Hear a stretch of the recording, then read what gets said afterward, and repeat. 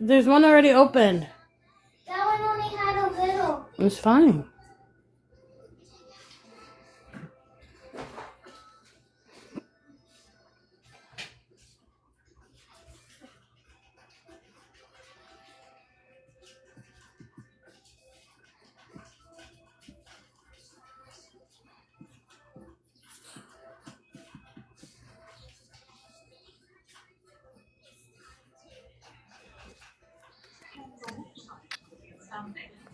Good morning. Good afternoon. Well, it's morning for me. 3 o'clock here. I was gonna say, it's like 9 o'clock in the morning for me. 9 o'clock in the morning. I've been up nearly. I have been up 12 hours now.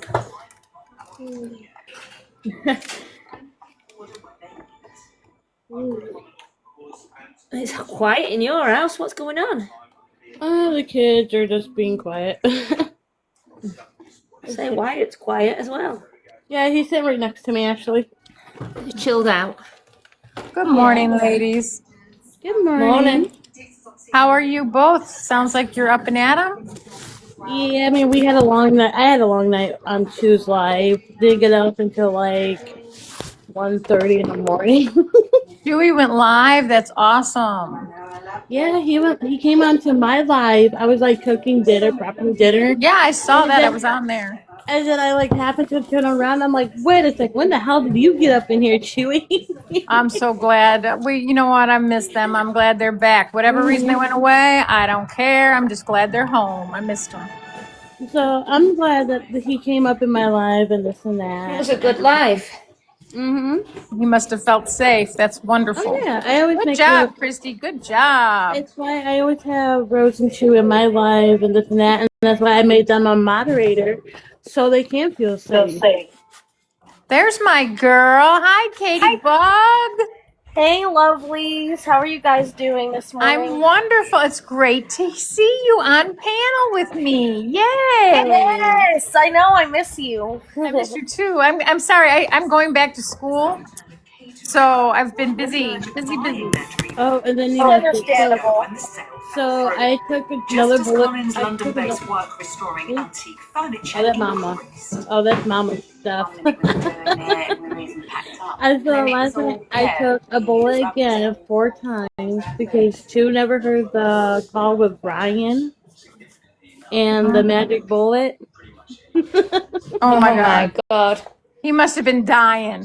Yes, he was. No, Bit shocked, wasn't he?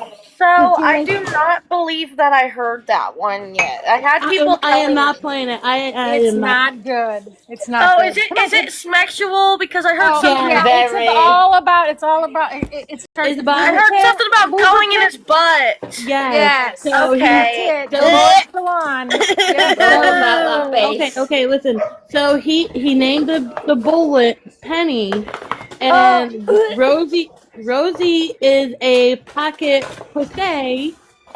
Okay. And I've so heard yeah. That's enough. I get the gist. I feel ill. First thing this morning, and I feel ill. So I told you and Rose, I'm like, I took a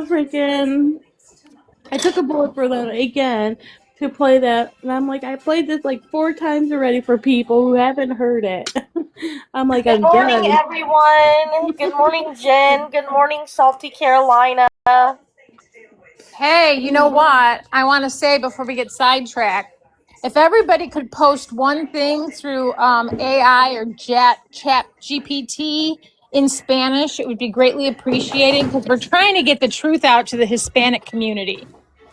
Everything's been translated, like their books and movies and all that baloney has been translated. So everybody, they are good people, so you know how they are easy to not hear the whole other side. So if everybody today could just take a little bit of time and translate even one you've already done into Chat GPT in the AI mode into Spanish, I would be greatly appreciative. I'll try to do it. I'm not. 100% smart with all that. I'll do it. Me neither. You go, well, before you put it in, you hit it says AI. You hit that, and then you hit translate to Spanish, and it'll translate it for you. Oh, okay. You've got to So do one of your stickers. Sorry about my dogs. They don't speak Spanish, so they're trying to translate. Stop trying to translate. You don't speak Spanish. Oh my goodness. And no, you can't drive. You're not 16. I need to. Don't talk back. Don't talk back. Talk back. Talk back. Bad babies. Get her. Bad babies. Get her. Get her. Sorry. Get her. Get her. I'll tell you what. Oh dear. I look, when I walk the dogs, I'm in a wheelchair. When I walk the dogs, I look like Santa Claus instead of reindeers. I got dogs dragging me down the street. Oh my days. It's not fun, but it's funny. American Honey didn't mean to come up. So what's everybody got on their agenda today? It's going to be a beautiful day here in southern Louisiana. Yeah. I'm probably gonna go live until probably like noon, 1 o'clock, and then I'm gonna take the kids over to the pool to go swimming for a little bit, and then Nice. Can I come? so that's about what I'm doing. I'm just gonna do this little live and then listen to a few videos here and there, and then I'm not sure what I'm doing yet. I'm just gonna play it by ear. I've already had my day. My day's getting to the end. Nice. You getting ready to rest, huh? Where are you at over? You're on the other side of the pond. Where are you at? UK.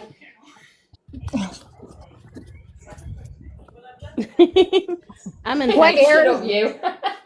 What area in the UK? We figured that one out. Lincolnshire. Oh, okay. Okay. Nice. I am from a little seaside town. Lincolnshire. Me too. I live in a little bitty town in South Louisiana, and we're a fishing community. Yeah, We have more. fishing We have community. we have a lot in common. I live in We're Houston, like a Texas, holiday so- resort type thing. We're by the sea. Well, we're not. No, nobody ever comes to where I live for a holiday. I was just about to say that I'm gonna come visit you. I've been wanting My to. door is open, girlfriend. Come in October. We're gonna take a ride to the Gulf Coast for Shrimp Fest, and I think there's gonna be like 4 or 5 of us. So if you can come in October. Okay. We're putting sleeping Sounds bags like out. an invitation. I can see Yeah. what I can do. Kristie, Yep. are you packing to go? What?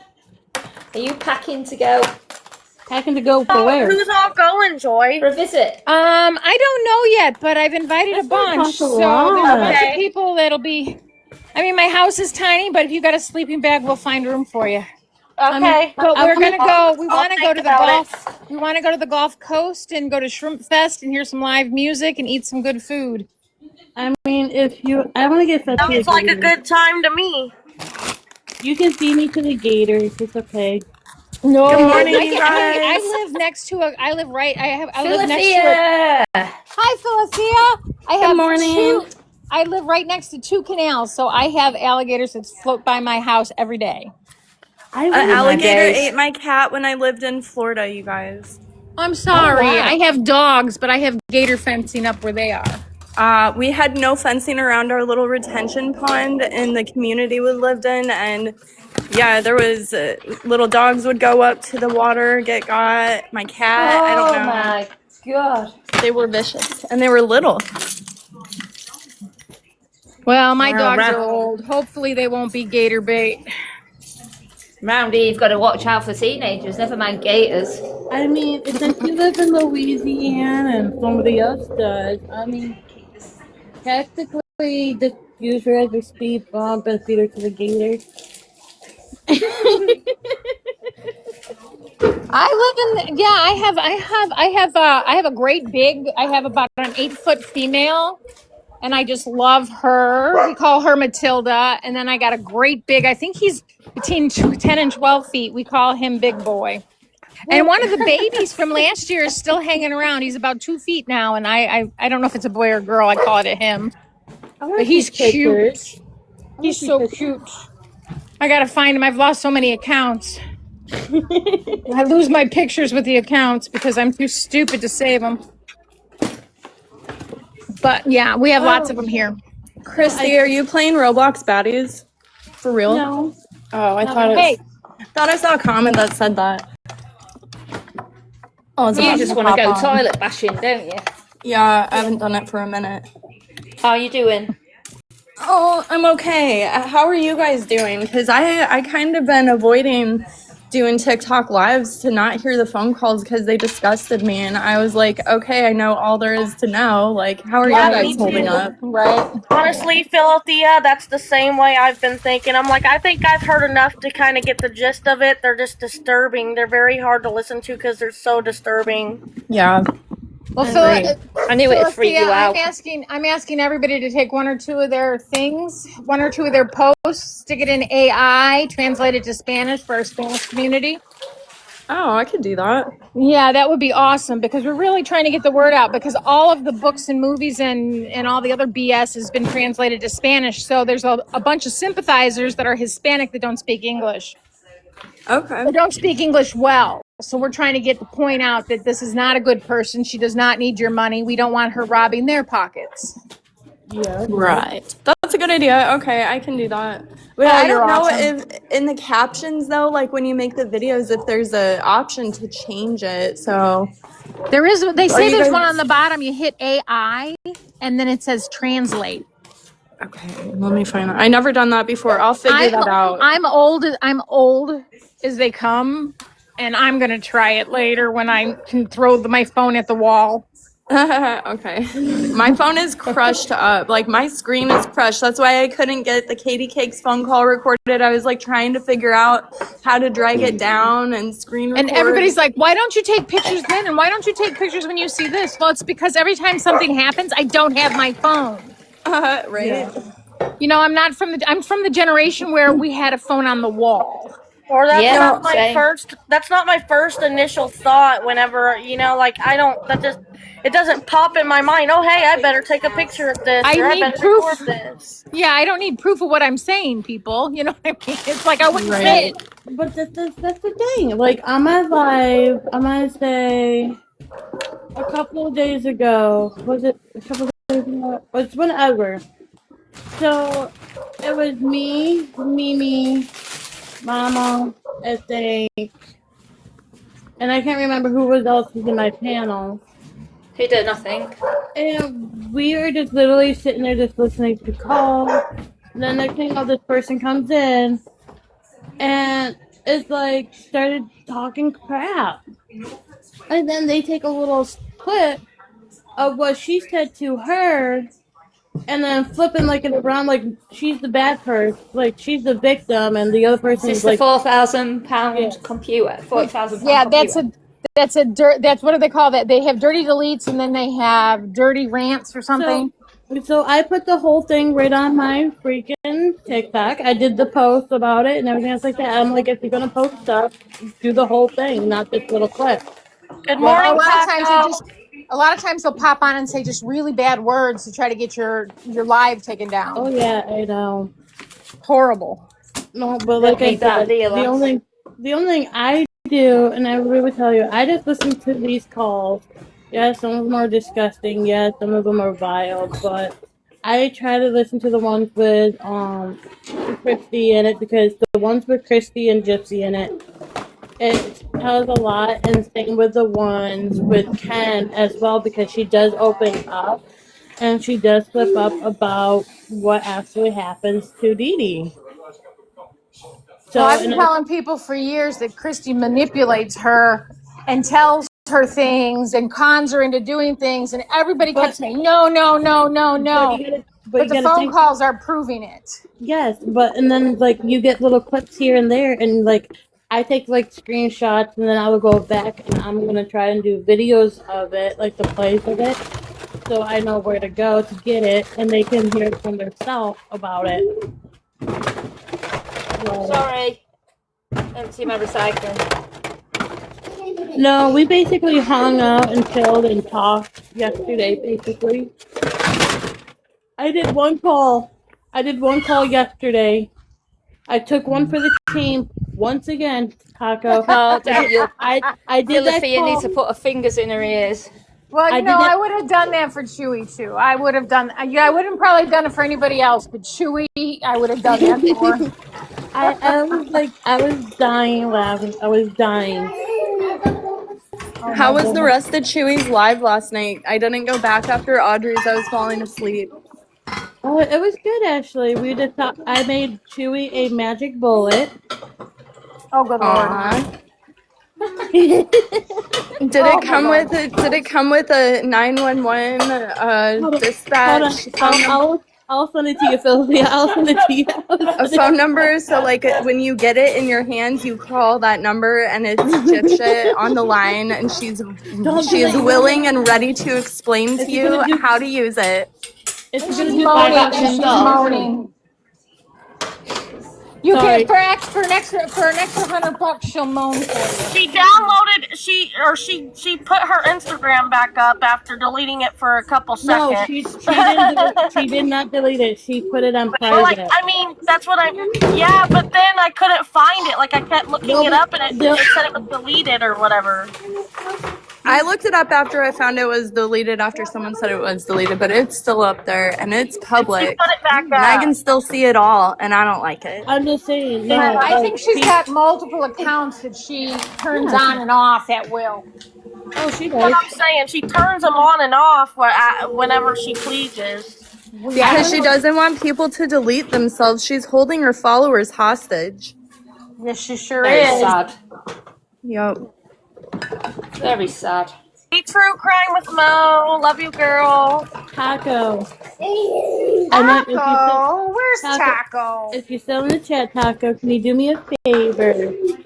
The pictures I sent to you on Messenger, can you please send them to Phil Thea? Please and thank you. I love Taco. I swear Wyatt said, "Hey Taco," yesterday. Thank you. So Phil Thea, just watch out for which bitch. She's gonna be sending you a message. Okay. And she's got the pictures of two for you. That made it into a bowl. Yes, probably.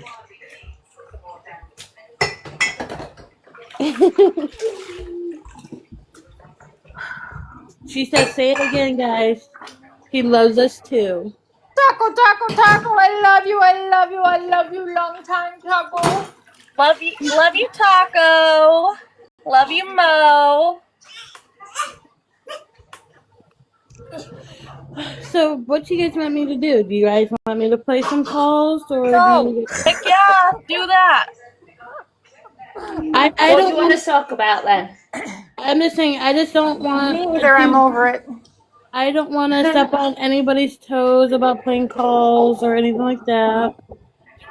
Hey, is episode 2 of the Pretend podcast out for everyone? I forget. I know I asked that I can last play night. it. I can I play it. Hold haven't on. even watched him because I'm just like, ugh. He fed right into her bullshit. I can play it. Hold on. I can play it. They paid him. Play it, because I've not heard it either. I guess I'll listen. I mean, as long as we're not paying for it, it's not wrong. Yeah. I want to hear how he interviewed Audrey and all of the I'm gonna anti-Midget, tell you all from our the friends. beginning. Same here. I think agree. he did everything cut. I think he did Audrey. You're gonna send it to Phil Thea. Taco. You're gonna send it to Phil I'm Thea. gonna step down and listen. I love you guys. Have a great day. Remember, try to transfer one great post in Spanish. Right. Good. Have a good day. Have a good day. Okay, I'm gonna let you guys know. I'm gonna start from the beginning, from the episode 1 all the way to the 4th. Because it's the way Down, people are children. broken down. I don't know which is which, so we're gonna listen to it all. Is that okay? Yeah, but hey, not to be a bee or anything, but can we keep interruptions at a minimum? Because I already seen episode 1. I'm pretty sure we all seen episode 1, and that was hard enough to get through. So let's just get straight through it. Well, let me see if it's this one. I'm going to mute then. Okay, here's part 2. This is episode 1, segment 1, part 2.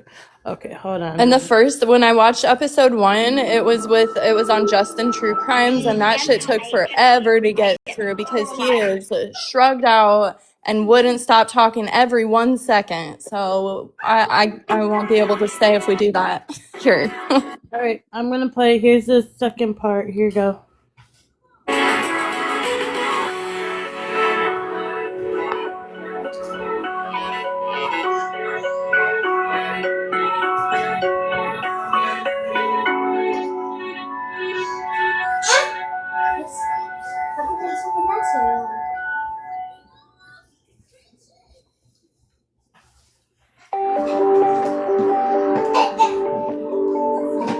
I was completely oblivious to the outcry against Gypsy Rose Blanchard. To me, I have always considered her a victim of Munchausen by proxy. That poor girl. I can't even imagine what her childhood was like. I mean, I didn't agree with her decision to murder her mother because no one deserves to be murdered, but I can't imagine why she resorted to violence. I just assumed everyone felt that way about her. But boy, was I wrong. Hello, it's Andrea Dunlop, and today on Nobody Should Believe Me, we have a very special episode that is a full circle moment for me, my conversation with Gypsy Rose Blanchard. Andrea Dunlop released a 2-part interview with Gypsy on her podcast, Nobody Should Believe Me.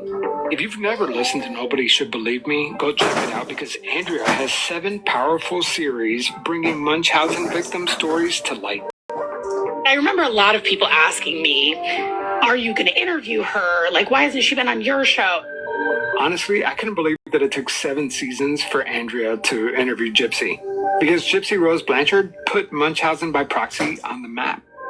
I didn't even know Munchausen by proxy was a thing until I heard about Gypsy's case.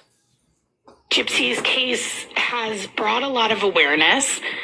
I think that she is actually a very articulate representative of it and is very thoughtful in the way that she sort of explains it and explains her healing process and the after effects. When people think about medical child abuse, they think of Gypsy Rose Blanchard. She's the poster child. This should not be on Gypsy's shoulder. She is a person. We should not put the onus on one person to be a representative or an advocate for a form of abuse just because they've experienced it. You know, I was curious about Andrea's interview with Gypsy, so I listened. And then I started reading the comments, and oh boy, I could not believe the backlash. Let me read some of these comments to you. Are you kidding me? You call yourself an advocate, but decide to bring a murderer on your podcast? I can't sit by as we make martyrs out of murderers. As a longtime listener, I'm extremely disappointed by the lack of real research on Gypsy Rose Blanchard. Andrea, all your credibility has done shot out the window. You just ruined your career by not doing your research. She lied about everything. Hundreds of comments just like this. This was my first exposure to the anti-Gypsy community. So I started going down that rabbit hole. What research were these people talking about? What were Andrea and I missing from this conversation? And before I knew it, I found myself in the deep end. Every single thing you've ever heard out of their mouths about this is a lie. Okay, so for all these years, we've been told this story of just massive abuse. She didn't need any of the things that were done to her. She has no long-lasting effects. All of that, correct? Right. That's a lie. That's all a lie. Suddenly I started seeing some questionable things online and asking myself the same questions. Inconsistencies in her stories. Home videos that nobody was supposed to see. A version of Gypsy Rose Blanchard that looked nothing like the girl that I thought I knew. It was enough for me to pump the brakes. Did we all get the Gypsy story wrong? Was everything I knew about this case a lie? So I had to go straight to the source, Gypsy Rose Blanchard. Gypsy and I exchanged a few emails, and within a few hours, I'm not kidding, we were on a call. I was unprepared for this conversation, and it took place very early on in my research. I have to be honest, I thought she was lovely. All I know about you is the HBO doc, right? And so I was like, I had no idea that there was this like other world. Oh, it's like you're living in it, but I had no idea. you know? Oh, it's insane. It's called the Gyp verse. Oh, like the verse, like the Marvel verse. Yeah, yes, like the Marvel verse. So it's two communities, and one is pro gypsy and one is anti gypsy. Which one's louder? I mean, I would say that the anti gypsy side is probably the loudest, and I think that goes for any sort of hater community. So a lot of times, if someone posts a video in support or just having a neutral opinion, you can't even have a neutral opinion about me because you will get death threats. You're walking into the crosshairs. Yes, right? yes, you're walking into literally a war zone between these two communities. And without even knowing it, right? Without even knowing it. Because if you're if you're in the pro gypsy verse, you're sympathetic to like the abuse that you face and all that stuff, and like it would never even cross your mind that there's this other universe that will just pounce on you. Right. The internet did what the internet does. Her nose was too big. Gypsy Rose has been spotted for the first time since her nose job. And it turns out she didn't just get a nose job. And her teeth, the same teeth that her mother had yanked out when she was a kid, became content too. I'm going to Children's Mercy House. Mimi, Taco said happy birthday.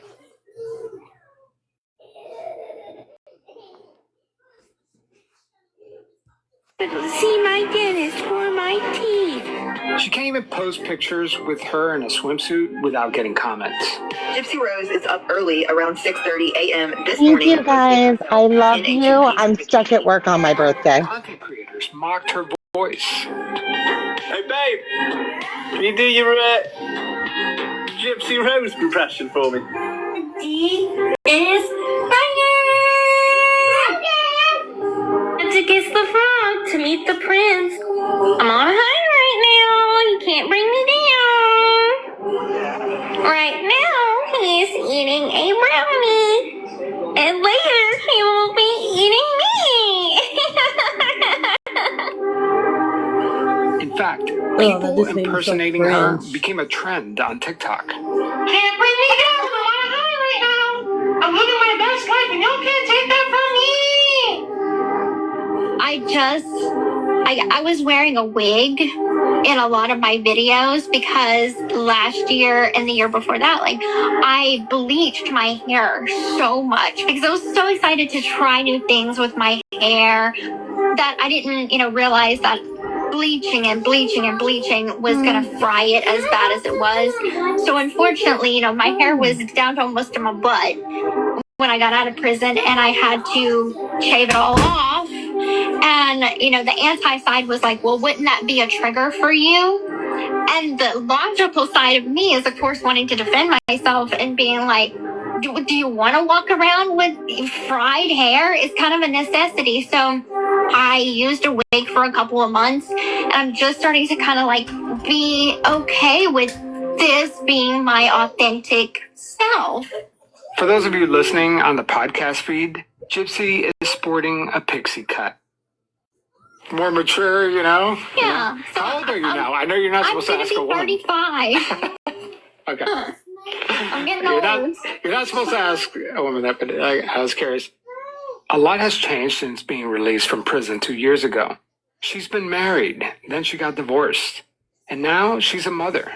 She has this whole new life, and her only career really is being Gypsy Rose. One of the main criticisms against her is that she figured out a way to monetize and profit off of her mother's murder. She has a Cameo account, a book deal, multiple TV shows. Gypsy is everywhere. And if you ask the internet, they will tell you that Gypsy is rich.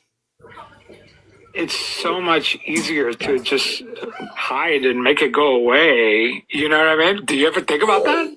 I've tried, and I've tried getting offline, deleting my social media. When I first came out of prison, I gained millions of followers on my TikTok and Instagram.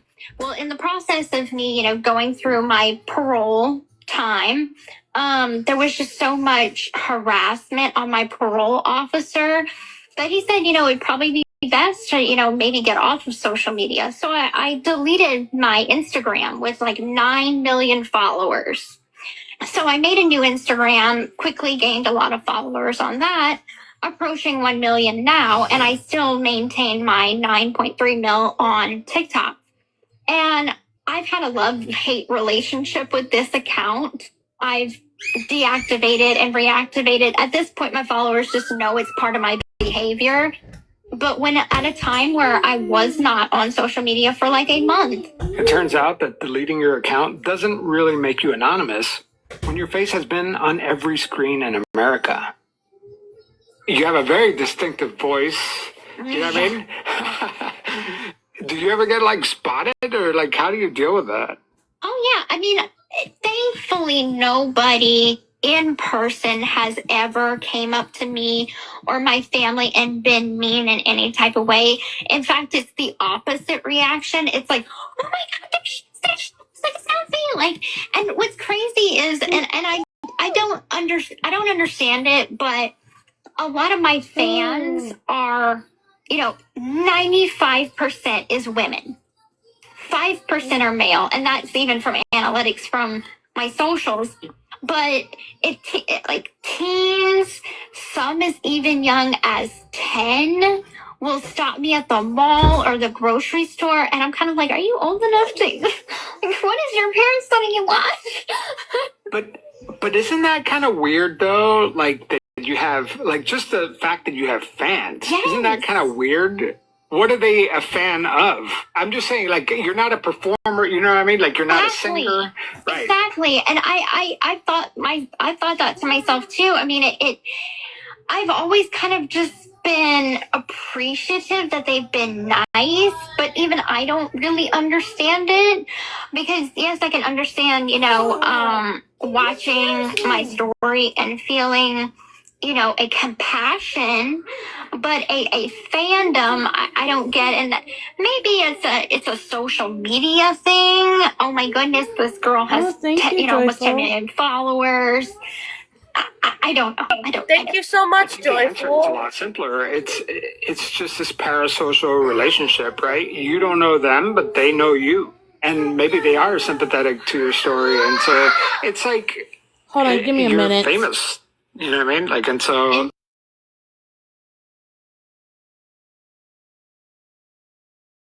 Hey, so Mimi, there's an actual phone number that we can call to report cameos, not just like a report link.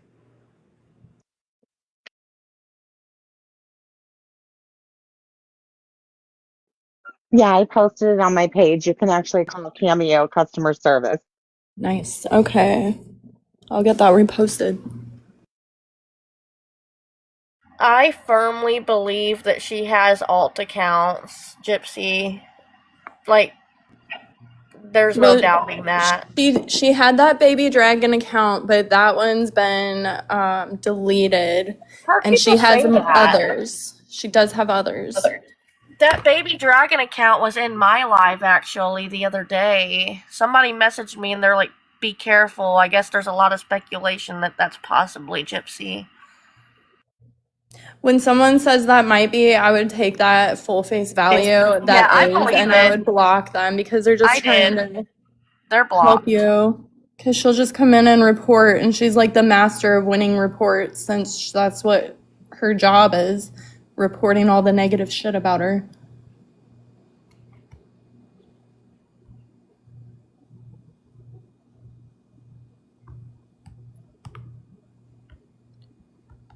I can't believe that we got Gypsy's cameo taken down before Ryan's, because we've been brigading Ryan's cameo for almost a week now.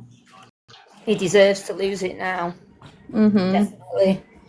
How anyone can ignore what's been put out. I know you don't want to watch Sorry. it, but I swear, if anyone needs to lose their account, it's definitely him. I looked up Mimi, and the first thing I see is her Jerry video. Fuck, I love you, Mimi, so much. Yes, go, Mimi, girl. Oh, she's on top of you. Reverse I it. love you. I was like, who's on top of who? Wait, what? We were having a party while you were gone.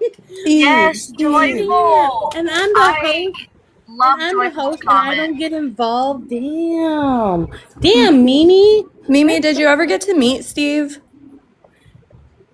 Wait, which Steve? He was like Jerry Springer's security guard. Yeah, I met I Steve. loved. Steve Wilco? I would have made him sign my Yitties. The whole thing was my buddy was a producer of the show. Like I went to high school with him, all that fun jazz. And he wanted to be a big time producer, but he ended up being a producer for Jerry Springer. That's a big time in my eyes. Right? So I mean he's gone on now and he does like oh God, he was doing one of the daytime soap operas and stuff. So he's moved on, he's doing good. But Tell him I the need a last few job. seasons of Jerry Springer, they couldn't get anybody to want to go on that show. Everybody knew it was fake. Everybody, you know what I mean? So he called me and he like begged me for 3 months. And then finally one night we were all drinking. I was working and we were having a couple shots after work. And we are like, let's just do it. Let's go. And we left that night and we had so much fun. Did you really have beef with this lady or? No, that wasn't a real fight. No, we were all like hanging out, doing shots on the way. Like Here's just a having birthday good old cake. weekend. Wait, who's got the? Why is there? I don't know because it was so fucking random. Like she's bringing a birthday cake out to tell him she has a crush on him, and The like, man looks like meanwhile- my ex-husband too. Oh, we just had a good old time. I love it. Tell your producer friend I need an acting job. I will. I will.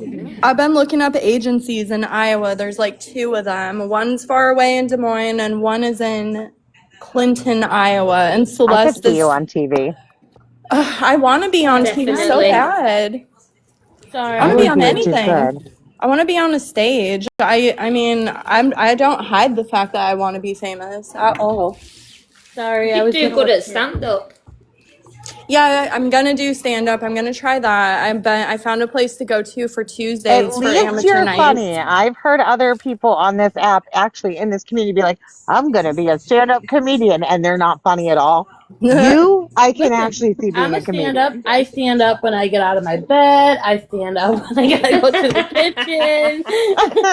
kitchen. No, like the way I pick apart other people, I can do it to myself 10 times better. And I was a midnight ballerina. I've had some exorcisms. Like I can roast myself all day long. You guys will laugh. Go for it. Get yourself out there and do it. Why not? Exactly. YOLO. Sorry. Good morning, Ricky Good morning, Bobby. Ricky Bobby.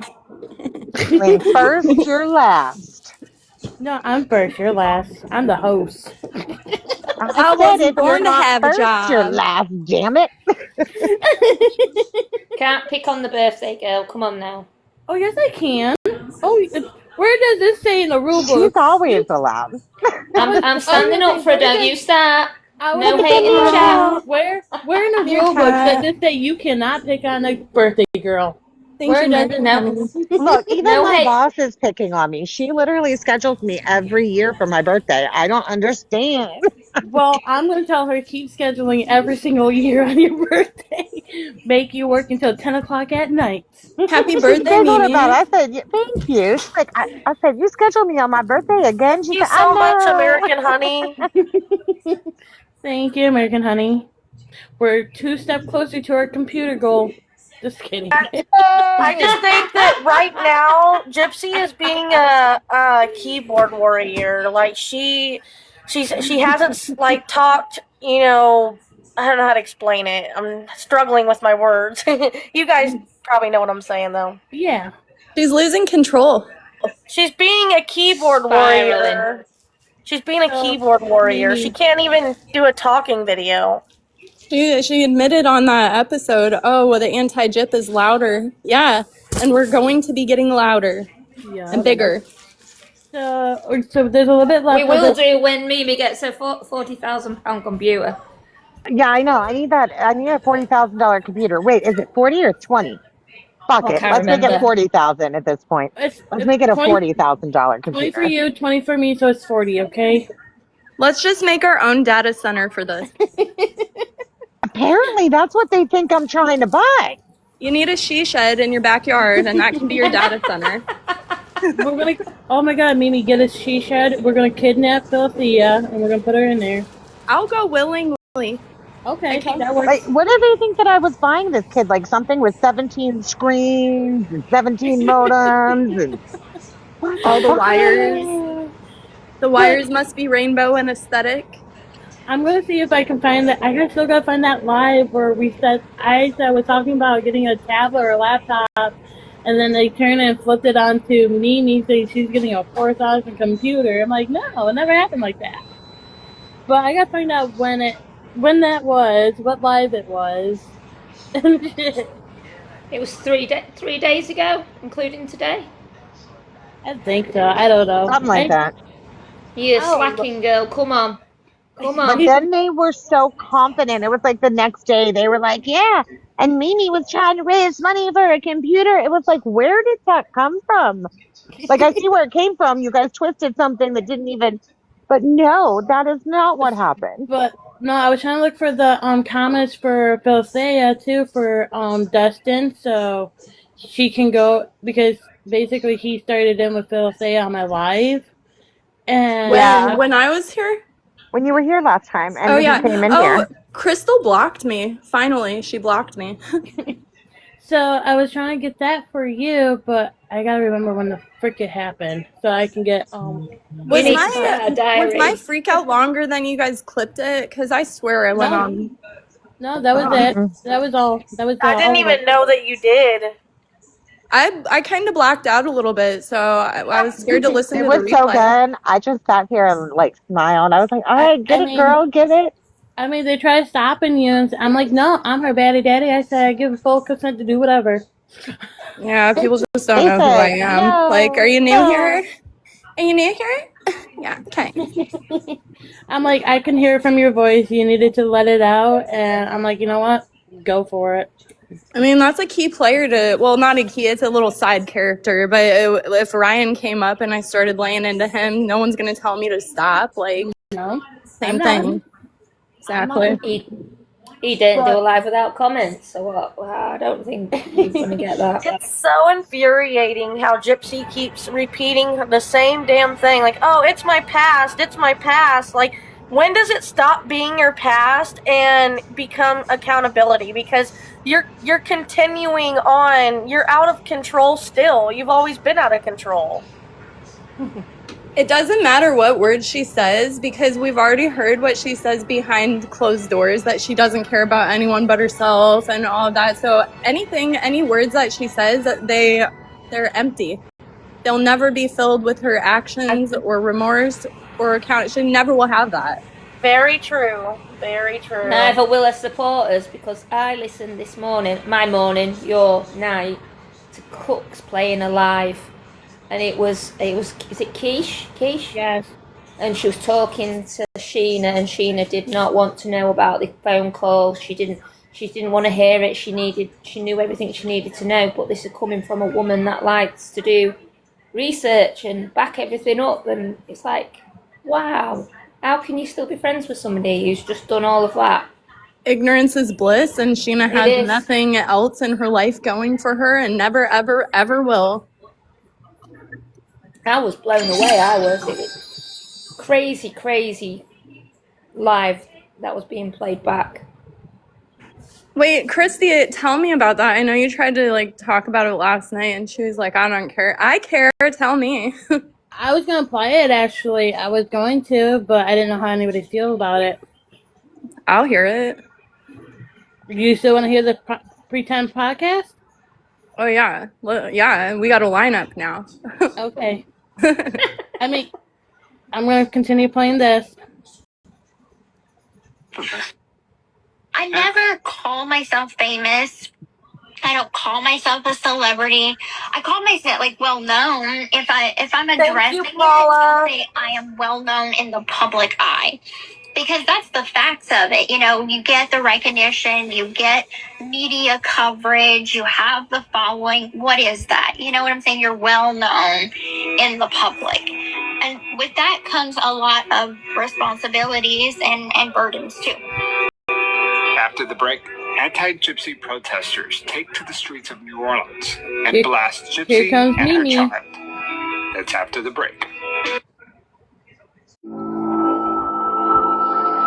The anti-gypsy side formalized a hate campaign. Thank you so much, Rhonda. Was raising money, fundraisers, GoFundMe, to put up billboard signs.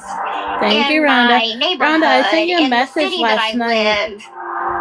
Here's a clip of an Good morning, anti-gypsy Rhonda. activist putting up wanted-style posters around town. If you dislike murderers, send Tammy a gift.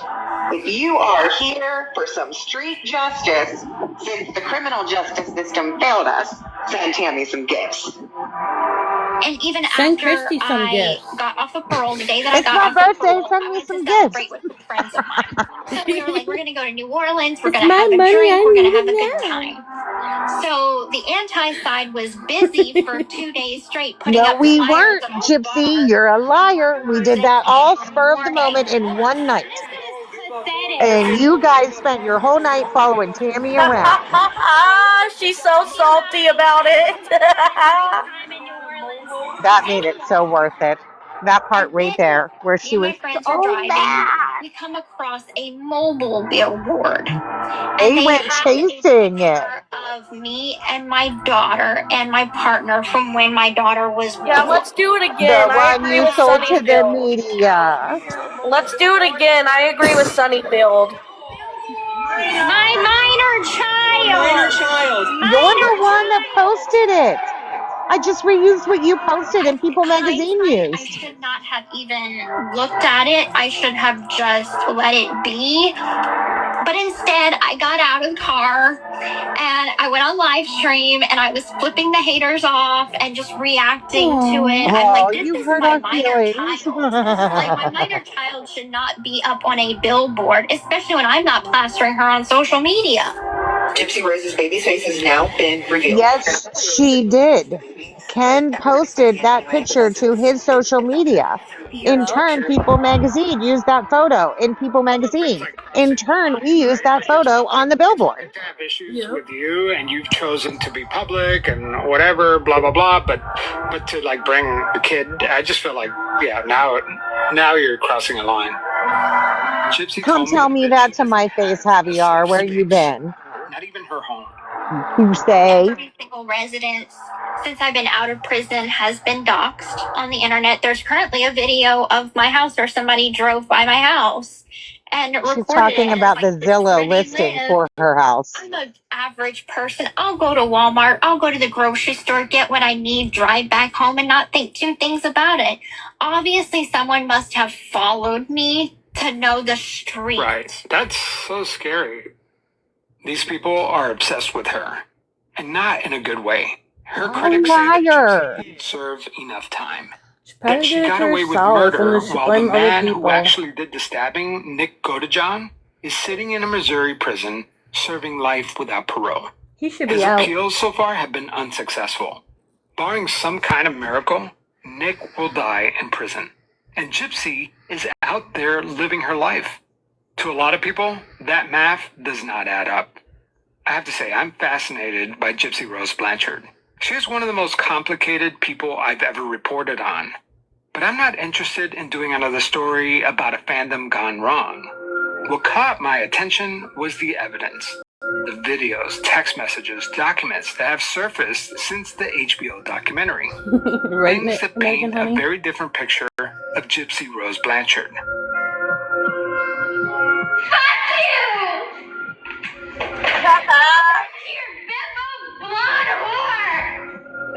It is your sexy slave, Demona. I can steal, I can torture, I could kill, just not those people. Gypsy Rose talking about how she plans to SA her own daughter when she turns 13. If we have a girl, there'll the way it has to be is if we have a girl, I mean, look at these she video has calls. to lose I her don't doubt if it virginity to happens. you because you are the master of the household. Now, before you go spiral, let me give you some context. He was out of control. These clips were recorded. Huh? He was out of control, and she still is. I'm just saying, with all these calls, the way she coached Ryan to doing shit, but yet she still married him, knowing the fact of what he was doing in front of children, tells you a lot about a person. Tells you a lot. So I wouldn't doubt if anything happens to that child because of her. I wouldn't doubt it. Years ago, before Gypsy ever had a daughter. What you're hearing is a role-play game that Gypsy and Nick Godejohn played online. In this game, Gypsy played a character named Demona, a vampire slave, and Nick played her master.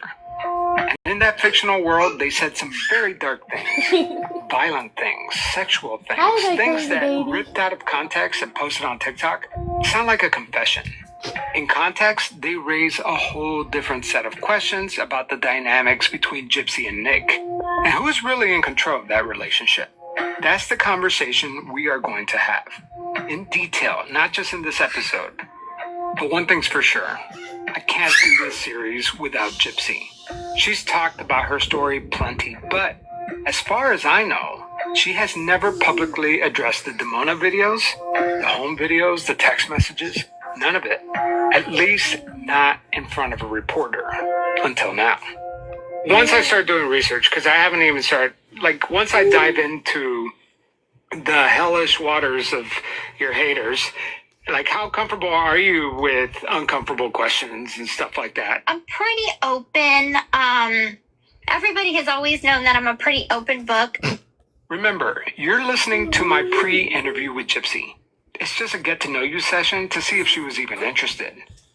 So if we were to do this, because like you said, I think maybe the story is that the people that know you, in the Gypsyverse, they know about this, and then obviously the haters know about you as well, if not more, because they won't let it go, right? This has been years and years and years, and it seems like every time you make some sort of public opinion or video or appearance, they jump on it. But the outside world has no idea. So I really do think that that's the story. Your whole childhood was robbed from you, and then now all of a sudden you're an adult and you have to figure out who is Gypsy Rose Blanchard. You know what I mean? And do you know who you are at this point? I'm learning. I'm learning a lot as with every new experience, because I think that that's how we grow. Is just experiencing things. So I think that I've gotten to where I'm comfortable. Yeah, but I mean, going back to the uncomfortable questions and stuff like that. Yeah, I mean, I don't think that there's anything that I could find that you haven't seen already. Exactly. Yeah, I've had some tough ones come at me. That's what I figured. But I was thinking, if you're up for it, I'm willing to like travel down there for a weekend and maybe like hang out for like a day and do the interview in person. Would you be game for that? I'd be down for that. I should be down for you to get in that shower with her. Next time on Pretend, I fly to Louisiana to meet Gypsy Rose Blanchard in person. I sat with her for almost 3 hours and she answered every single question I threw at her. This is going to be a long one, guys. I don't know how many episodes yet, but get ready because I conducted dozens of interviews, and we are also going to cover a recent discovery about Gypsy's health that puts everything in question. That's next time. Some recent developments. There's been a major development on this case. One of Gypsy's critics filed a public records request with the Missouri Department of Corrections and got a hold of 8 years worth of prison calls. I want to roast you, Mama. Right now. This is what? American Honey or Mama. Someone's talking about if they went live, we would roast them. You guys are friends. We love you. American Honey, she don't want to come out on the family in case you roast her. She sounds like cornbread or something. I hope this guy feels stupid now that these phone calls are coming out. Sounds like he knew because he just mentioned phone calls. Right. But do you think that they weren't going to say anything? Yeah. Why did his accent get extra like cholo-y when he was talking to her? Like, I could come down for a weekend. Like, did you guys hear that? It got a little bit thicker. I don't care. No more hitting. I don't think I did. I don't think I noticed it. Oh yeah, it sounded like when Chewy's making fun of his accent. You know, when he gets it like really obnoxious. Yeah. That's what Javier just sounded like, but trying to sound cool to dipshit. Like, yeah, maybe I could come down there and Oh my interview you in person gosh. for a weekend. Creepy. I can't do it, but yeah. That's gonna be Thank the you, next baby Silva. daddy. Thanks for the Oh my gifts, gosh. guys. She's gonna have another baby daddy. Talk about creepy. You He know, doesn't here's even one have thing. one baby daddy. You know, I firmly believe that obviously, like, at this Okay, I point, forgot. her and Ken aren't together. What is it, Kristie? No, I'm saying no. She just wants that golden shower. But, like, my thing is I don't think Ken's gonna speak out, even, like, if he is not with Gypsy, because they have a child together, and he probably doesn't want to, like, I'm trying to get in his mind, you know, he probably doesn't want to do all that. Even if he's not with Gypsy, I don't see him speaking out. Well, Mike Honcho, speak up. We want to know. He I know. deleted his account. He deleted his account. He might do if he needs the money. You think it's because he was found out as my concho he deleted? I think he deleted because I took a screenshot of him having Sal's face on it. I kind of get the impression that he doesn't want nothing to do with all of this, you know, controversy, like, surrounding. I just don't think he cares. Like, he's not an attention seeker as much as Gypsy is, if that makes sense. Like, I just don't think he wants to because he doesn't care. It's like what he said on the phone calls. He didn't want to be in that documentary. But he loved it as soon as she got out. Yeah, that is true. He loves the spotlight. But you gotta think, she was talking to him 26 days prior, like almost a month prior, before she was released. And I think there was a phone call about a couple days or so, or a week or whatever, before she even got out, she was talking to him. And then she gets out, and then like 3 days later, 2 days later, guess who messaged Kristie? Ken did. Well, that's going to come out. I'm sure we're going to hear that one pretty soon because I'm waiting for that one. Oh, I already played it. Oh, it came out. Well, I'm slow, girl. I'm sick. That came out on the episodes of the Life After Lockup. Where Well, I know they mentioned it, but did they play the call?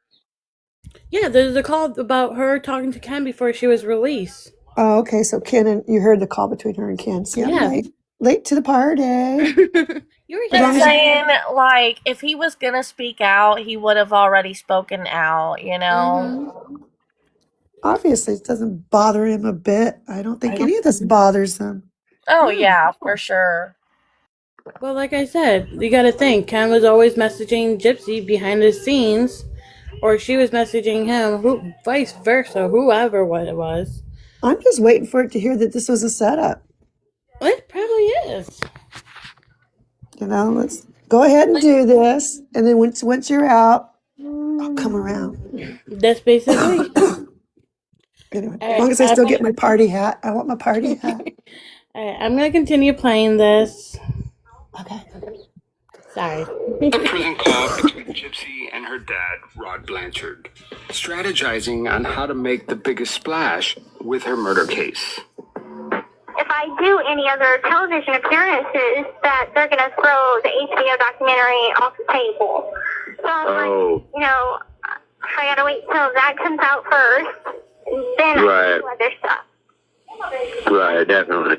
Yeah. And right now, that HBO one's a big one. yeah, and there's an article that had came out on BuzzFeed.com, and it like tells my whole life story from beginning, you know, till now, and it reached 6 million people.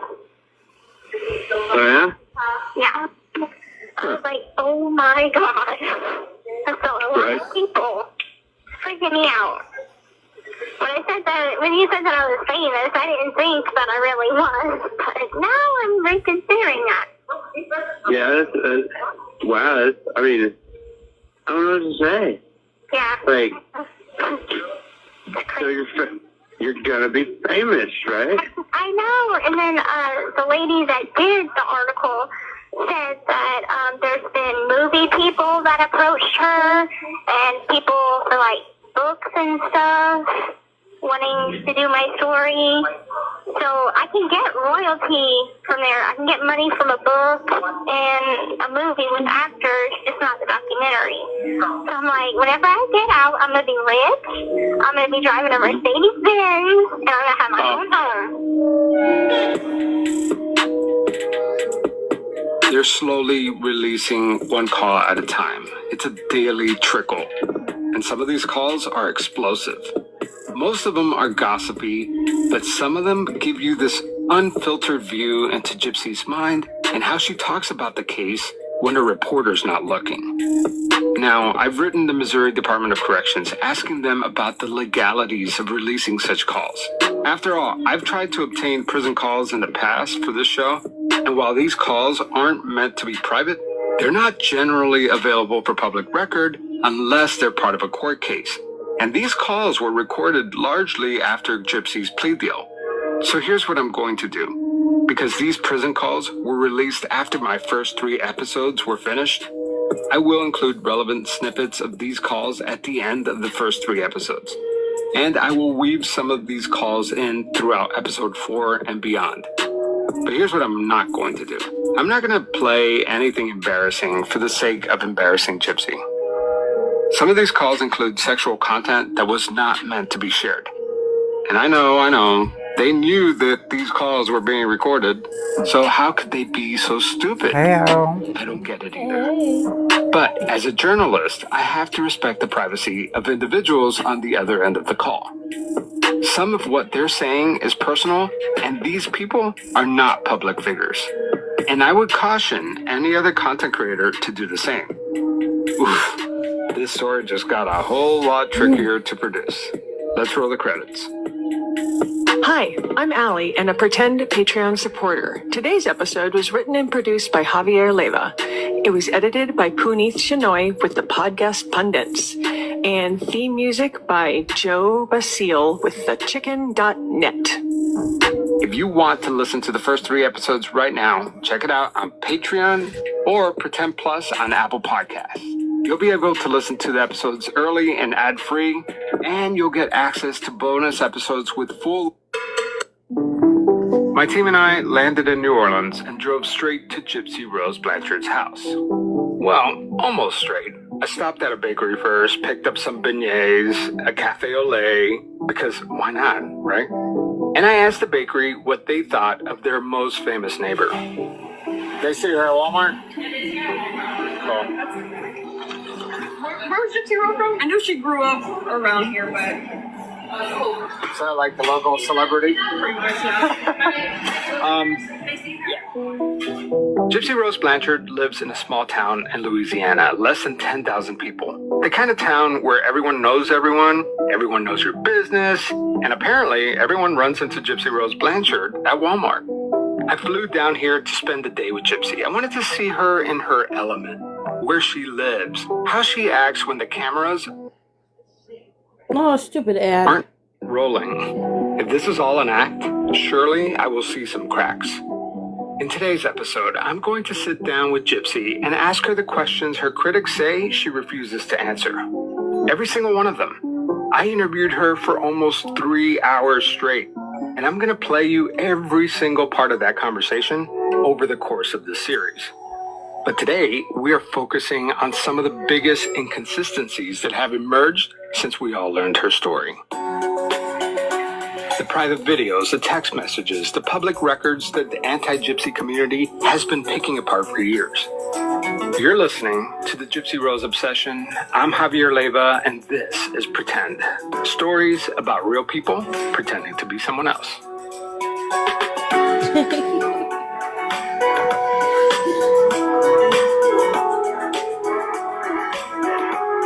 Let's just start getting into it.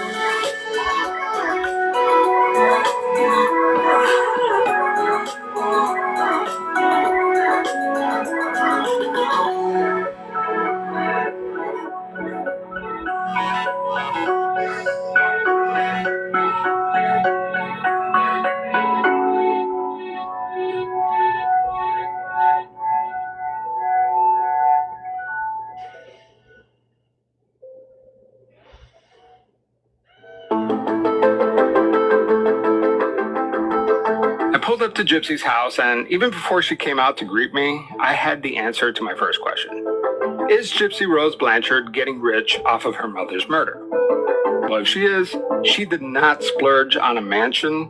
She rents a tiny little unit in a modest fourplex. Nothing fancy. I gotta say, meeting her in person was a little awkward for both of us.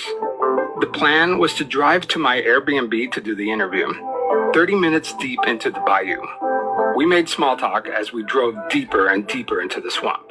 We passed Armadillo Roadkill, past a dead baby gator on the side of the road. At one point, the water was actually lapping over the road. But it was a beautiful drive. Shrimp boats, stacks and stacks of crayfish traps. She must have been wondering, where the heck is this guy taking me? We finally got to the Airbnb. I turned on the camera and started recording because honestly, there was no time to waste.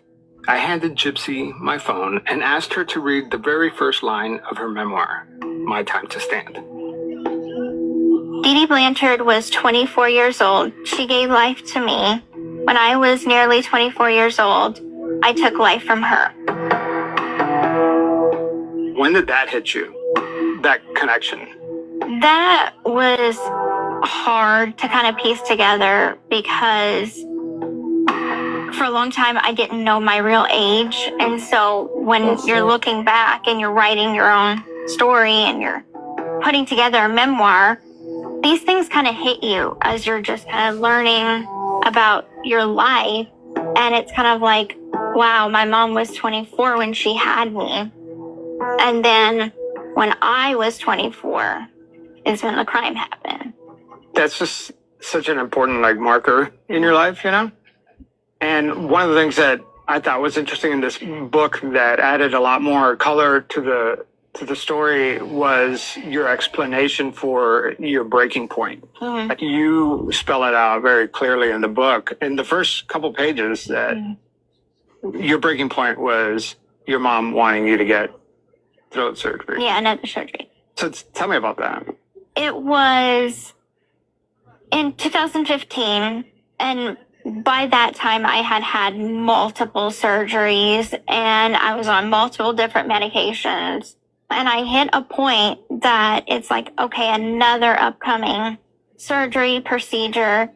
And then I start thinking to myself, is this the rest of my life? Is this, I've already been cut up. I have scars on my neck from a previous surgery. It's kind of like at what end?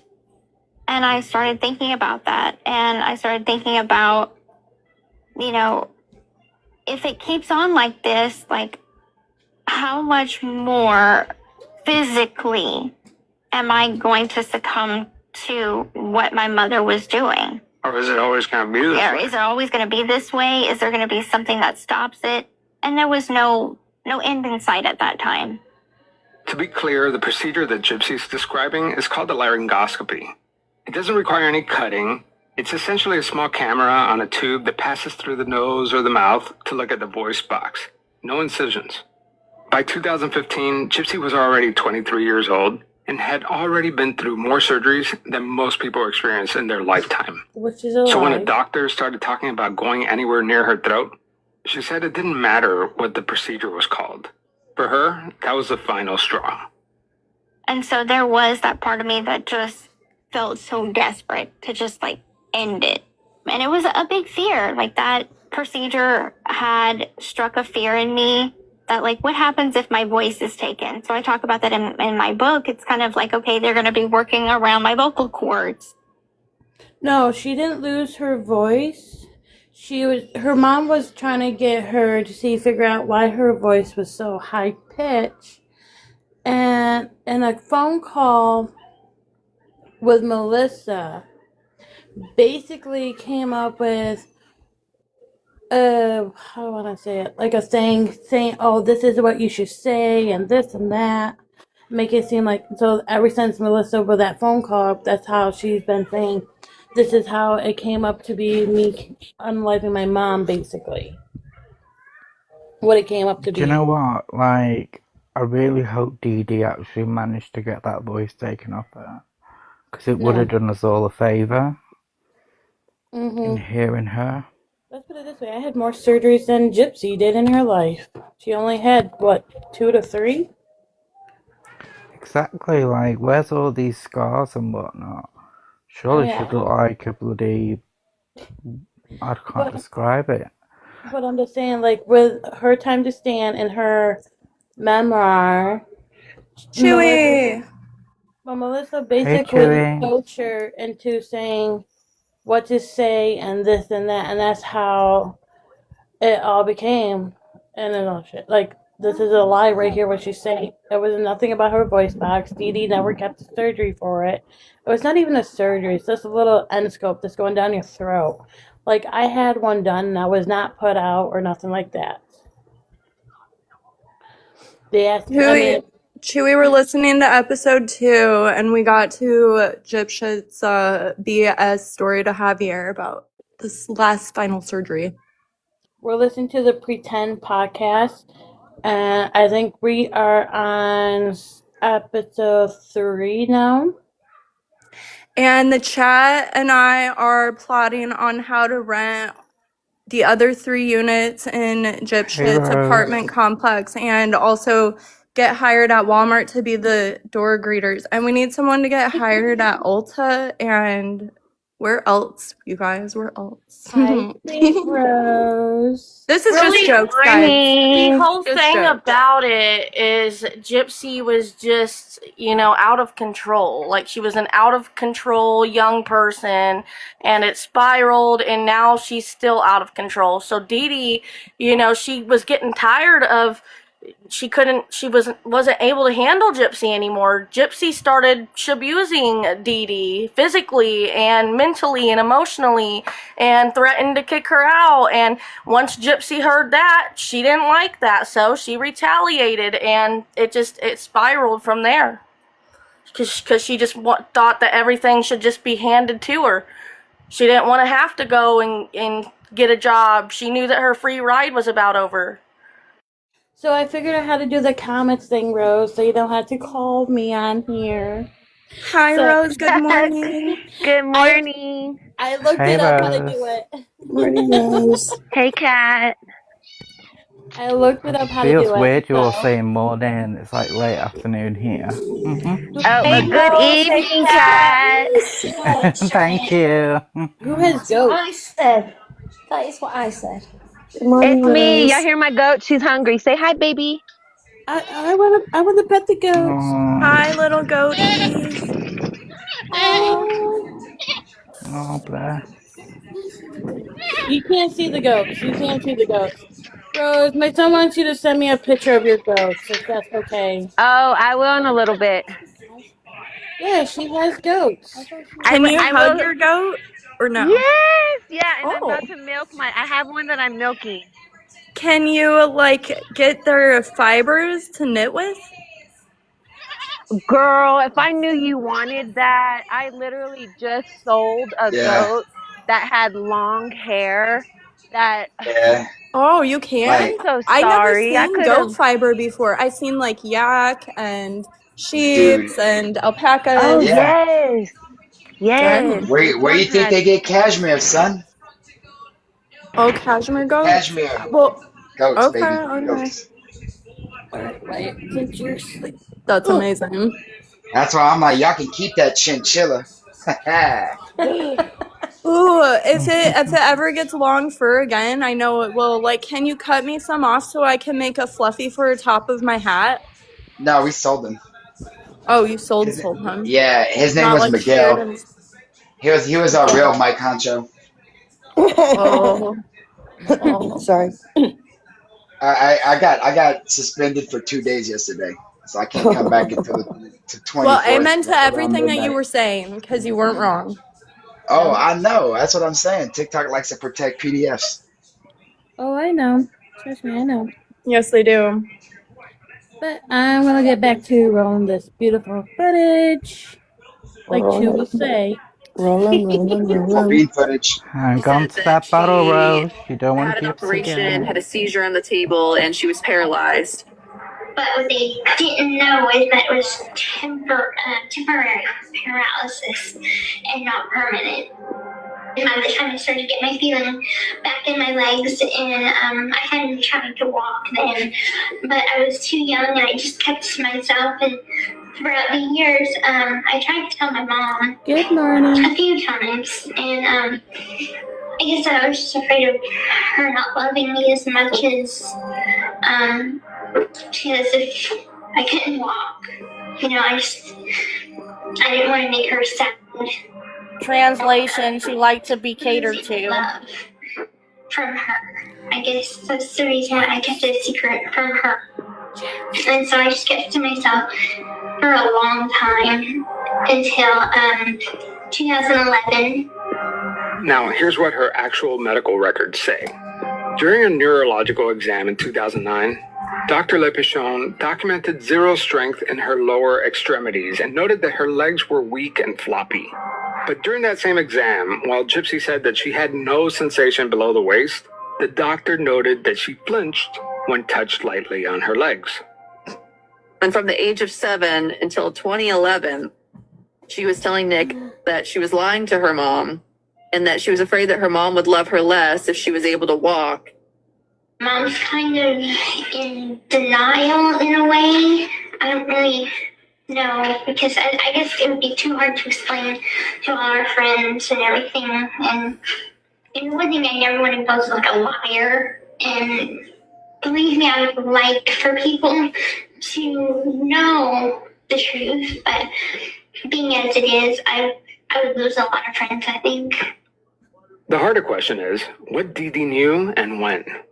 There are really only two possibilities. Either Dee Dee genuinely believed Gypsy was paralyzed and had no idea that her daughter could walk, or Dee Dee knew and used it and played along. Well, first of all, it's kind of a hoarder situation. So it would have been kind of hard to get a wheelchair around there. Not saying it's impossible, but it's a little hard. Especially in her room, it's a total mess. I don't know how she could have gotten onto her bed without some kind of help. It just doesn't look like a wheelchair's been around in there for quite some time. Alora is referring to the crime scene photos that were part of the public records release. And she's right. That house was not very wheelchair accessible. So she said that her mom eventually caught her walking or something like that. And she had to come clean. Sorry, it's been a minute, but Can you pause real quick? I'm sorry. Yeah. I don't know why they keep saying Dee Dee was this crazy hoarder and shit. Maybe because of the medicine cabinet. That, Look, like... every picture that you've seen from the past, the house is fucking spotless. Mm-hmm. There was a community cleanup a couple days later. I think the reason why it looked like that is because Gypsy packed everything up. That's what I think. I think that Gypsy was getting kicked out. She retaliated, but before she retaliated, she packed everything up in that living room and shit. Exactly, They Katie. probably That emptied man, the shed at the back as well. and all that, dude, they were getting rid of. They were cleaning out a bunch of shit that they didn't need anymore. That's why everything was in trash bags. That's why what do you do whenever you're getting ready to go donate? You get a bunch of fucking trash bags and you put all your shit in there, and then you take it to where you're going. This is what she was not a hoarder. It drives me nuts. Sorry. Oh no, Get you it. I get just open opinion about stuff. I love it. I get the frustration because it pisses me off too when I hear that. Sorry, just did a dab. When I got into this case, I was against Dee Dee, and now I've actually researched it and seen what this roach has done and the kind of individual that Dee Dee actually was. All this shit that people say about her that are she was sick and on her deathbed and all this bullshit, dude. And I'm just like, man, where do these stories come from, dog? Why y'all disrespecting this woman like this, dog? Did y'all not watch the Cox Hospital video? I don't know. It's so now anything I hear bad about Dee Dee, man, I just nah, that's not true, man. Jack. That's not true. It was all twisted. What happened is Gypsy lied about her motive and told the whole world that it was Dee Dee's fault. It was the victim's fault. And the world just believed it because a lot of people helped her. Melissa Moore was one of them. Literally lied about her motive. She did this out of greed. Her free ride was about over, and that's all it was. Yeah. And I reckon it got to a point where Gypsy would have been a lot stronger than Dee Dee due to her age.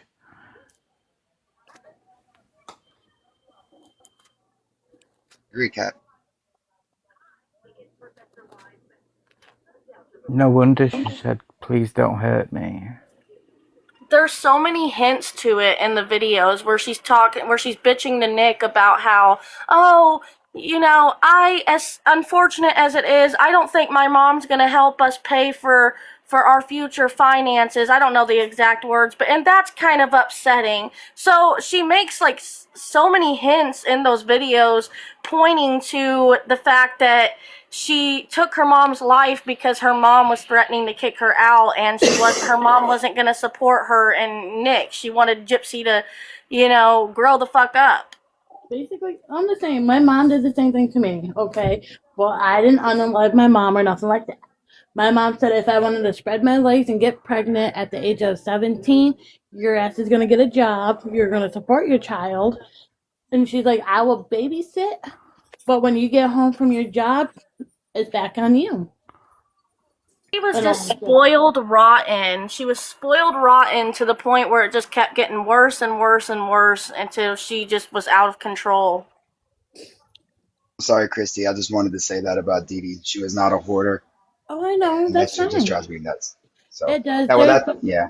There's a bunch of stuff in this. It's going to take you off this. It gets worse in this. Maybe I should just drop off panel, dude, because I'm. Jew, you're fine. Stop it. You're fine. Don't worry. You're fine. We got Stop. you. Rose, I'm about to have you duct tape him to wherever he's sitting at, whatever he's doing. I'm blinking twice. It's the stay mute challenge now, Chewy. Don't make me play that magic bullet again. We're playing the quiet game. I'm winning. Okay, you ready? I had to come clean, and she finally found out that I could walk, but I lied to my mom for years and years and years, and she didn't know that I could walk the whole time. Here's what we know from the people around her. Her uncle, Claude Petrie Jr., says that everyone in the family knew that Gypsy could walk. That he personally saw her running, jumping, playing on the trampoline when her mother wasn't looking. Another uncle, Evans Petrie, says that Gypsy could walk before she and Dee Dee ever left Louisiana. And that Dee Dee forced her into a wheelchair to scam the system. And here's what makes all that even more significant. I have Gypsy's medical imaging results from that same period. MRIs of her thoracic, lumbar, and cervical spine from 2000 to 2001. And every single one came back normal. No abnormalities, no evidence of anything that would even explain paralysis. So I asked Gypsy to settle this mystery once and for all. I was curious about your not being able to walk at home. So the only time that I would walk inside the home is when my mom wasn't there. How about getting into bed? Getting into bed, I would get into bed from chair to bed. Like she would get you, like she'll have to carry you? No, she didn't have to carry me. I could move myself. It was, anytime that I shown any kind of, hey, I don't need the chair, I'm not as sick as what you're saying, she would get very upset. Mm-hmm. And then we would argue for days. And then this is where kind of like the manipulation came in, is where she would like take her love away. We had animals, we had cats. And so she would like favor the cat over me and then just speak to me in such a mean way and then be overly affectionate to the cat. So I felt like she was taking her love away from me anytime that I would show independence or any kind of voice to say, hey, this is not right. So it was like the other way around. Gypsy told me in our interview that Dee Dee always knew she could walk and manipulated her into keeping it a secret. But that's not what she told Nick in that video. So after our interview, I emailed Gypsy asking her to clarify. She says that the video has been widely misunderstood, that she wasn't confessing to hiding anything from her mother. She was just trying to explain to Nick that every time she tried to acknowledge that she could walk, Dee Dee would get angry and punish her. So she stopped trying. She said she gave Dee Dee what she wanted to avoid conflict. She calls it coercive control. Going along with Dee Dee's version of reality, not because she was complicit, but because it was the only way to survive the day. And honestly, I can see that because when you think about it, it's actually a brilliant form of control. Dee Dee made Gypsy hold the secret, carry the illusion, make it seem like it was Gypsy's idea, not hers. These FOIA videos revealed a side of Gypsy she did not want anyone in the world to see. They were private videos meant for Nick Godejohn and his eyes only. And she was young. Can you imagine if the world got to watch your videos from your late teens and early 20s? I mean, I would be mortified. The videos that were recently released in December of this last year, the FOIA videos, those were between Nick and I through the course of our relationship. And a lot of the videos, they are what any couple does in a long distance relationship. Some is sexual, some is not. Those videos, the sexual ones, should not have been released to the public. Greene County Sheriff's Department was supposed to redact the nudity. They were supposed to redact anything that had sexual content in it. They did not. They sent a thumb drive with nudity, everything. Here's Alora with the Into the Weeds podcast. No, unalive your mom, stupid. Unfortunately, we were actually sent an explicit video or two. 3 of them. 3 explicit videos. But the one that I'm thinking of is a 40-minute long video where she is completely nude in the middle of the living room. The phone's going off. You can hear like laundry in the background and everything. 40 whole minutes or more for her to just feel so comfortable to be in the middle of the living room. I don't do that. You know what I mean? Naked and just doing all this stuff like she's not going to get caught. It's not a big deal. Or her even being in Dee Dee's bed and being sexually explicit. And naked in Dee Dee's bed. We will not show Gypsy's naked body. We have never sent that video around to anybody. We will not send that video around to anybody. The Into the Weeds podcast never published the explicit videos. Unfortunately, other people have requested those same files, and it's already out there. Gypsy and Nick built an entire world together online. A fantasy world where Gypsy played a vampire slave named Demona, and Nick was her master. And in that world, they said things that, pulled out of context and dropped on TikTok, would alarm any parent, any social worker, anyone. Go to your room. Master, it is your one and only Demona, your slave forever and ever. Well, today is our happy 1-year anniversary. Gypsy is on camera wearing a big curly brown wig and a red dress. And what makes us so unique from other couples is that you and me have a vampire and human relationship. Gypsy pulled out her phone and logged into an old Facebook account where she and Nick interacted. She showed me post after post of cartoon erotica. A lot of the role playing that you did with Nick, talk to me about that world, because there's people that do role playing, and it's all fantasy, right? Mm-hmm. And it's centered around the macabre, and for some people it's easy to understand the distinction, and then for people who are not in that world, it just seems like very bizarre. Mm-hmm. Tell me about just the role playing that you had with him. Who introduced that? So Nick introduced it. So I logged into the old Facebook account. A lot of daddy stuff and like bondage, right? So what does that say? It's like she was his lifeline, he was her sanity, and as a woman with like a choke collar. Mm-hmm. So he would send me all these, and it goes on and on and on. So this was definitely, from what you're showing me, this is what he got off on. Yes. This was his fetish. Like, this was his thing. And I'm not kink shaming or anything like that. You gotta be shitting me right now. Mm. This is pissing me off. I told you it's gonna get worse. It's Dude, gonna she's get just said that she logged into her old account It's and then he cut her off and she was about to spill some beans, dude. And then this my is what I hate gosh. whenever she starts talking, man. People cut her off and they need to just let her talk because she dry snitches on herself. She literally yeah. just said, I just logged back into the old account. And then he cut her off. Like I said, it's Oh wow, that was a good impression.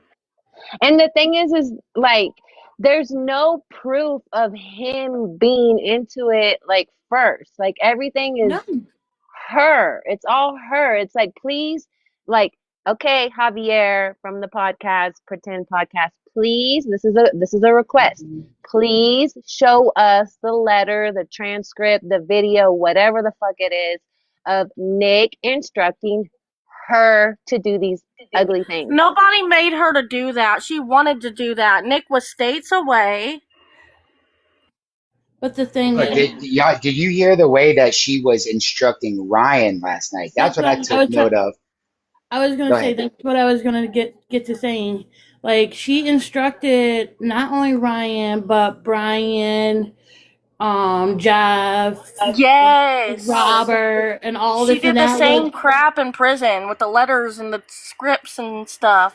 yes. So it was like, so she's pinning Nick onto being into this BDSM bullshit when technically she's the one that's into it because with all these prison calls coming out that I've been listening to, it shows that she was actually the one into it. Like, And she still Yeah. surrounds herself with people who are into the lifestyle and very much open and honest and upfront and living their lifestyle in the public eyes, such as Sir Morbid, because you only go by those kinds of identifying names if you are in the lifestyle. Sir, Daddy, I just Master. think that it's disturbing how it's always somebody else's fault. It's never her fault. It's always Nick, Dee Dee, it's always somebody else. It's never her fault for anything. And it's disturbing, and I can't believe that people are just eating this shit up. But like I said, it's gonna get worse with these podcasts. It's gonna get worse. But like I said, it just shows you, it paints you a picture. Like with this podcast, it shows you like the type of person she actually is, and they're just hiding the truth. How much is left of it? Enough. I think we still have another one. For those who don't know, the Pretend Podcast is associated with Andrea Dunlap, who is associated with the Ed Gein doctor guy. I forget his name. And Hulu funded the Pretend Podcast interview with Well, Gypsy. yeah, but she's there. He's also associated with Andrea Dunlap and Feldman. That's his name, Mark Feldman.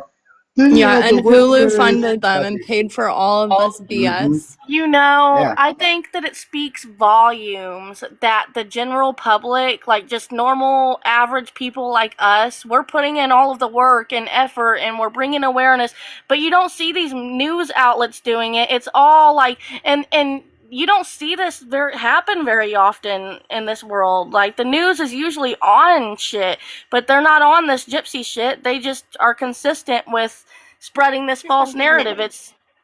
They're leaving it up to the public, to do all of the hard work.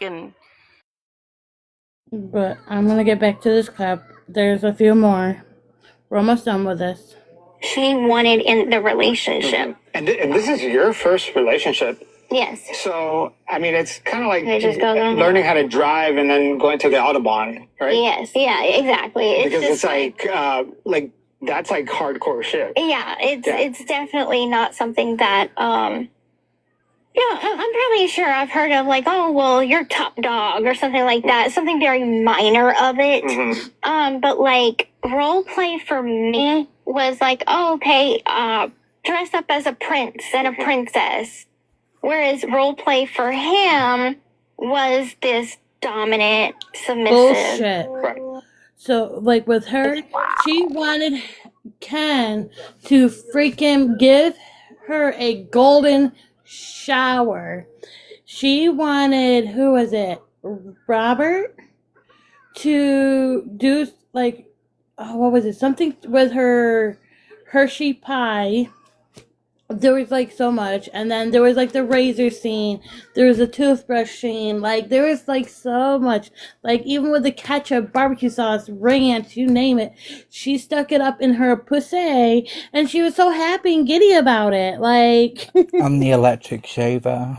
It's crazy because nobody's believing this shit other than the guy that is talking to her. That's because the guy that's talking is associated with Andrea Dunlap and Dr. Mark Feldman. But it's like I am so sick and tired of her saying, "Oh, he was submissive and dominant and this and that." No, bitch, the role is vice versa. It's where you are the freaking. No, I just think that it's funny that they're discussing this on a podcast when, in all reality, they might as well have just discussed it behind the scenes because nobody cares. Like everybody's listening to it like bullshit. I call bullshit. Like nobody believes it. That's the thing when she does podcasts, nobody calls her out on her shit. Everybody just believes this little girl got like so much medical attention and this and that. I think the majority knows the truth. Honestly, the majority of people know the truth. You've only got like a small percentage, in my opinion, that believe this shit. I have to disagree. Everywhere I go and I talk to people, I tell people about Gypsy everywhere, and they all know the main narrative. They've watched the act. They've watched the all the other dumb shit, Mommy Schmidt and Dearest. They've watched all these things, and they watched the Lifetime show. And I'm telling them about Becca Scoops, Into the Weeds, Billy Knox, Ashy Baby, Audrey. You know what I'm saying? And trying to get them to go check them out and look into who she actually is and just give them like the basics of what she did, but like the most horrible shit. You know what I mean? And it's like these people are stuck in their they're stuck in their beliefs. Well, I don't even think it's that, dude. They're just trucking in life. You know what I mean? Like I got sick kids. I didn't know about Gypsy Rose until my wife told me about her. I didn't give a fuck about her. I'm not into this. I'm into fighting. You know what I mean? And like this just isn't like my interest until like, well, nowadays I'm invested, but like if people have their own lives and their own interests that they're trucking along on, and investigating Gypsy Rose and trying to get her off of the internet isn't like a top priority of most of America. I just feel like, from my observation, this is more than just a community. It's like an overabundance amount of people that have come together in, just to bring awareness to the truth. Like, that's what, from my observation, like, it doesn't seem like a small percentage of people that are infuriated by Gypsy and her lies. Yeah, we are the investigators now. But I'm gonna keep rolling. I've never seen anything happen like this in my lifetime Asked until Gypsy Gypsy about case. the bondage and the S&M We are dynamic. the invested. That's She was what we clear. are. We're the That was ones that Nick's invested. thing, and he introduced it. But then there's Dan Glidewell. Dan Glidewell is the man that Gypsy met at VisionCon 4 years before Nick ever came into the picture. Dan testified under oath at Nick's post-conviction hearing in 2022, and what he described was a relationship that started off as a friendship and evolved into something more. They started video chatting, they exchanged explicit videos, she sent nude photos, she dressed up in costumes, Thank you. she used fictitious one step character closer names. to my computer. Dan described Gypsy as shy and timid. The defense asked him about the power exchange dynamics, whether it was something that he introduced, whether it's something that he asked for, and he said no. Quote, "If I'm being honest, I developed a taste for it from her." Thank you, Rhonda. End quote. So according to Gypsy, Nick introduced it. That's what she told me. Dan says otherwise under oath.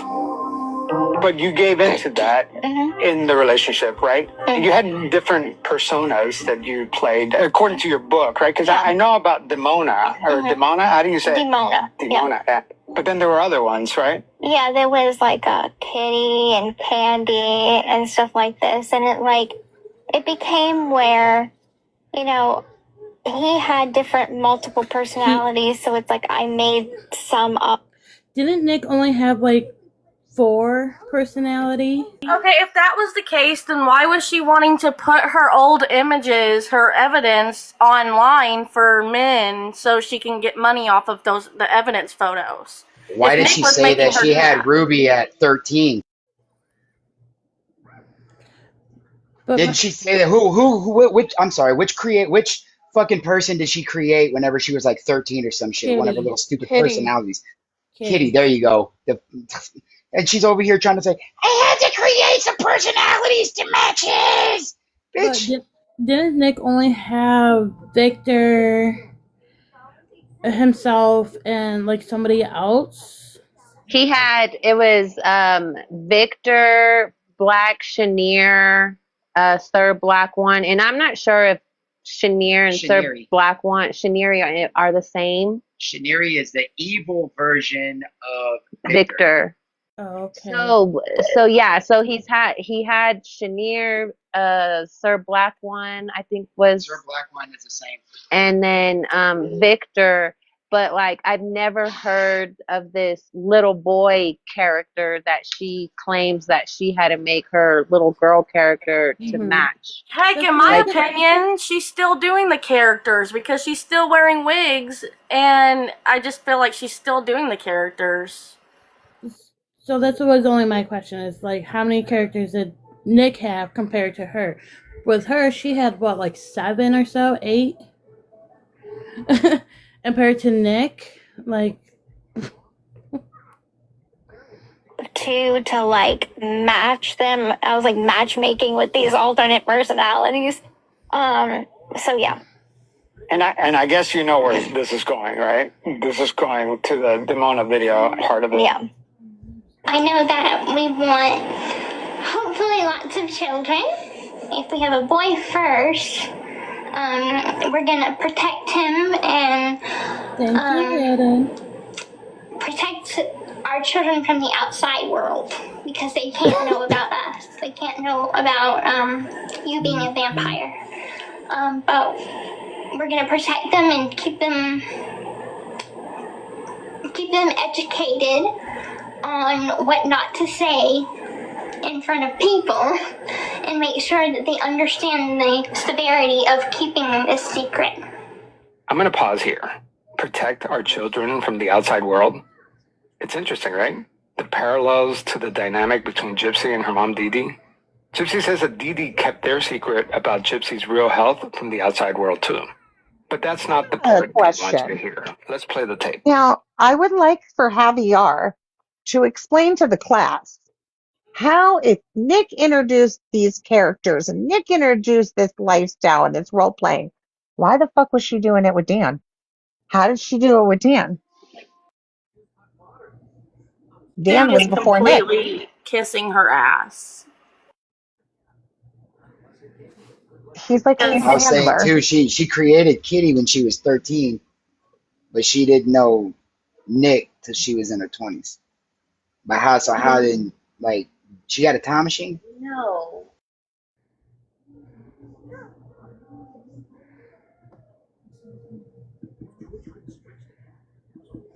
Okay, so if she didn't create, who's the character that she created when she was 13? Because this bitch said, was it Demona? Yes. Yeah, there you go, Demona. She created Demona. Wait, when she was created 13. Demona at 13? Yeah, dog. Damn. Yes, that's why I'm trying to tell people Demona is the real fucking Geppetto, man. So what happened at 13? Well, let's She let's had just probably say had some with a grown man at that point. She was still in Louisiana. Yeah, she was still in Louisiana. I think something was going That down. was the issue. That was where Dee Dee's worry came in, and she, her mother instincts came in because Gypsy was talking to grown-ass men online, like old-ass creepy dudes, and she was just giving herself away to whatever dude. Yeah, but I don't know about Louisiana though. We know for a fact that was going on in Missouri. What if the hurricane wasn't the reason why Dee Dee wanted to get so far away That's from exact, Louisiana? Mimi, fucking bullseye, dude. I think that she used that. I think that she used the hurricane to get out of the situation. I think shit was going on, man, and Gypsy was being, hurt, and Dee Dee used that hurricane as the way to get the fuck out of there, as a golden opportunity to go start a new life and try to protect a child. And is there any way to find out any info about that? No. Her family Unfortunately, completely Gypsy stopped that. Abandoned Dee Dee, and Dee Dee was really struggling, you know, as a single mother, and you know.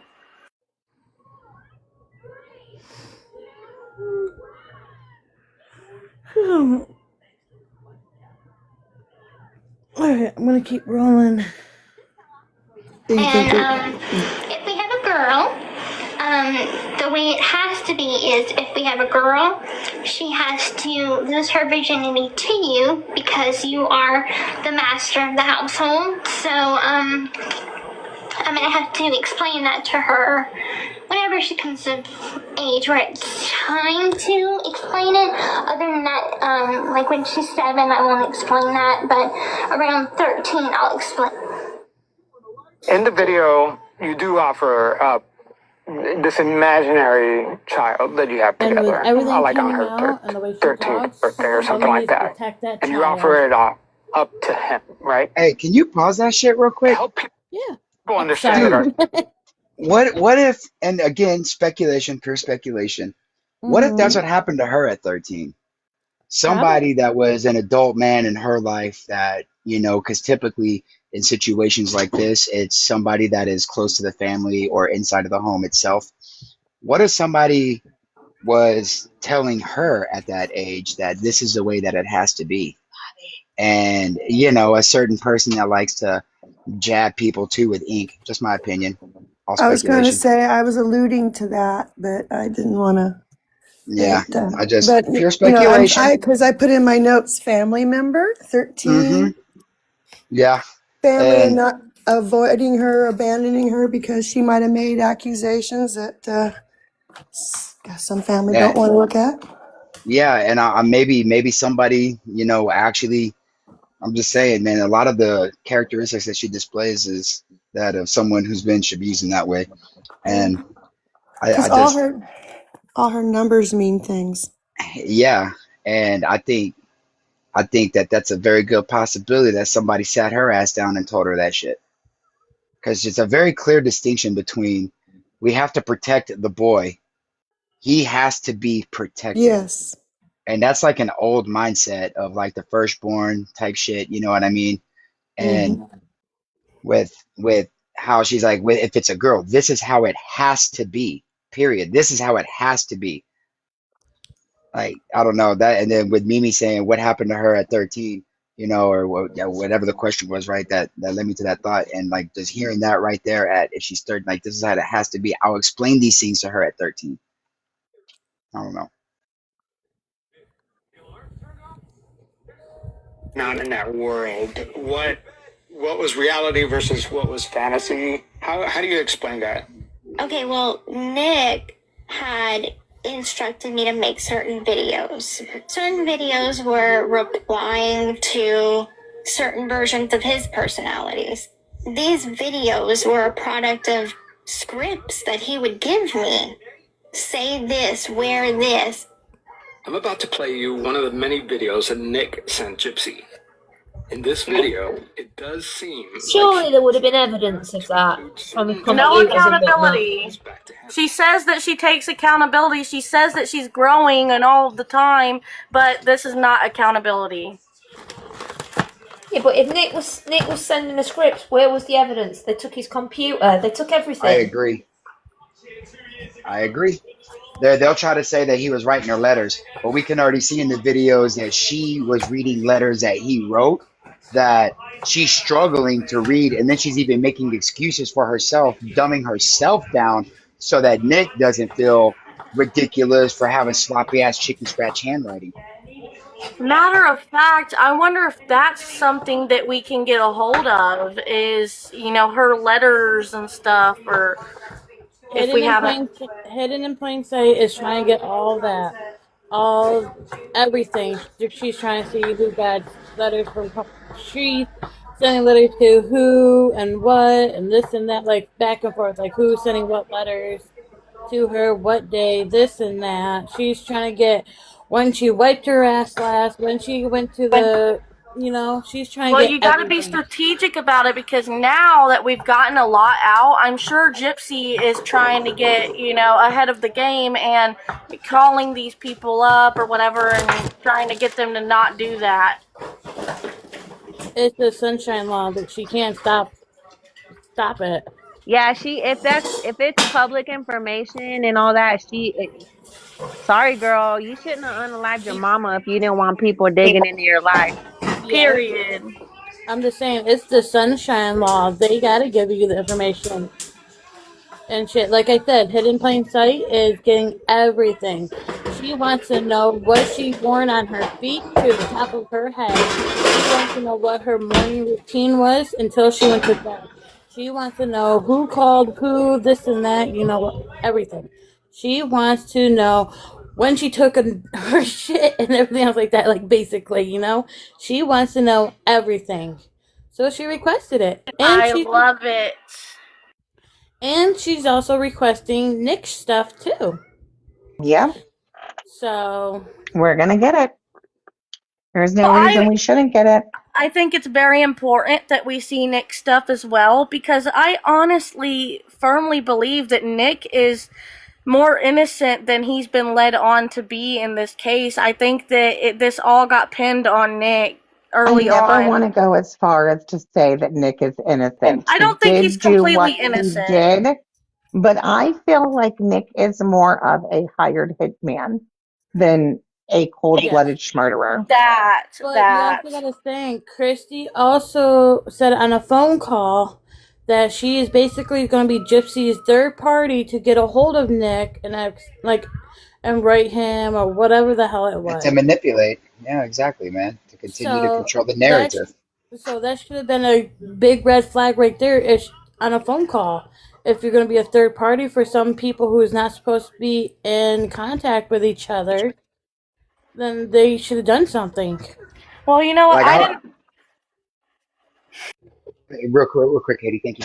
I was saying last night that when I was in jail, the phone calls were monitored and shit like that, and like the things that are going on in these phone calls especially with the children.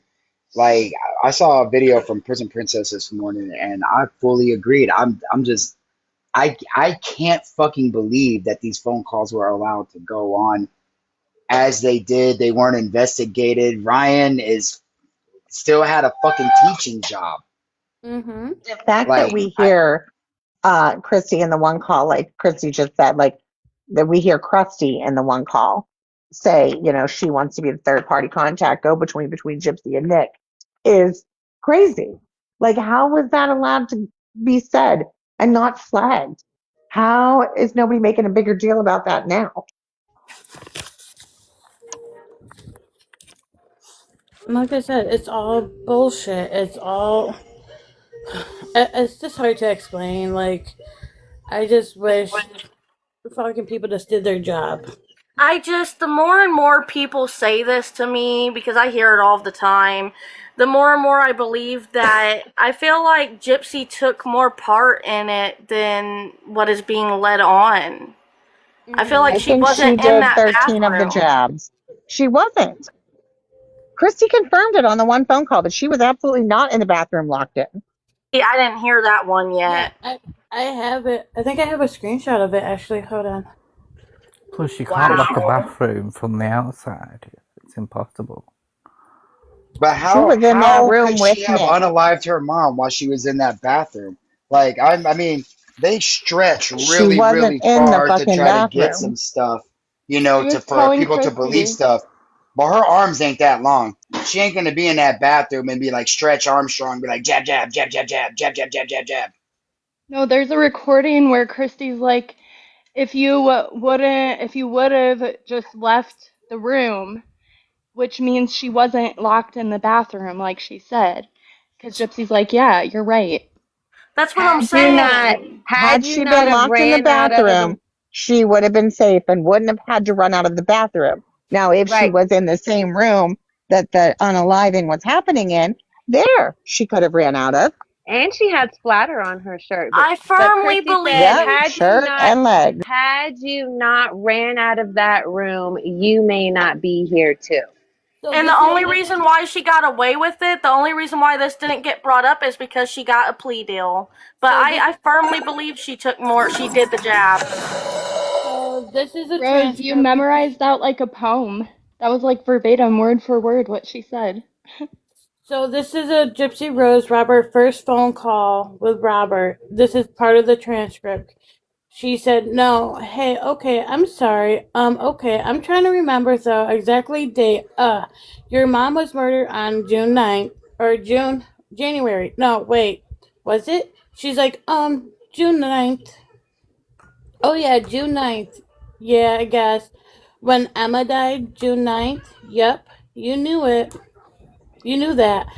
I don't know. Hold on, sorry.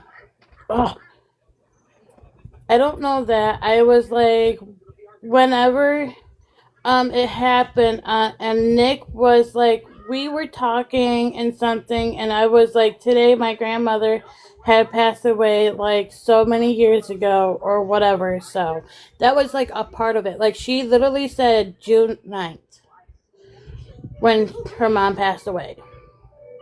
Okay, can I play devil's advocate real quick? Yeah. I know y'all gonna hate me for this shit.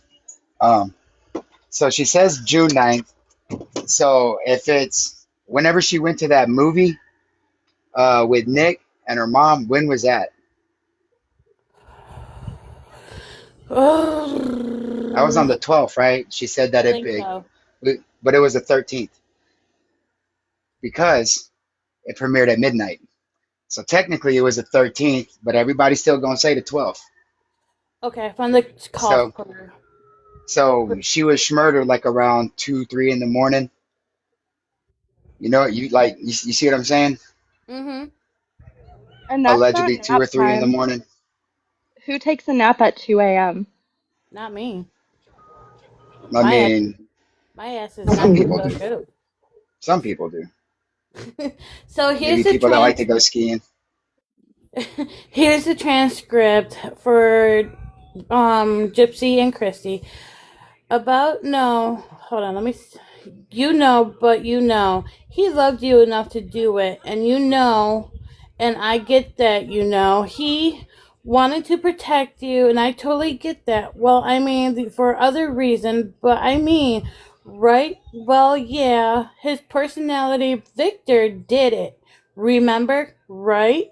You know, if you wouldn't have if you have ran out of that room, you might have not be here, right? You know what I'm saying? Read that again. Read that. If she wouldn't, something about the running out of the room. Read that part again. Okay. So, Yeah, it's You have to confusing. understand because Chrissy catches herself saying it and yes, tries to change it. his And she's kind personality, of coaching Gypsy. That's what I was gonna his say. his personality, Victor did it. Remember, right? You know, if you wouldn't have, if you would have ran out of that room, you might not be here, right? You know what I'm saying? That's some shady ass shit right there. Christie's sitting there basically coaching. They're talking in code. I'm like, the old me would have definitely jumped at the chance and been writing this dude and be like, tell him, oh yeah. And then even calling me, you wouldn't have just did it. I don't know. I got to hear how she's talking. I got to I hear can play it because I got like I like got you the. got to hear the mannerisms leading up to the conversation or that part of the conversation because Yeah. like I said, if you're reading transcripts, you're not going to get, like the verbal emotion that's going into it, any of that shit. Okay, so It's it's harder to get the context. 5:16. And she could have just 5:16. fumbled over her words a little bit. You know Nah, what I play mean? it for Chewy. Chewy, we done dissected this like a week ago. Play it for Chewy. I'm going Get to him hold up to on. speed. I forget, dude. I've been out of the loop. Hold on, let me go to. Uh, I got you, boo. I got you.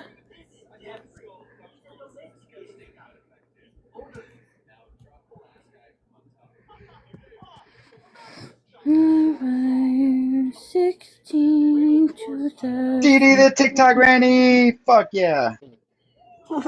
Morning. Good morning, Dee Dee.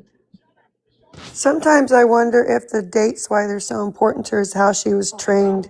Because she had, learning disabilities that mom said, hey, let's do dates. That'll help you remember things. Okay. All right, baby. Bye. Love you. Hold on, let me get up to where it's at. The caller has hung up. Hello, this is a free call. It said he doesn't hate you and truly hopes you are doing well. He worries about you and does hope for the chance to communicate with you soon. But he is very occupied, so to speak. So he entrusted me to reach out since we became very close in jail. And frankly, I also hope for the best for you and certainly think you deserve the best. I'm so sorry for awkwardly writing you out of the blue, but a promise is a promise, and I hope you may be right back. Everybody calls me Grumpy for my tattoo. Hold on, I'm going to put it on the Bluetooth speaker. I know it's really low to hear.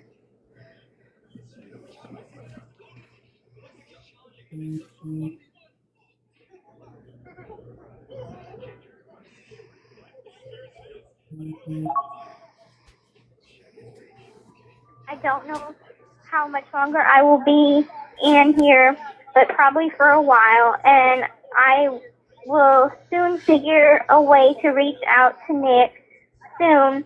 I just wanted to reach out to you and just want you to know you're a fighter and you have fought your whole life, and that proves you are a survivor. Never forget that. Feel free to write me back whenever you want.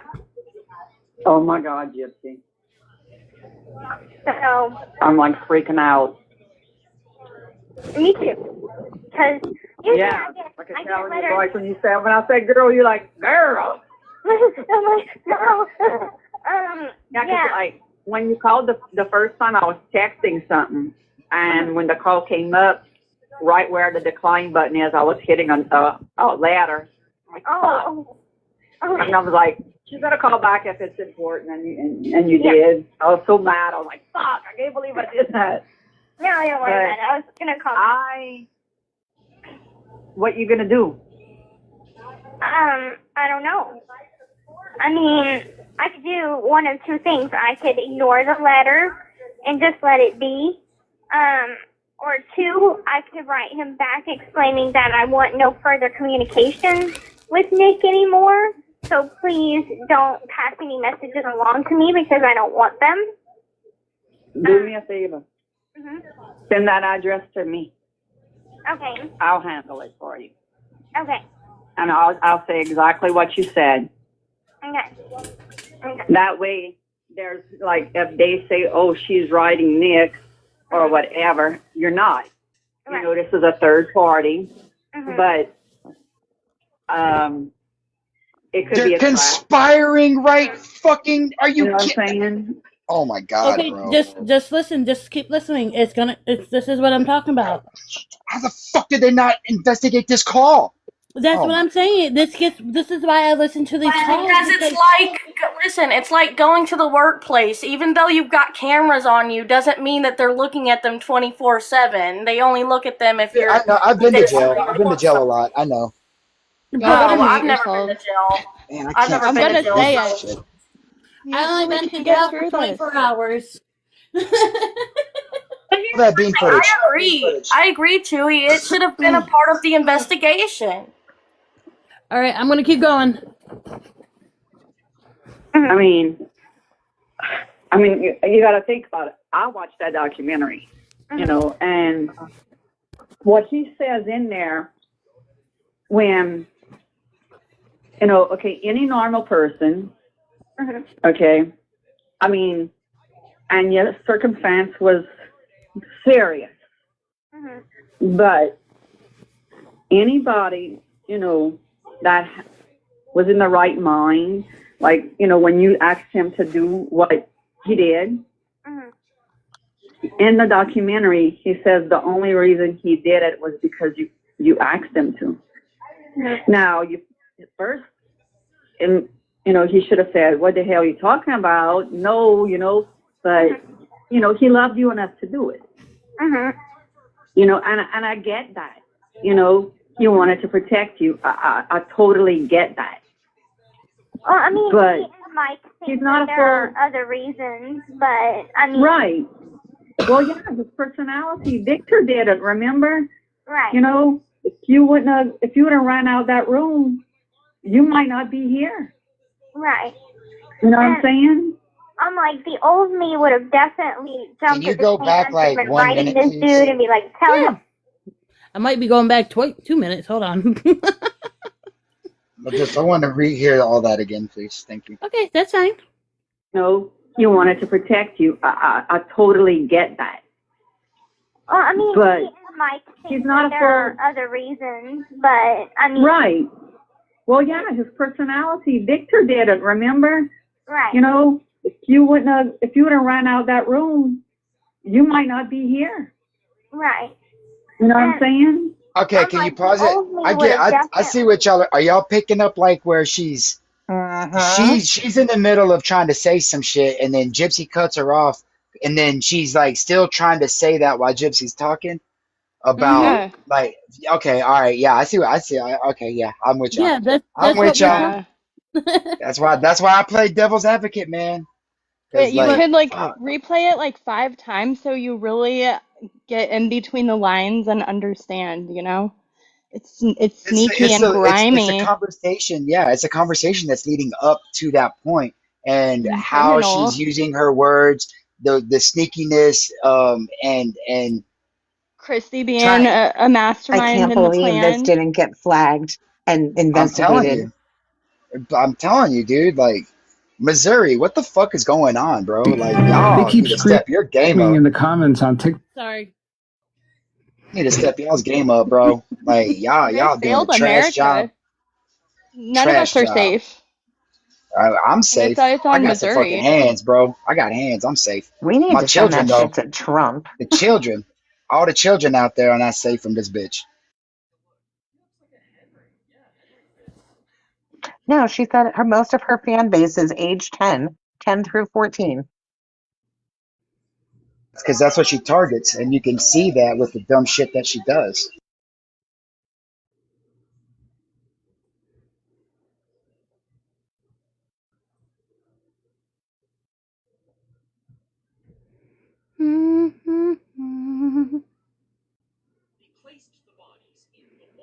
Is that all of the bean footage? No, we still got some more of the pretend. You want me So cool. Yeah, whatever you want to do. But that's actually what I was referring to was the pretend podcast because we kind Yeah. of took a side quest. I mean, I don't mind. So you can hear it from what we were reading. So I I don't know. I mind. just forget, dude, that I'm like really behind on all this shit. I know. It's why I Well, love doing remember, this. guys, I have all the files. I got the FOIA myself. Yeah, and we can just summarize it for you and give you the cliff notes and get you caught up real quick. I feel like I haven't even listened to I mean, anything in like 2 days. I need to catch Mimi, up myself. Mimi, you gotta listen. I mean, I took another bullet listening to Ryan's phone calls. I know. I need to hear those ones. You I did need to too. know that bullet there's making my something out face there his that they bullet. do not want us to hear. They've made it very clear that if we think we heard the worst of it yet, we haven't, and there's something they don't want out. No, So I we was talking. literally have to listen to all 44,000 Mimi, I hours. was talking about Rosie and Penny. That's who I was talking about. I took another bullet for that. And she made my face Ryan's bullet. Oh my god, I'm gonna send it to you. I'm gonna send it to you, Mimi. Hold on. But I'm not gonna post it up on TikTok or nothing. Scary ass. I'm not that mean. I'm not gonna do that to you too. Dude, that shit's funny. I don't think that's mean. That shit cracks me up, bro. Well, I don't want people reporting it saying, "Oh my God, Kristie is harassing and bullying Chew. Cancel her." Leave Chewy alone. Next thing you know, I get harassment and bullying. Thank you. Are you ready for this beautiful bean clip? Roll that bean footage. Medical records. Right here, Mercy Hospital is requesting her records from Louisiana. And oh, look, there's her fake birthdays right there. Both the little spellings of her name. She has spun this shit like her mom had Munchausen when her mama was just stealing Medicaid, honey. Her mama was a scammer, a conner. You know who was lying about her symptoms? Gypsy. So, what exactly do these medical records show? Let's dive in. Where shall we start? Let's see. What do the medical records say about why Gypsy was in a wheelchair? So here's what Dee Dee told the doctors. A Children's Mercy Hospital record from May 2007, with Dee Dee listed as the informant, states, and I quote, Gypsy is paraplegic from birth and in a wheelchair, end quote. Gypsy had been in a wheelchair her whole life because she was born that way? That's what her mother said? But then doctors would ask follow-up questions. You know, the way doctors do, and the story would shift a little bit. Sometimes it was muscular dystrophy. Sometimes it was a fever episode shortly after Gypsy was born that may have caused the paralysis. And sometimes, when pressed on the details, Dee Dee would explain that she wasn't entirely sure because, she had suffered memory loss after a car accident. So, depending on which record you're reading and which doctor wrote it down, you get a different answer. Paraplegic from birth, muscular dystrophy, post-fever paralysis, or mom can't remember. The doctors and the nurses who examined Gypsy over the years wrote down what they were told. And because Dee Dee kept saying that the Louisiana records were lost in Hurricane Katrina, nobody had anything to check her story against. Every clinician who put their own words to it used the same hedge. Unknown, undetermined, unclear, a pulmonologist, a pediatrician, a neurologist, all of them circling the same word that they couldn't bring themselves to say. We don't actually know what's wrong with this child. The neurologist at Children's Mercy, who examined Gypsy in 2009, noted something interesting. Dee Dee was telling him that Gypsy had no sensation whatsoever below the waist. Complete paralysis. And yet, when the doctor lightly touched Gypsy's lower limbs, she reacted. All these doctors could see that something was wrong with this child, but they just couldn't confirm what or why or when it started, because the only person who had those answers was Dee Dee, and Dee Dee kept changing them. So was Gypsy paralyzed or had muscular dystrophy? Well, we can rule out paralysis because I've seen her walk with my own eyes. Plus, there are videos of Gypsy around that time in a wheelchair where you could clearly see her legs moving. And the argument goes, if Dee Dee genuinely believed that her daughter was paralyzed from the waist down, how did she miss that? It was right there on camera. Or maybe Dee Dee really believed that she had muscular dystrophy. I mean, that's possible. So what's the story now? She shaves her own head. She pretended she couldn't walk. I mean, what more do you want from this public figure who is infamous for unaliving her mother? The critics want you to believe that a 14-year-old Gypsy was the mastermind behind all of this, that she fooled every doctor, every nurse, every social worker, and her own mother for years, that Dee Dee had absolutely no idea. I spoke with content creator Audacious Audrey about this. This thing goes back a long time. You better check yourself, Javier. The idea that a little girl would be so conniving and scheme to be on a wheelchair and shave her head and act like she's paralyzed, and that she cooked this whole scheme up by herself, it just seems really far-fetched. I mean, it seems far-fetched, but there are documented cases of crazy kids, if you will, psychopaths. We have in her own words that she lied to her mom and withheld that she could walk. So that puts her going into a wheelchair in August of 2009, because she said it happened with the motorcycle accident, which we have the document for that. And then all the way till 2011, whenever she ran away.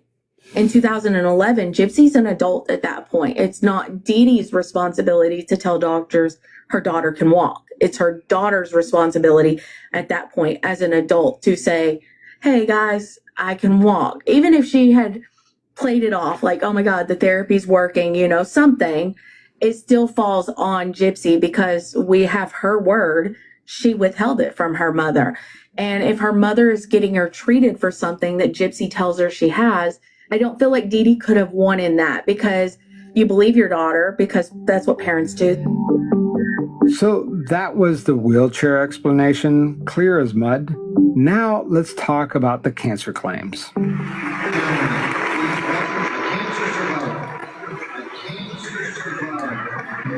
Young lady, Gypsy Rose Blanchard, and her mother, Dee Dee Blanchard, from Springfield, Missouri, to the stage.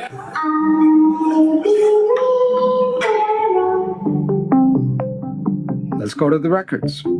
Dee Dee told the doctors that Gypsy had been diagnosed with leukemia at age 5, a cancer of the blood and the bone marrow. And she was treated a year earlier and has been in remission ever since. It's right there in the May 2007 Children's Mercy record. That's it. That's the only sourcing. And Dee Dee was the one that said it, and a nurse wrote it down. Because here's the thing about leukemia. It doesn't happen quietly. A year of treatment means she should have had oncology appointments, chemotherapy logs, bone marrow results, letters from specialists, hospitalization records. I mean, this should leave a paper trail a mile long. And in this file, spanning years of Gypsy's medical history across multiple facilities, there's none of that, not a page. And that's because we don't have the records from when Gypsy lived in Louisiana. So we kind of have a little blind spot. But what we do have is blood work. Children's Mercy ran a full blood panel on Gypsy in March 2011, and her white blood cell count came back to 9.96, which is within the normal range of 4.5 to 11. Her hemoglobin was slightly low at 11.6, otherwise it was unremarkable. No signs of cancer. Nothing that would raise a red flag in a patient with a history of leukemia. Now, there's another record out there from a different facility that goes even further. Under the immunologic section, a clinician wrote that Gypsy had a bone marrow transplant at the age of 5. Not just leukemia, a bone marrow transplant. That's a months-long procedure requiring a donor match, a transplant center, and years of follow-up care. But the problem is there's no documentation anywhere. Just Dee Dee's word. So did Dee Dee make this cancer story up? Or was Gypsy in on it too? It depends on who you ask. Today, Gypsy will tell you that she never had cancer. She was old enough to be in on it. You had leukemia. Like, no, I didn't. Like, what? But then you get answers like these in TikTok videos. Here's Gypsy explaining why she had her teeth pulled. My teeth is something that I've always been really insecure about. The hospital gave me free dentures because chemotherapy and treatments like that will rot your teeth. No, it's from all the I sugar. asked Gypsy about this soundbite from the TV show Life After Lockup on Lifetime, and she told me that this clip was used in a promo and edited out of context. So I found the full clip. I was given free partials from an oncology dental clinic, and they were free because my mom told them that I went through chemo. What I remember is when the dentist talked about extracting my teeth, my mom said, "Oh, it's fine. She's not a vain child. She's not concerned with her looks." And that's the thing about these social media videos. A lot of them are taken out of context. They show screenshots of medical documents that say the words bone marrow transplant, but they won't tell you that that wasn't the official diagnosis, that was just Dee Dee telling the doctors and the nurses about Gypsy's missing medical history. The medical records are like the holy grail for Gypsy critics. Gypsy claims that she had dozens of surgical procedures, but her critics say that it was just a few and they were all necessary. But here's the problem. Fancy only posted a few hundred pages out of thousands. The rest of the records, the public has never really seen them. Fancy's gonna be coming up. But quite possibly the most explosive detail in these medical records is a genetic test result buried in the files. In March 2011, a chromosomal test confirmed that Gypsy had a deletion on chromosome 1. It's called 1q21.1. And I know, we're not geneticists. But this is a real rare condition, and it causes real documented physical symptoms like low muscle tone, developmental delays, small stature, eye alignment problems, seizures. Does this sound familiar? Because critics say that this changes everything. That Dee Dee wasn't making up illnesses out of thin air. That some of what Gypsy went through was real, rooted in a genetic condition that nobody had identified yet. Fancy told me that this result was sitting in those files the entire time. I had my girl Colleen and several other nurses who had gone over this. But she says that her medical team completely missed it the first time around. So I contact Colleen after I get off with this guy, and I said, hey, do you remember when Titania found that chromosome disorder? And she goes, yeah. And I said, could you please look at that one more time? And within 10 minutes, she calls me back and she's like, oh my God, Fancy, she has this microdeletion. And I'm like, are you kidding me? And she's like, no, I'm not kidding you. And she's like, Fancy, everything that she had done, I mean, everything that was done is all connected to the 1q21.1 microdeletion that she has. Here's TikTok content creator Hannah J. If you read the actual evidence in her case, Gypsy actually was a very sick child, and her microdeletion had not yet been discovered. It had not been published or anything yet, so that's why they didn't know why she was so sick or what was going on. So yeah, she was actually sick. Her mom wasn't abusing her. She may have been pushing extremely hard to get medical care, but all of the procedures she got were in relation to her microdeletion complications. Here's Fancy again. So back in the day, I was grasping at straws. I had lots of things I believed, but I couldn't prove any of it because I didn't have it. But then the FOIA videos came out, you know, the documents pulled by the Into the Weeds podcast. And in this documents, these 111 videos, Gypsy admits to Nicholas on camera that she faked the paralysis for over 13 years, lied to her mother, to doctors, and all of her friends and family. That she did it. She had a seizure at 6 years old, which we verified, and that from the seizure, she experienced temporary paralysis, and that she decided that she liked the attention and thought Mama loved her more when she was sick. So she decided to stay into this chair for all these years, and she lied to everybody. So it's kind of like the perfect storm. There was like a little girl who decides, oh, I really like attention and I crave attention, which is a big thing with Gypsy Rose. And well, Daddy doesn't want anything to do with me, and Mama loves me more when I'm sick, and I get all these things, and I get to go do stuff, and I go all over the place. I'm just going to sit my butt in this wheelchair for 13 years and not tell anybody. But in 2011 is when they discover the micro deletion.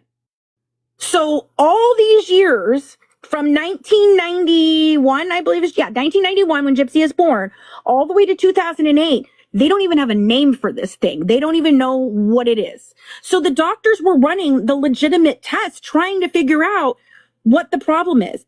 A lot of people in the anti-Gypsy community have pretty much said, aha, that's why Dee Dee was taking her to the doctor so much. That explains everything. But does it? Does it explain everything? It does explain everything. So like the feeding tube, the leukemia, the paralysis? Yes.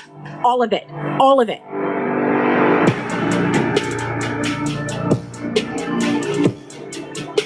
Next time on Pretend, I found a real genetic expert who's going to break down the microdeletion that Gypsy has and tell us once and for all the impact that it has on this case. Then we're going to talk about the fraud, because they got the trips to Disney World, gifts, but the question is, who was orchestrating the fraud? That's next time on Pretend. You're never gonna look at peanut butter.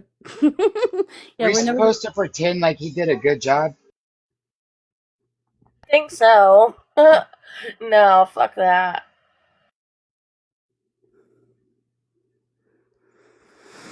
You know, yeah, made a great point in the comments. She said, "I'm assuming you're a she. I am. Don't get mad." Uh, she said that fucking Medicaid. She was on Medicaid, right? And I was like, dude, that's a very good point. That's something that none of these people on the interviews talk about. Like, oh, all this shit was unnecessary, but yet you were on Medicaid. And anybody that's ever been on Medicaid knows if you got a sick kid and you're on Medicaid, good fucking luck getting great care, because you got to do the bottom of the barrel shit first.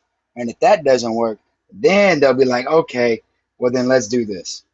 All right, here's some more. We got 2 more, and then it's done. So that was the end of episode 3 that we just listened to. This is episode 4, part 1. So there's 2 parts. So this is with Fancy. So I just feel like at this point with this Javier guy, I feel like what's the point in interviewing, anti-Gypsy, the people that are exposing her, if all he's gonna do is be skeptical the whole time? It's like he's so, I don't know how to explain Katie, it. do you know who Andrea Dunlap is? Yeah, I know who Andrea Dunlop is. This dude from the Pretend podcast is associated with that bitch. That's why he wants to interview the anti-Gypsy people so that he can do what he did to Audrey and try to So edit he some can shit and put debunk out a little them. bitty. And well, no, not debunk, because he's not Or going try to. to. It's to make us look like we're crazy and like we don't know what the fuck we're talking about. Like there's not real nurses, there's not doctors and lawyers and fucking detectives that are, over here on the anti-Gypsy looking into this case, and they just act like we're just a bunch of fucking like middle-aged people that are sitting at home with nothing to fucking do, and like y'all motherfuckers are dumb. It's aggravating. I get it. I know what you're saying. Basically, him and Andrea Dunlop are in cahoots. And I get that. I'm just saying it's so aggravating because he literally interviewed Audrey. He interviewed Fancy. He interviewed Ashley Baby, all to make them look bad. It's so aggravating. Yeah, but when you understand the motive behind it, you don't let it get you aggravated. That's whenever you just expose that shit and say, this is why this guy did this. This is why he's doing this. And let's talk about who he's associated with, what these people and their motive are, and how they're involved in this case as well, to continue to push this Munchausen by proxy bullshit. I think if I was listening to this for the first time, I'd be like, oh, I gotta research more of this. I've got to find out, because this would push me more to anti if I was watching this for the first time, because I have a inquisitive mind and a questioning mind. That's why you're anti-Gypsy, dude. Like pro-Gypsy people think about it. They don't have an inquisitive mind. They have a defensive mind of how to defend a person that is a PDF, You're welcome, a racist, a scumbag, and they go on another person that's a piece of shit's panel and gets ate the fuck up. But I can You see how this. also got to take into consideration that there's always going to be somebody that defends Gypsy, because there's people out there that are just like her. They have the same kind of evil as her.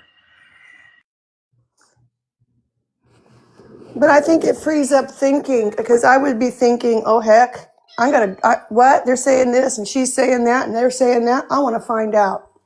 It might encourage more pursuing of the truth. That's all I'm trying to say.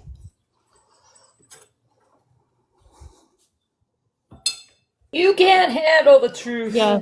he just clipped parts of Audrey's interview and these, and same with Ashley. There's some parts with Mimi in it. There's other parts. Like, there's other creators in here.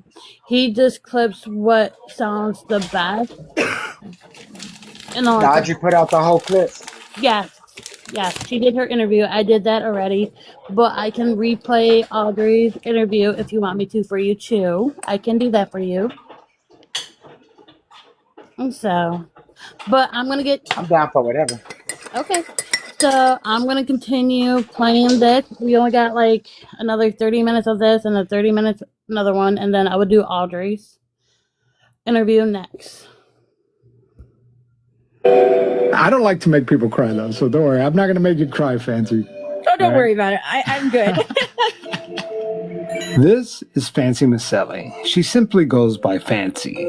Fancy says that she found Gypsy's story right around the same time that the HBO documentary came out. People thought of us as the sweetest mother-daughter, the best people in the world. So I very much identified with the story of this overbearing mother and this child who had gone through with that and everything. So I started figuring out that there were Facebook groups. I contacted Kristie. Kristie Blanchard is Gypsy's stepmother, the woman who for years was one of Gypsy's welcome, closest lifelines to the outside world while she was in prison. She messages me back. And I'm like freaking out that she messages me back, because I'm like, oh my God, I did not expect this. I basically just said, hey, I'm a small time producer. I do scripted series. And I thought maybe because the documentaries, not everybody watches documentaries, maybe a scripted series would help explain this. And just like that, Fancy Maselli was in. Let's talk about Fancy. Oh, Lord. Tell me about Fancy. So she's a character.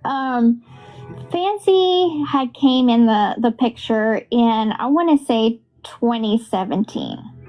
And she reached out to, I was in prison, she reached out to my parents, so my dad and my stepmom, Kristie. She came off as a producer. But Fancy wasn't a producer. I mean, not technically. She never really produced anything. She was more of a background actress who wanted to break into the industry. And when the Gypsy story came around, she saw her shot. That's why it's even more surprising that the Blanchards chose Fancy. Kristie contacted me, told me that Gypsy and her had decided that I was the one they wanted to tell their story. And she wanted to create what would later, like something similar to The Act, Hulu's The Act.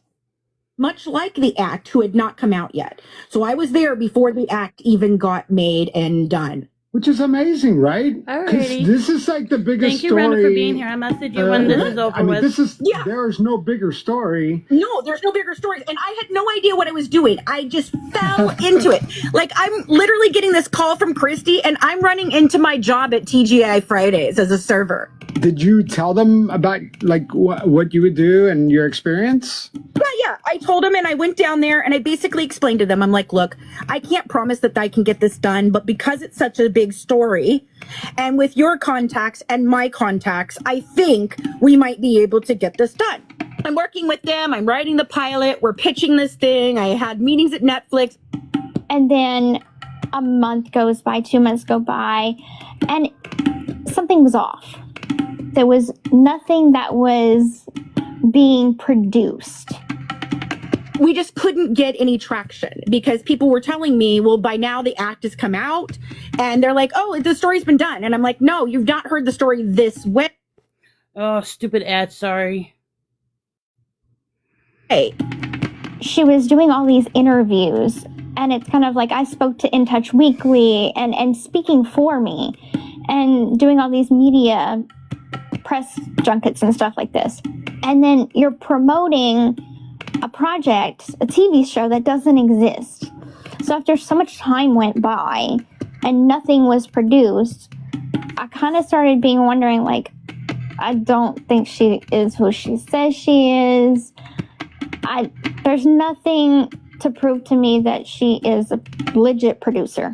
Has she done anything of note? She hasn't done anything. No, even prior to that? Like Even prior to that. She was like an extra in Boy Meets World like one time. And just like that, Fancy's relationship with the Blanchards went south. But they didn't just go their separate ways. They went to war. I worked with him for 2.5 years before I realized, hey, something's not right here. Fancy Maselli, an actress with almost no producing experience, somehow ended up holding the keys to the biggest true crime story of them all, the Gypsy Rose Blanchard case. She embedded herself with the family. They handed Fancy Gypsy's private medical records. Then they had a falling out.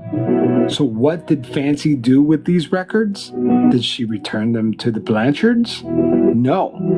Fancy posted the medical records online behind a paywall. And that's when everything changed. Because armed with these files, online critics galvanized against Gypsy. Inside them, they say, is proof that the narrative that we've all been fed is false. And buried in those records, a genetic condition that at the time had never been made public. One that Gypsy's critics say explains everything and proves that Dee Dee Blanchard did not have Munchausen by proxy. Thank you, Tiff. You're listening to The Gypsy Rose Obsession. I'm Javier Leyva, and this is Pretend. Stories about real people pretending to be someone else.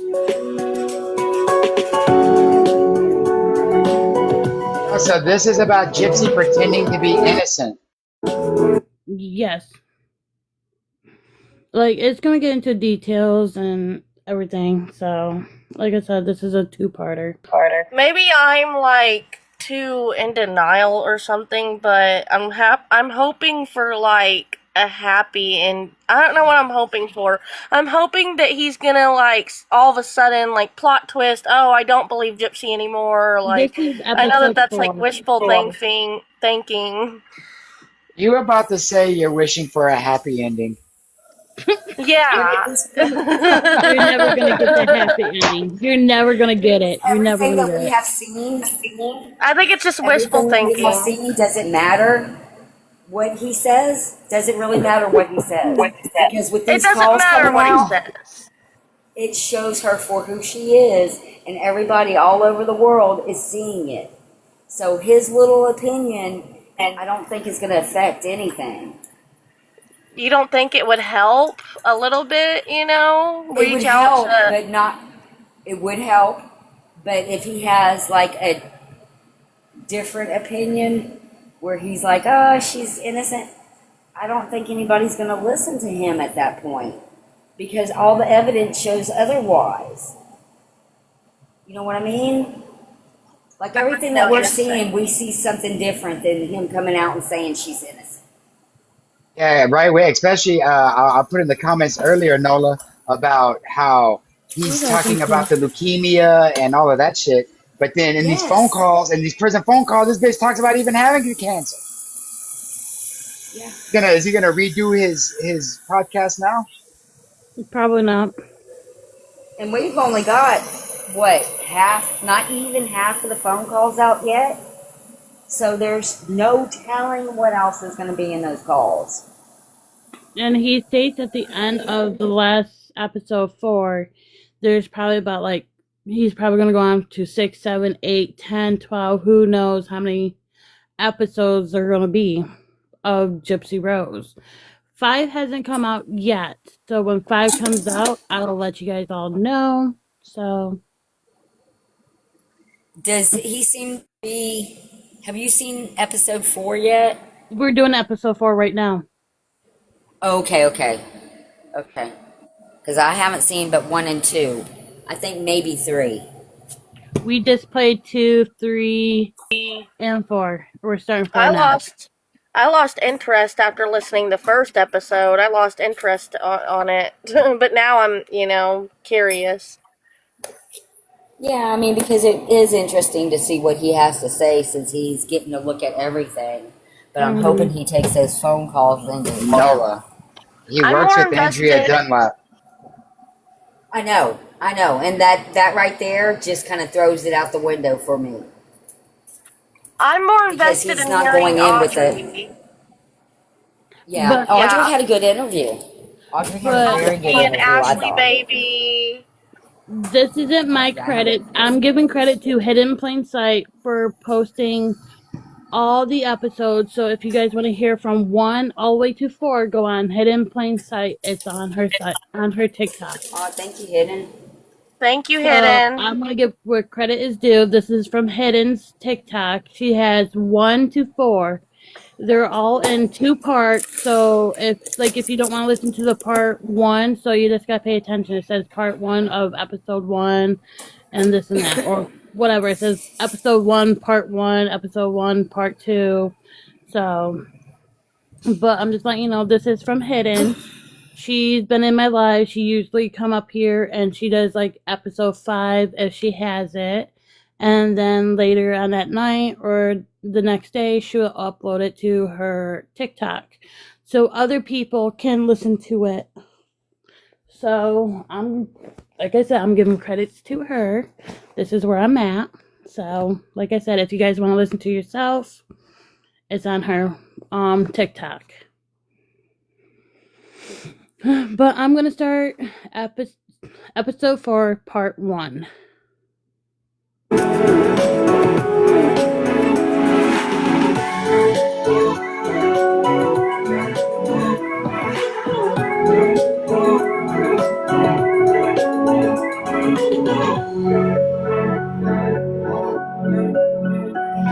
Yes, Hidden in Plain Sight.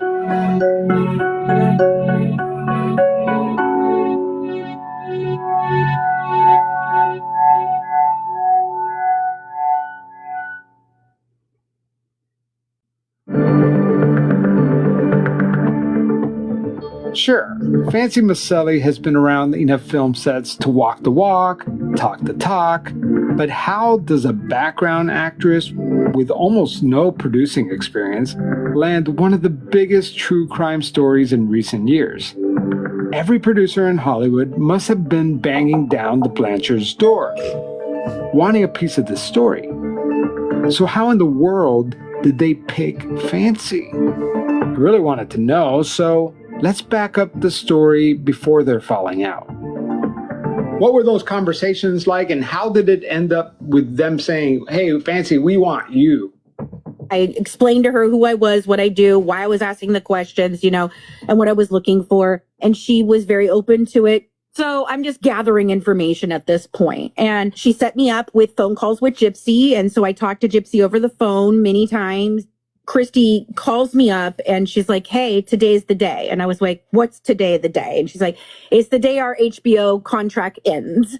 And Gypsy and I have decided that we'd really like you to come down here and meet us, meet the family. Let's see what we can do. But first things first, Fancy had to convince Gypsy to sign her life away. Literally.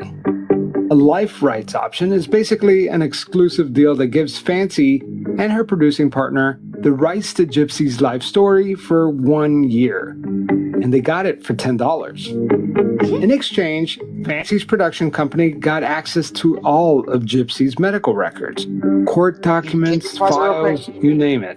And if you... So she basically sold her life to Fancy for a couple soups and a honey bun. Basically. Okay. You can hit play. I was just trying to clarify. Very good. Read the contract carefully. Fancy wasn't actually obligated to produce or release anything. But she traveled to Louisiana, met the family, and during that trip, Kristie handed Fancy all of it. Little flash drive. Here it is, right here. This little flash drive. I stuck this little flash drive in and I took everything off the computer and I went home with that. Once I take over this, my staff, my medical staff, who happens to be Dee Dee's best friend, old best friend, who is a nurse, wanted to help. So she started helping. Not exactly a medical staff, just some people who work in the medical field at some point, I don't know. But we'll go with it. Remember, I'm consolidating time here, but in the beginning, things went off without a hitch. At least for a little while. At the time, Fancy was firmly on Team Gypsy. From the time that Gypsy was born, there was nothing really medically wrong with her. She was fine, except for a lazy eye, and there's nothing wrong with a lazy eye. Here's Fancy talking to the Reel's Copycat Killers television show. Dee Dee somehow showed up with a wheelchair. Now she's claiming she can't walk. She kept creating situations where Gypsy would get worse and worse, but nobody could verify it. If a doctor didn't agree with Dee Dee found a new doctor. Back then, Fancy believed that Dee Dee Blanchard was medically abusing her child. You know, Munchausen by proxy. But then, Fancy started noticing some things that didn't add up. Little things at first. And it all came to a head over a prescription pad. Kristie sends me this picture, and she's showing me that under the bed they found this prescription pad. And I'm like, no, that doesn't look like a prescription pad to me at all. So I put out a post asking the community, does this look like a prescription pad? She turned on me in a second and started attacking me. The way Fancy tells it, she was blindsided. People working with her started whispering in her ear. Hey, we think Kristie Blanchard is playing you, and she's done this to many people before, and here's the proof. So I confronted her, and it turned into a really bad situation. She made up lies about me having an STD, cheating on my husband. Knowing all of this, my daughter's in the hospital having spinal surgery, and she's doing all of this behind the scenes with another content creator, pitting her against me. And so that was the breaking point. But funny thing is not a couple weeks later when I'm trying to dig into stuff, Kristie comes to me and says, well, hey, we got more medical records and I wanted to give them to you. I go, does Gypsy know that you want to give me these records? Because Kristie and I were still kind of like, okay, but she gives them to me. And I'm just like, this is an odd time to get these. I've just done things that you don't like. You're very angry with me, but now you want to provide me medical records that I've been asking for a long time and I wasn't getting. So I put out some of, I think it's over 360 pages of it, which is nothing. Okay. I want you to understand. If you look, I have about 7 of these big ass binders that have her medical records in them. And that's just the ones I printed out. I put these out on Patreon. Now they're free. They're not, you don't have to pay for them anything. They're about 300 different ones that I put out. And a lot of it was something I found was the history from Louisiana, because we never had any medical records from Louisiana. You heard right. She posted Gypsy's private medical records on Patreon. Yeah, the same place that podcasters and YouTubers post bonus episodes and give away stickers and t-shirts. Yeah, medical records. And in case you're wondering, the files weren't always free. She originally posted them at the $30 a month level. At one point, they were behind a paywall. They were not free. They were behind a paywall. Right. Because I originally put them behind a paywall. And I said, hey, if you guys subscribe to this for 3 months, you guys get to help us in deciding, bobbity blah, what we talk about and yada, yada. And I did that because I didn't just want them everywhere. And I thought, hey, if I can make some money to make the documentary, then I'm using it in the way that it was intended to be used. And our contract shows that I had a right to do any of that. She knew that I was going to put him behind the paywall. But it was all because we were making the documentary. So it wasn't like I was trying to I'm going to get rich off of selling Gypsies. No, I had a goal. I want to make this documentary. I asked Gypsy about this. So back to Fancy. Oh boy. All right. Okay. So Fancy approaches your family. You're in prison or jail. Yeah. And, prison. We're prison. Oh, you're in prison. Yeah. And nothing's happening with this documentary. Right. And at some point, you want out, but your parents, not you, or who signed the documents? My dad and my stepmom signed the contract. So you're locked in, right? So we thought it was a template. Yeah. And I told Dad, I was like, I think she's full of shit. I'm taking a step back. I need to do what I need to do to prioritize my life at this point. And this woman has had all of 3 phone calls with me. The rest goes through y'all. And something is just not setting right with me. And so I break away. I block her on the tablet, the email system in prison. I don't call her. I don't have any communication with her. And having to kind of have my family break away too, my dad and my stepmom, and just trust me that I know that this doesn't feel right, was a leap of faith. And so they broke away too. Remember, all of this is happening and not a single frame of this television series or documentary was ever recorded. So, because you guys backed out, she flipped. She flipped, yes. And what was the result of that? The result of that was, so my stepmom and my dad gave her some information like court case files, medical records. My medical records that should have never left my parents' possession was then used against us. What was part of those records?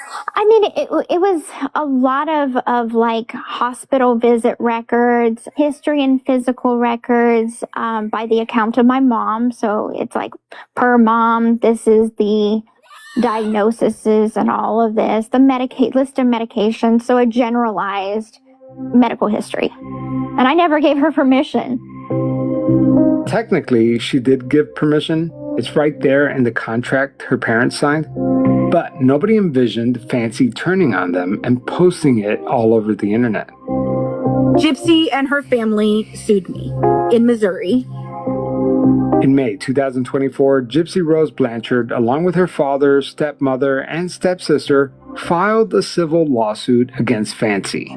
The family says Fancy lied about her credentials, that she presented herself as a legitimate producer with real industry connections, that she never delivered on any of the media project that she promised. They want it all back, the files, the medical records, the legal documents, and they're asking for damages, emotional distress, lost opportunities, and attorney fees.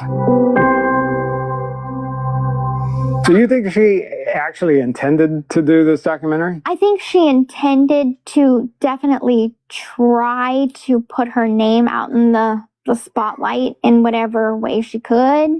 But because of her lack of knowledge in the industry and lack of experience, I mean, I could call myself a producer today. Does that make me one? But Fancy defends her decision. She says posting those records was the only way to show the world what was really in them. Were you nervous about posting sensitive medical private data on the internet? I was. Paid or not paid? Yes. And what made you finally say, okay, this is worth the risk? Because it was the only way to refute what Gypsy was saying. So I chose things that refuted lies. I didn't just dump her medical records out there. Like, I have thousands and thousands. And you saw, I only put out about 300 pieces. I wasn't doing it maliciously. I was doing it as if, this was all part of our documentary that we were putting together, And so I put these things out there. And should I have put them behind a paywall? I don't know. I don't know if I should have at first. Like Fancy said, she only published a small number of medical records, and that lawsuit was eventually dropped because of jurisdiction issues. So, now the records are out there, and that was enough to set off an army of internet sleuths and armchair medical experts. Here's TikTok content creator, It's Ashley.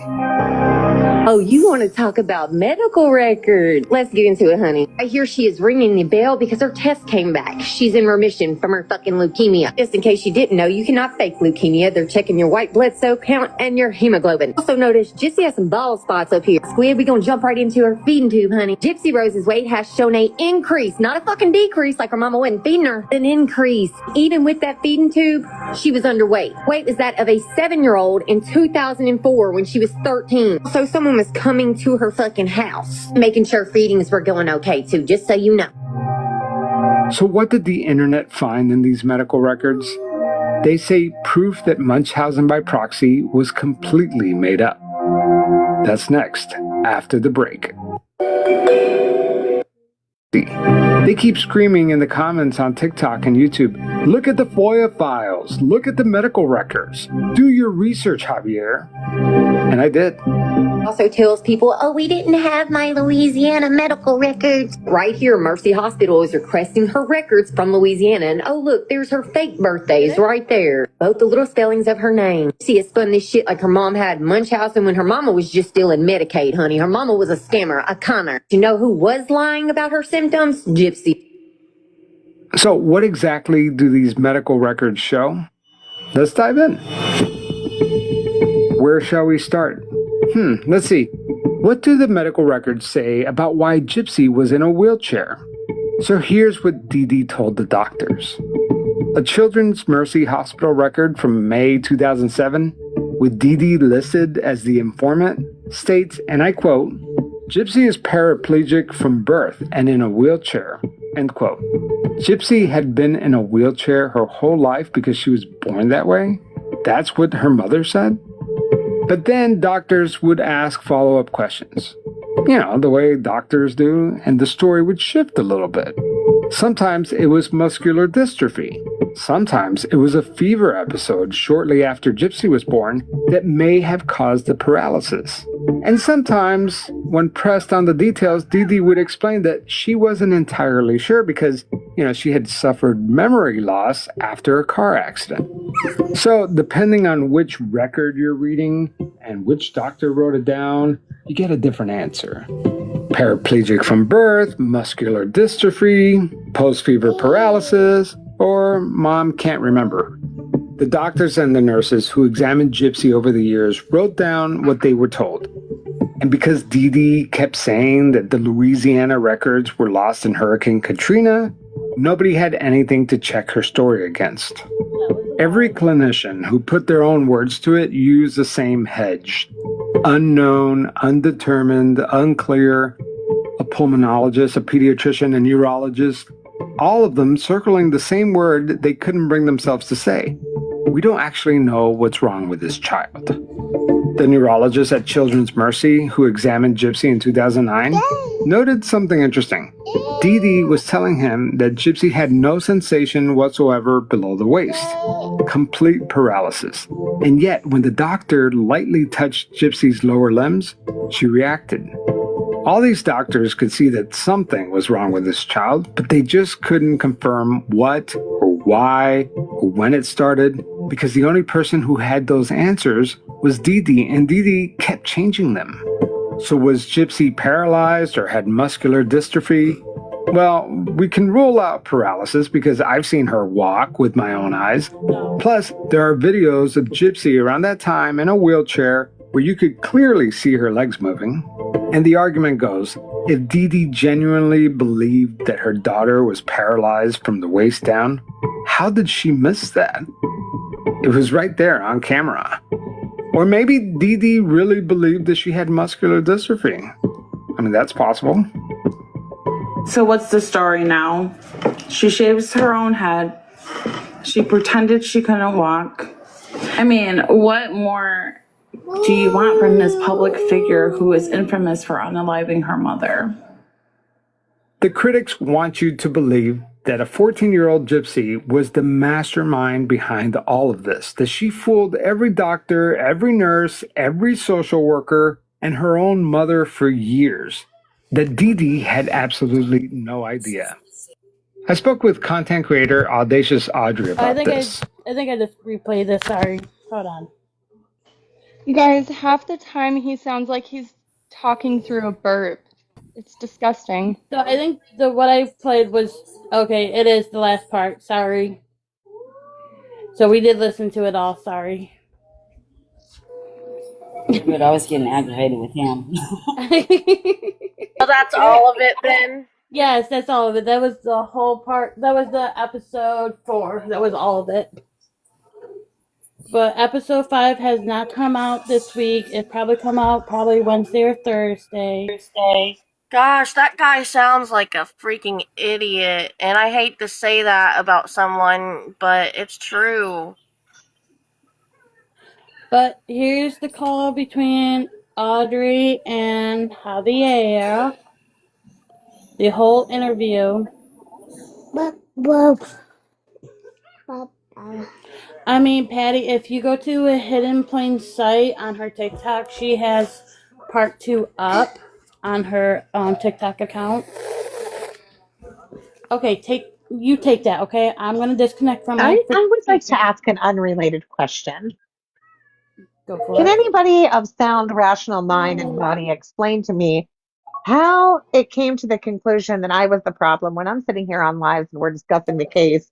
We're not talking about drama, but there is an actual live right now where they are just nothing but drama, and I'm stalking them. I'm doing all these terrible things. I'm literally sitting over here I'm just talking saying, about the just case. don't pay attention to it. It's just they just want Don't Because even you're a piece of entertain shit, it. Mimi. It's a I just can't distraction. believe how many people fall for the bullshit. A distraction. It's an attempt to distract us from talking about the case. Like I said, just don't pay attention to it. I'm not paying attention to it anymore. It's just they want to cause shit because they don't want us or anybody else to be friends with you. They want us to hold you responsible for whatever you said in the past. Somebody at the door. Like I told him, I said, I don't care. Just let him go. Hello. I'm sorry to interrupt. We're trying to get back to sleep. We're just going to touch my sleep. Yeah. No, thank you. Okay. If you would like to come, the directions there. Alrighty. I'll think about it. Yes. Thank you. You're welcome.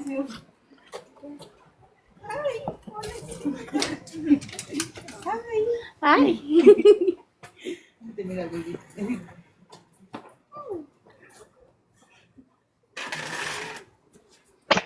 No, the only reason I brought that up is because somebody told me, and it's funny to me. I'm just like, really?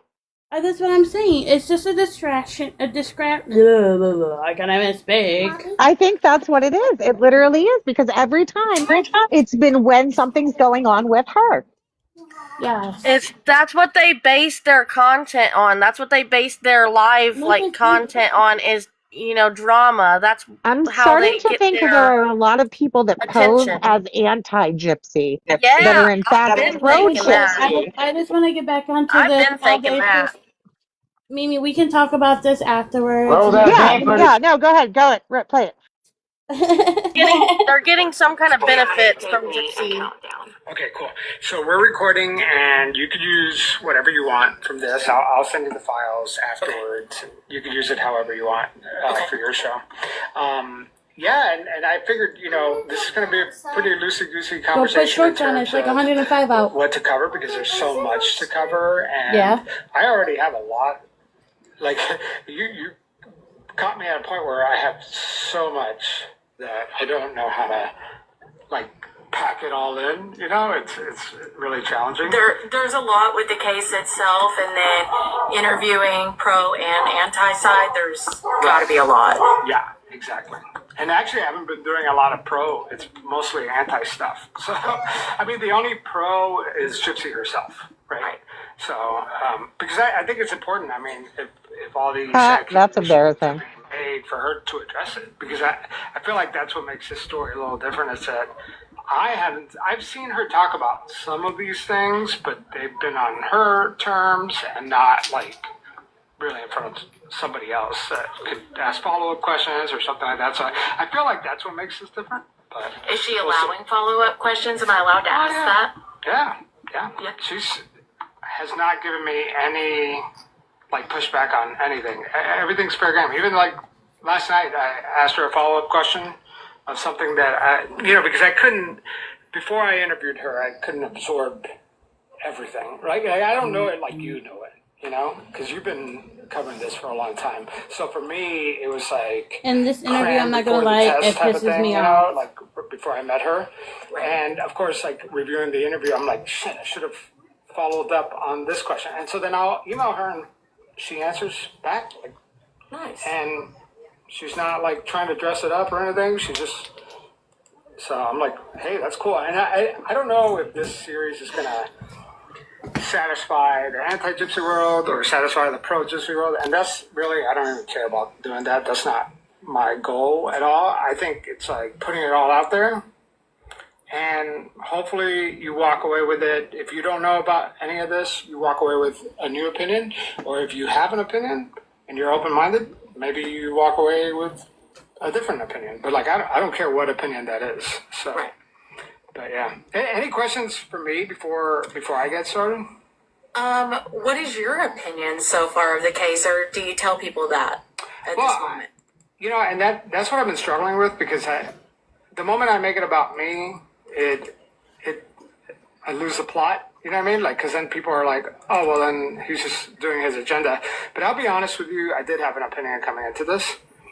And if I had to put myself anywhere on the spectrum of, like, this is pro-gypsy, this is anti-gypsy, this is, like, neutral, I was more on the anti-gypsy side, I have to say. Yeah, you are. But by a little bit. Like, I personally believe, and I still believe, that she was a victim of Munchausen by proxy. But the fact that she murdered her mother really left a bad taste in my mouth, and the fact that she was almost celebrated, and then that part of the story was kind of like an afterthought. It just never sat well with me. It was always kind of a little gross, right? And I really thought that I was the only one that felt that way, because I never had ever interacted with any anti-gypsy people prior to this project. And I'm really surprised at, like, this whole new world that exists that I had no idea. So, and where do I stand now? I have a more complicated view of this whole thing. Like, she is a very imperfect person, and I think that's what's fascinating about this case, and I think that's why there's so much content out in the world about this, is that it's not very clear cut, right? Like, I think that's why this case is worth doing, because there's very few people in the public eye that are that complex. So yeah, that's where I stand with it. But I'm really not looking for an agenda. I'm not responding to. By the way, I had no idea. I knew that this was going to cause a reaction, but boy, I did not. I have any clue that a 2-minute trailer, was going to like spark as much as it did. Yeah. Well, is this normal or?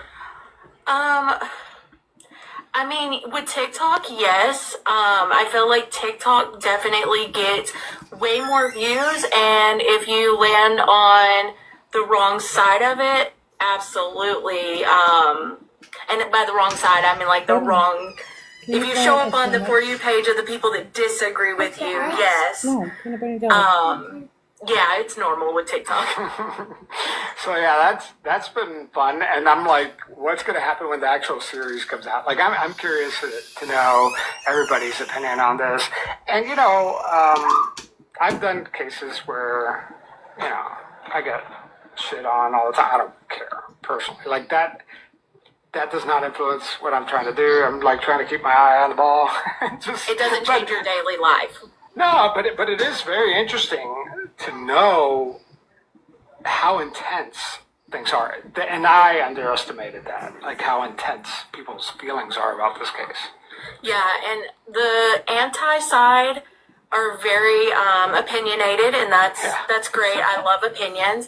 And the pro side is very calculative. I don't know, like, if you have seen, like, myself and other creators that temporarily lost their platforms because of mass reporting, and all of that was going down, like, it was being coordinated through Discord, and people leaked their Discord. So, like, we have proof where Gypsy's like, okay, guys, get back to reporting them. So it's an all-out war, right? Yeah, it truly feels like that sometimes. That's what it feels like. And my question, and I've been asking everyone this question, I'll ask you this question, is what would it take to stop this war?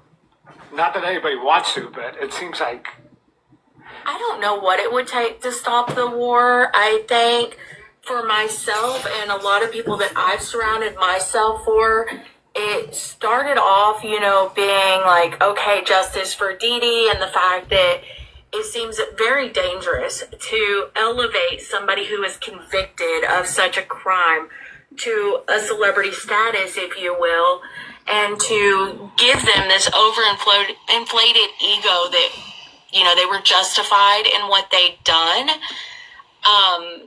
So I don't know. I think if she was to just get off of social media and go live quietly, get her life together. She did post that she was doing, I'm going to say cosmetology school. She said a certificate, but I think she just means cosmetology school. I could be wrong.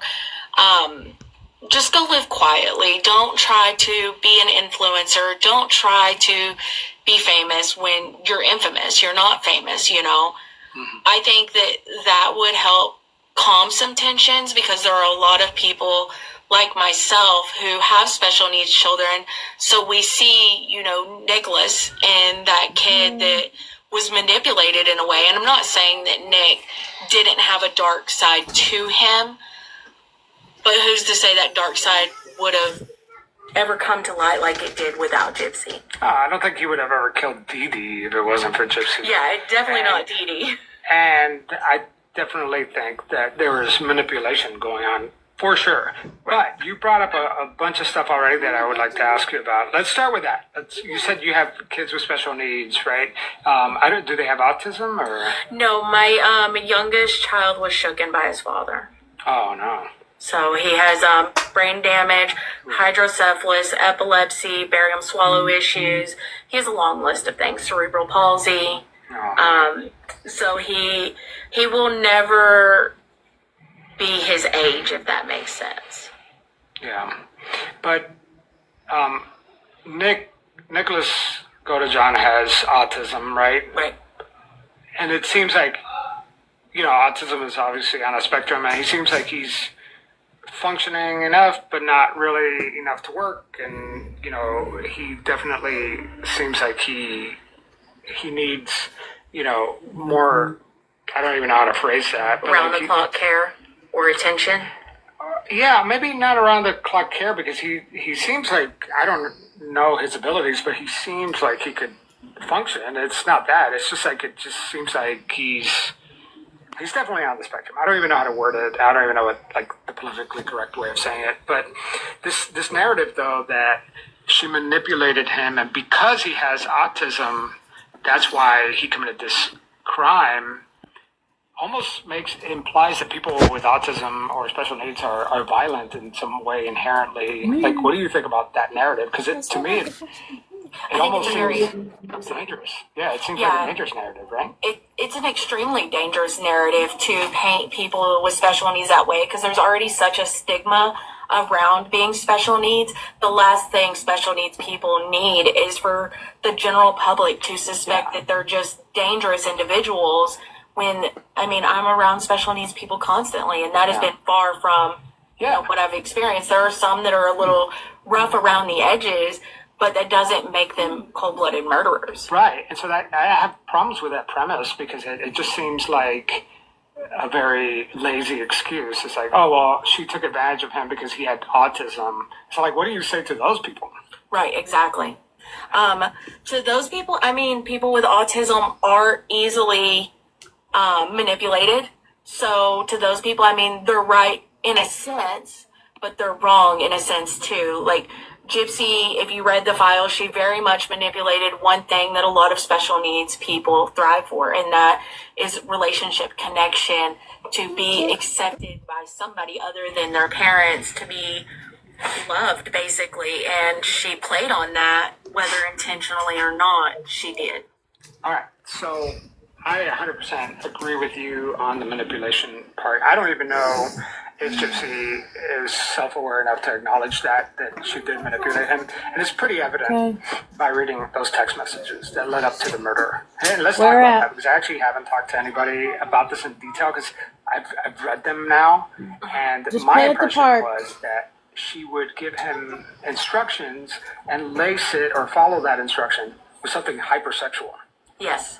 Right? And it was just like that. It was like instruction, hypersexual. It's like a reward, you know, All right, like for Sue. each That's nice. piece of instruction. Like, tell me your impression of those text exchanges. So I would like to add in the Facebook messages with my response, because I have read both. And what I have noticed in those exchanges, because she does say a lot that, you know, Nick was the one in control. But if you go back and you read it and you look at the dynamic of everything, the way they speak to each other across all of that, the text messages, the Facebook accounts, etc., there's a very clear dynamic. There is Gypsy is the master and Nick is the slave. And then whenever you go to Isn't it the other way around? No. Whenever you look at the real people, that's the way it is. But whenever you look at the alter egos, then it switches. You have Victor, who is in control of Demona or whatever. So in the real world, Gypsy's the puppeteer. In their imaginary world, Nick was. But if you look at it overall as a picture, you have to start with the real world. And that's where it starts, is the real world. And that's why I see Gypsy as the puppeteer. And I see that she does use sexual innuendos and all that to get what she wants. And we've seen that pattern still to this day of, you know, something goes south with social media and all of a sudden she's posting, I won't say risque, but, you know, a little bit sexier of a post, if you will. Whenever things were going wrong with Ryan, she used sex to get with a new man. Like, it seems like that's the only value she sees in herself. Which is really sad. If that's true, that's really sad, right? It really is. But, so let me tell you my read on this dynamic. Okay. You know, a lot of people think she wanted Dee dead, so she manipulated this guy to kill him. And that might be true, right? But another way of looking at that is she desperately wanted out of that house. And the only way out, she thought, was hitching onto some guy, right? Like the first time she ran away, and then with Nick. And in my opinion, it almost seems like she used sex as a way to motivate these guys to come rescue her. And part of that rescue mission happened to be killing her mother, right? But it seemed to me like a girl that was trapped, that was trying to get out, that didn't have any context of what sexuality is really like. Maybe her only worldview of sex is like what kids see on the internet, which is like porn and very violent stuff, like women getting choked. And so if you don't have any friends and that's all you're seeing, you think, oh, well, this is what guys like. You know? I think she associated it with being loved. I think she associates physical touch with being loved. And of course, that's an opinion. I can't prove that. No, this is just conjecture. Like, we're talking about it. But to me, the narrative seems to be that she manipulated him, and because of that, she's not a victim of Munchausen by proxy.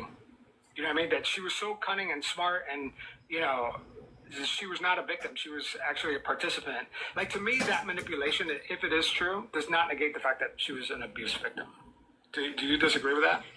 I do disagree that she was an abuse victim, yes. All right, well, let's dive into that. I think that's a good, because that was going to be one of my other questions to you. Like, do you believe that she suffered any form of Munchausen by proxy? Not Munchausen, no. What do you think, like, from your point of view, like, what was your take on that? My take has been that Gypsy is the abuser, and that goes back to the actual FOIA documents.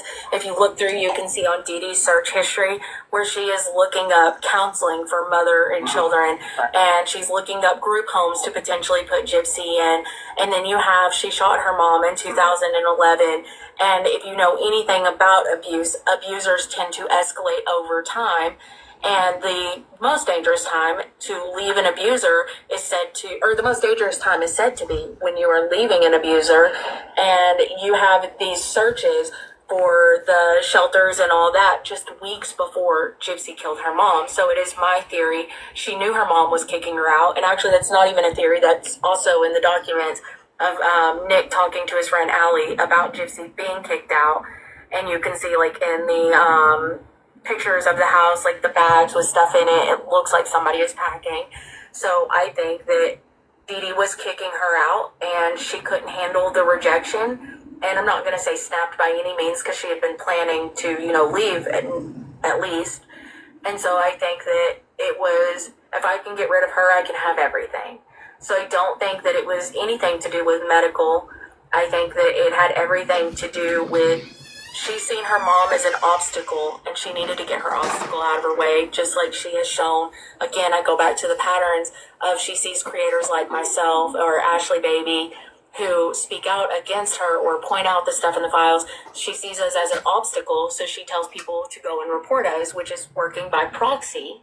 So she's trying to commit a digital death, if you will. And then with Dick, she committed a physical death because that was an obstacle in her way.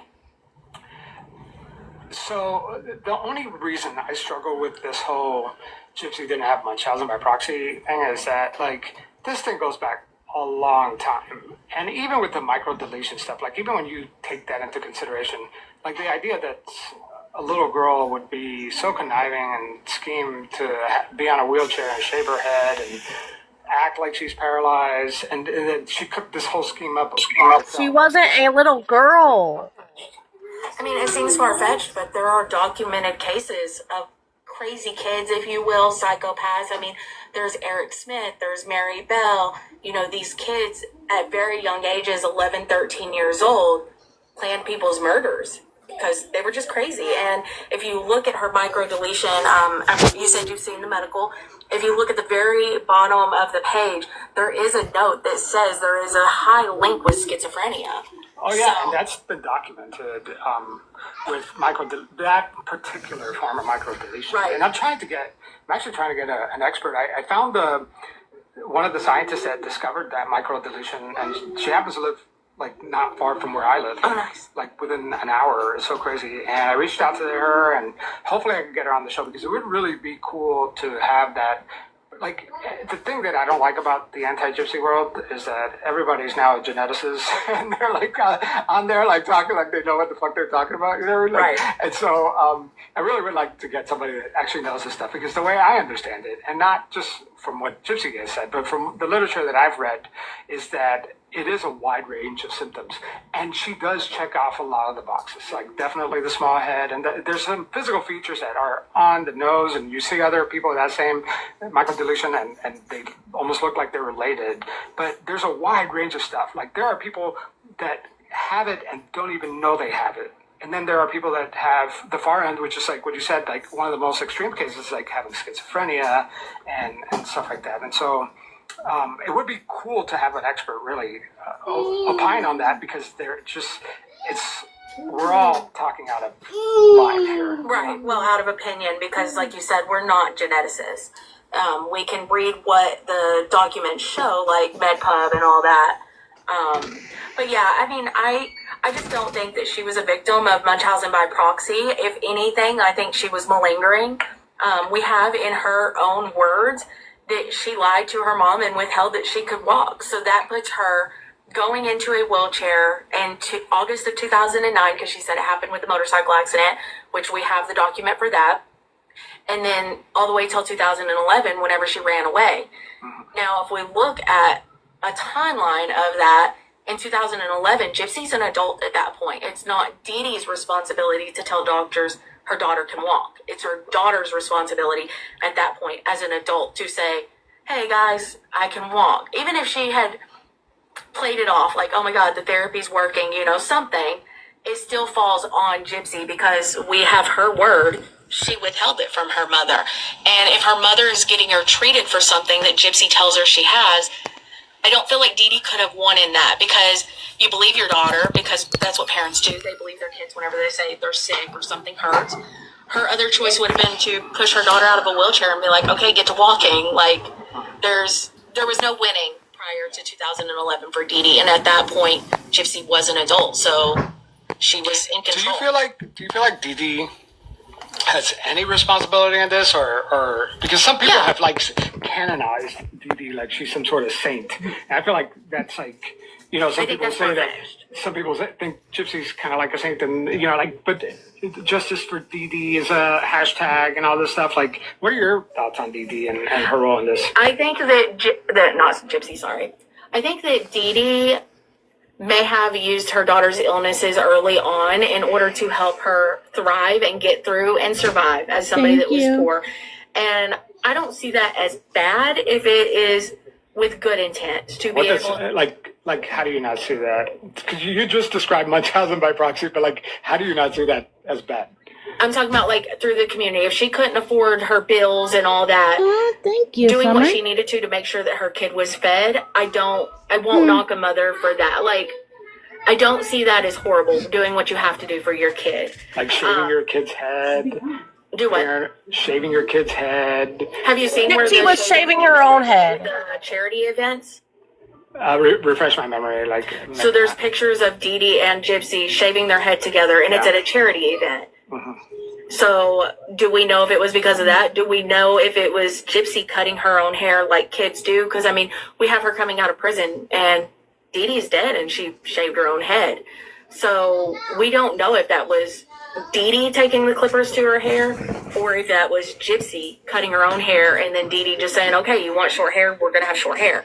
Like, none of us will ever know the truth on that. Sure. Well, and that's true. Like, only one person knows that's alive right now. But going back to what you were saying, like, there are some things in your view are like acceptable because if you need to get by, like, what are some of the things that she did that are acceptable in your view? Needing help with money. No, I understand, but like needing help with money and then using her child's perceived like sickness to get that money is. You were saying that there's some cases that would be okay. I feel like if she was doing it to afford rent, to afford food, all that. But what is it? What is doing it? Like Reaching out to the communities, because it's without a doubt the medical stuff is documented with doctors. And if you ever went through Medicaid, you kind of know how it works. If you've ever lived in Missouri, which I have, and I had a child on Medicaid, I definitely know how Medicaid works in Missouri. These doctors are not handing out these prescriptions. They're not handing out diagnoses without a documentation of there is something here, whether it's blood work, whether it's physical tests. Like we have the EEG that shows the spikes in the brain. So there was something going on that pointed towards epilepsy. So I think that Dee Dee knew her daughter had these conditions. I think after 2011, she discovered, that she's not wheelchair bound. And at that point, like a lot of people have allegedly said that she was trying to pull back from this narrative. I don't know. I was not there. But I think that her being like, my kid's sick and I can't work because I'm having to take care of her, I don't see that as a bad thing whenever it comes to needing help because of that position. That is what I'm saying. Now, as far as the medical, again, doctors documented this. It wasn't, do you have kids? Mm-hmm. Okay, so you can't go to a doctor and be like, my kid has strep throat, and the doctor just be like, got it, bud, let me give. Hold on, just give me a minute, please. This is just absolutely wild to me because she's still shaving her hair today.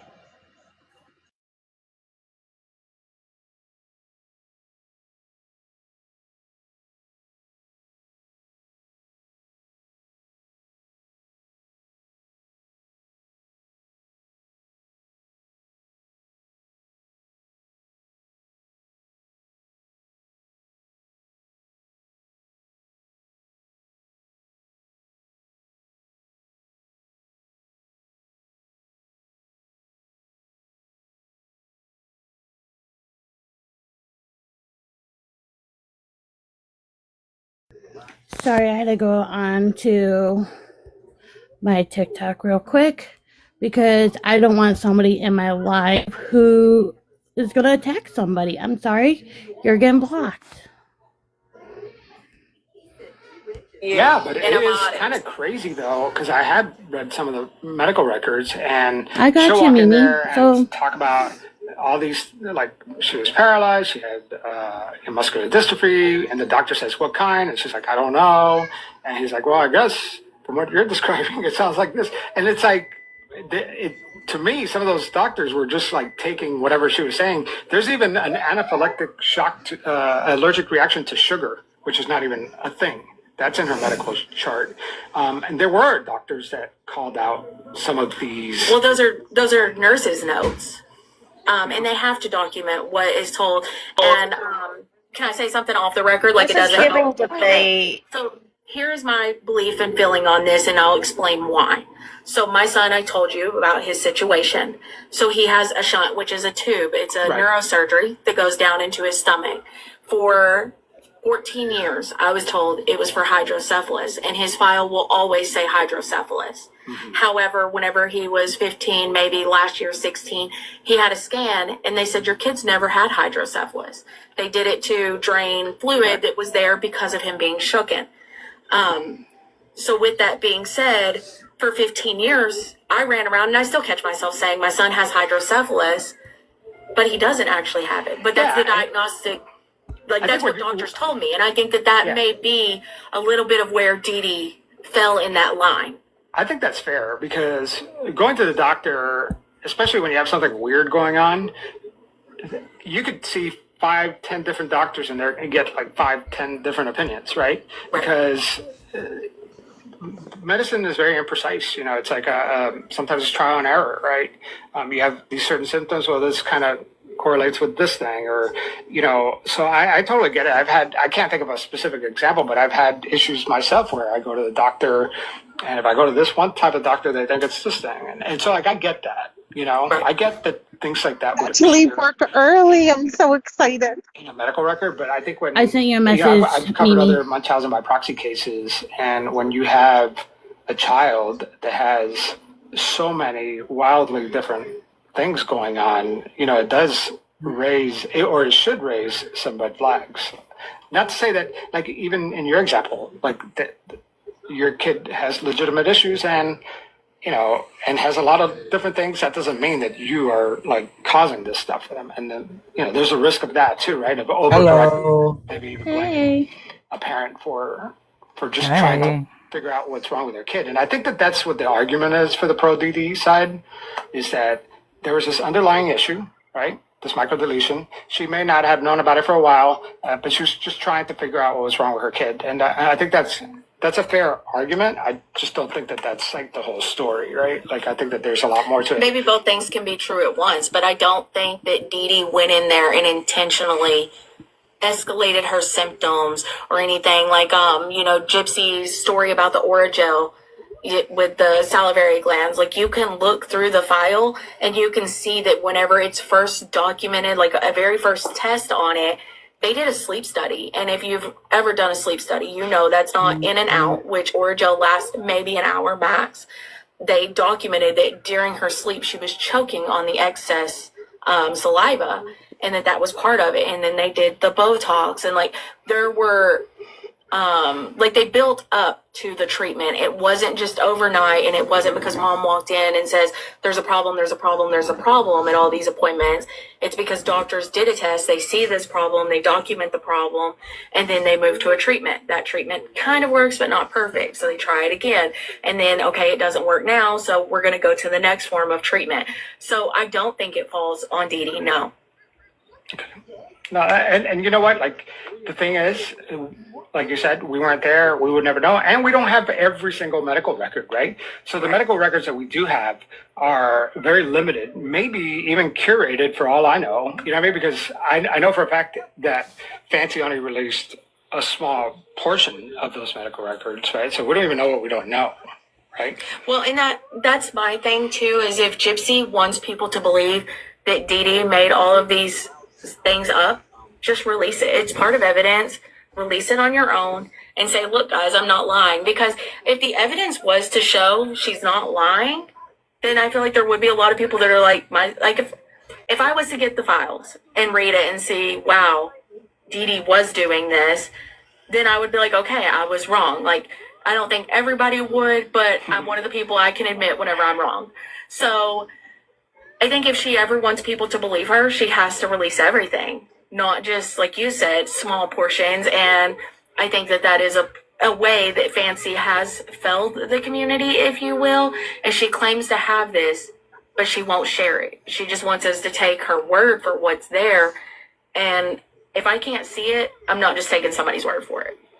All right, that's a good transition to this another unexpected thing for me when I entered this wacky world of Gypsy Rose Blanchard is that I thought it was a lot simpler. I thought there were pro-Gypsy people, and then I thought there were anti-Gypsy people. And in my mind, I thought that all the anti-Gypsy people lived in harmony and got along and didn't disagree about anything. We're people just like everybody else. So help people, because my audience is not in this world, right? Like this is going to probably be their first exposure to this. Help people understand how fragmented the anti-Gypsy community really is. I wouldn't say that it's a fragmented. I think that some people feel like people step on each other's toes if we speak about something that somebody else has already spoke about. I think that people get hypersensitive to that, and I like ownership of the story. Yeah, like an ownership to the story. Or if you read something and then, like, say I read the cat jumped out of the house, and then another creator's like, oh my God, Gypsy's cat jumped out of the house. And then this video gets more views than this video person sometimes gets upset. And then there is a group of us that just genuinely get along. Like, we don't care. I'm one of those people, like, whenever I pulled the DNA evidence, I started emailing it to people before I even had finished reading it because I don't care who gets the information out as long as the information is gotten out. What DNA evidence? I don't think I know about this. So I have, like, the DNA results. I got it from the Missouri State Highway Patrol. And what did Kristie comments? Interesting, or was it? I got it. I mean, it was kind of cut and dry. There was nothing too crazy other than there was male DNA on the inside of Gypsy's waistband and the inside, I think it was on her knee area, but she says that she was naked whenever the crime happened. So Is that everything was okay? They're using the N-word. DNA I'm was trying to there get my too, account but there was down. nothing that was like, aha, got you. Right. What? Let's talk about that. Yep. That's something that Yeah, they Somebody just was came in spamming her chat. spamming the comments with the N-word. tough questions. But What this the? little Oh detail wow. Yeah, it's not the first time I got called a Hitler loving the N-word. Yeah. They're just coming in here Oh spamming. wow. Yep. You know what my theory is? I think that it's people on the pro-Gypsy side making troll accounts and they're spamming Yeah. bad No, things to I get you think kicked it's off. I think it's a few other people who doesn't like Mimi who are coming in here on the troll accounts. I'm not gonna name names, so I'm just gonna leave it at that. disturbing to me. That is it true that they had sex in the room next door right after the murder? Yes. Yeah. So, and how do we know that again? She said Goodness. that. They both have said that. And Originally, if I have she to, said that I will Can turn I the say rape comments on this? off. So Yeah, it's a podcast. I mean, So originally, she What do YouTubers say? Shrake or? I don't know. I'm not a I'm more YouTuber, used so- to TikTok where you have to say like TikTok. grape or something. Oh, grape. Yeah, grape. Okay. Yeah. So originally she said that Nick raped her, and then the evidence come out of the conversation that they had through text Yep. message where she is preparing for it. And then Nick's attorney, I think it was, maybe the prosecution, told her, like, look, we can see this was consensual non-consent. You can't claim rape. And so she does testify that they had sex after. He has spoke about they had sex after, then they have sex at the hotel room. And additional to that, if you go through the images, they take pictures of the bed with the UV light that shows bodily fluids, and you can see that there's bodily fluids on the mattress from it. Yeah, and there's things like that throughout this case that it's just like it gives you pause, you know, because like if you take the pro-Gypsy narrative, you're like, yeah, but then you did that, and that's kind of weird, right? I think it's more than weird, but yeah. Yeah. Yeah. And I think that's what makes this so complicated, right? Like, because it's things like that. Okay, where was I going? Oh, we were talking about the community and the infighting, but like, and then you even brought it up, the fact that like Fancy kind of started this thing in terms of releasing. He's got a lot of negative things to say about the anti. Like we just discussed. Oh yeah, he does. You're welcome, Daphne.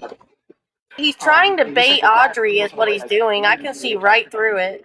the community. I don't know if you want to touch more on that or move on to the FOIA. I think that that's pretty much that it has negatively impacted it because we can't just take it at a word. We need to be able to see it. If we're going to talk true crime and evidence, How do you talk feel? about evidence without having it. How do you feel Sorry, about putting it? this guy know that Fancy and Audrey have a very, complex relationship. I think so, to be honest, because she does talk about her a little bit and be like, well, if Fancy has this, maybe she should release it, you know? Right. I mean, But truthfully, yeah. I mean, if you have the information, then put it out. But at first, it was behind a paywall, and she said that she was trying to make a movie with Netflix, and so at the rate of $30 a month. all right, hold on. Yeah.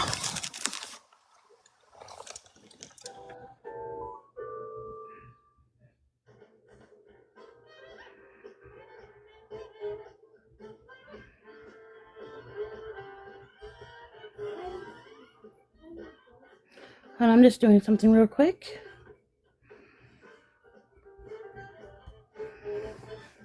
Okay, back to it. Well, but I mean, just to forget Fancy. I mean, how do you feel about taking somebody's private medical records and posting it, in exchange for money? I don't care. I mean, would I have done it He's that turning way? this into a debate. Desperate times, like that was right around COVID and all this stuff going on, or shortly after. People are broke, so I think I can understand it, but I don't feel I would operate the same way, if that makes sense. Yeah. Okay, so let's move on to the FOIA files, which are not really technically FOIA files because FOIA is federal, but everybody calls it that. What impact? Because it sounds like you were This there. guy is so argumentative. All we had was the medical files, right? What kind of impact did those files have on the anti-gypsy side? Ooh, I don't really know what kind of impact it had on the anti side, like privately. I know that publicly there was a lot of excuses made for, why she would do the things that she did.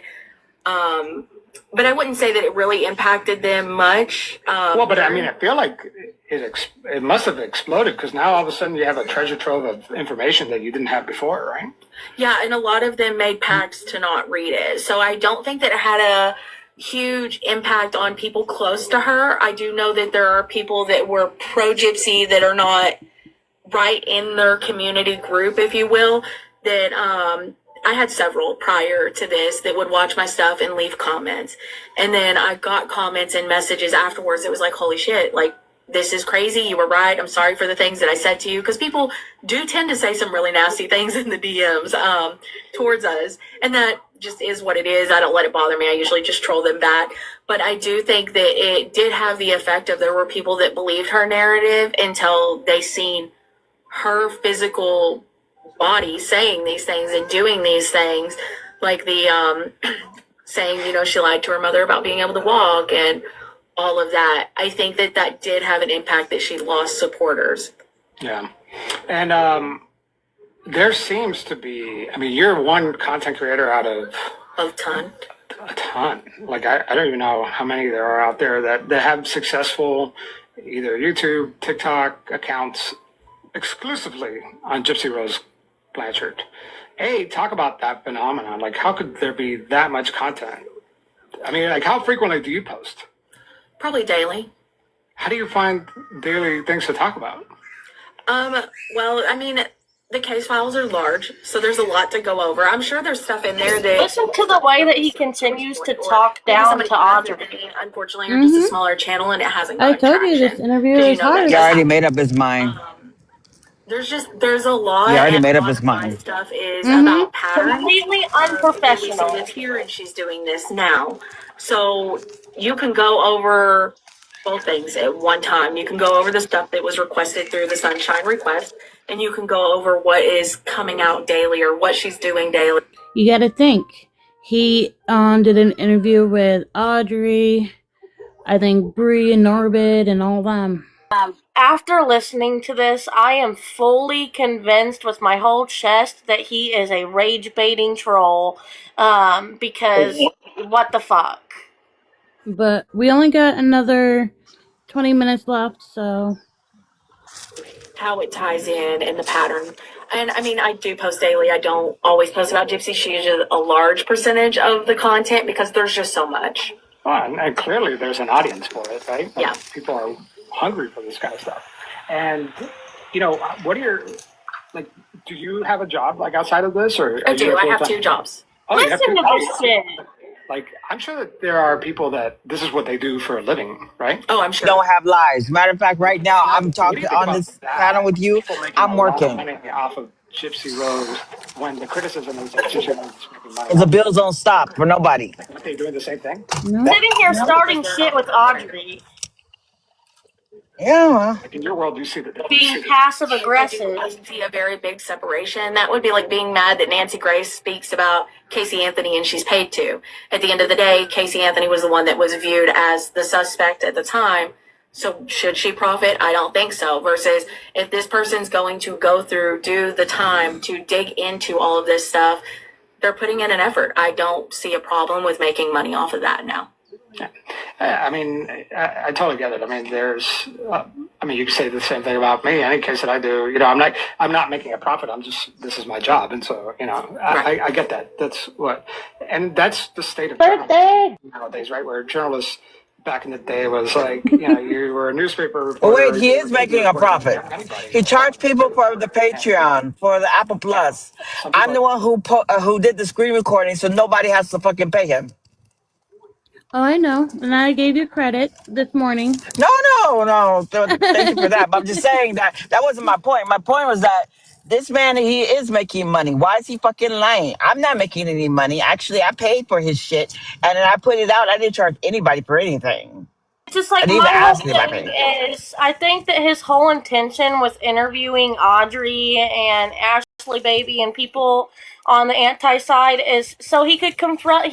In his mind, he wanted to confront these people and, you know, just completely start shit and turn it into a debate. Right. Hidden. That's exactly It's where more we of go. a debate. It's a debate. It's more of a debate than a journalistic aspect of it. Hidden. Technically, we're doing a fake GoFundMe, you know. Oh, really? We're Shit, doing. why am I out here in the sun? You know it's fucking 80 degrees right now and it's only like 10:46 in the morning? It's like already 80 degrees. It's 99 here, but it feels like it's 110 right now.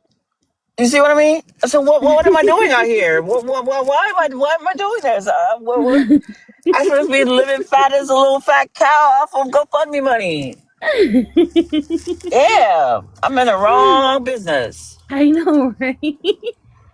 Goodness gracious. That takes the cake. That takes the cake. Yep. Okay, I'll send you some cake. Getting primary source. Yeah.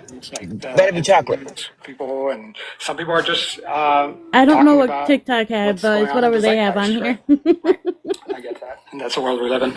Hold on, I lost my question. It was about the community. Oh shit! I lost my question. I had one for you. Oh, I'll come back. All right, let's think of a different topic because I want to use this as an opportunity to fill in some gaps of what I'm doing. So let's talk about the motherhood aspect of the story because I think that once we found out that Gypsy Rose was a mother, I think that definitely put a little urgency in the conversation, right? Because it's like here you have this troubled person, regardless of which side you're on. She did not have a normal childhood. She's deeply flawed, and now she's taking care of a baby. You know, what are your thoughts on that? I try to be respectful and not speak about the child. I think at the end of the day, that child is already going to have an extremely tough young adulthood, childhood, etc. So I don't feel comfortable commenting on the child. No, other than, great. like I said, I have empathy towards that kid's future. And there's been a lot of people that have and posted pictures and stuff like that. All right, and that's fair. I like that answer. So let's talk about these windows into I even asked Gypsy this question. I said, there have been instances where I feel like your critics think that your mask has slipped, right? Because she's very controlled in front of me. She was very polished. She gave me the Gypsy that I wanted to see, right? Mm-hmm. But we all know that there's multiple Gypsies, right? There's the TikTok Gypsy. There's the, whichever. I don't even know if Gypsy knows who Gypsy is, right? And I feel like that's part of the story too, which is discovering who she is, right? Mm-hmm. But there are like moments. And I don't want my podcast to be gossipy. I really want to stick to the facts. But there's the blanket video, which to me is just odd that you would record yourself doing something like that. Mm-hmm. But then also like, just what's your? I know that caused the kitty cat. Don't worry. I was looking at a document and I was looking at the cat. That's so cute. Yeah, don't worry about it. We love pets. No, but what are your thoughts on the blanket video? Like that's such a strange video, isn't it? I think that it is extremely weird that she would set up a camera and record herself. It tells me, or it forms my opinion, that she's proud of that side of herself. Like, she wants to look back and be able to see that, and that is worrisome for me to think that is how she reacts. There's a lot of alleged reasons on why she reacted that way. I don't really care what the reason is. I don't think that is an appropriate response, especially for somebody who is 30. Yeah, but what does that say about? Hey, Miss Moore. We know about a BB gun incident. We know that a murder took place, even though she was not the one that carried it out. Thank you, Miss Moore. Are we reading too much into it? I don't think so, because I actually just shared something the other day about this on a different platform where I don't even talk about Gypsy. But a lot of the times, breaking your physical belongings, Hello. you can see as a Can I point something out? that typically does not stop with belonging. I don't want anybody to think that this man is natural, real journalist. Think about some of the things he said. In the first podcast he did, he acted like we made up the word FOIA, that it was some made up word by the Gypverse and it didn't stand for anything. He's gaslighting the freak out of Audrey. That's what he's doing. And, he's giving morbid vibes. He's giving huge... We don't say his name in here. We do not say his name. Oh, my He bad. likes morbid. What are you talking about? Yeah, I feel like this was plotted. This was calculated. This was calculated. A friend request. So we don't know. I'm convinced that all of this was calculated with this Javier guy. I think that somebody reached out to him, whether it be the M, the word that I can't say, I guess you guys don't want me to say his name, or it be Gypsy. Somebody reached out to him, and this was a plan. This was all plotted. This was all calculated.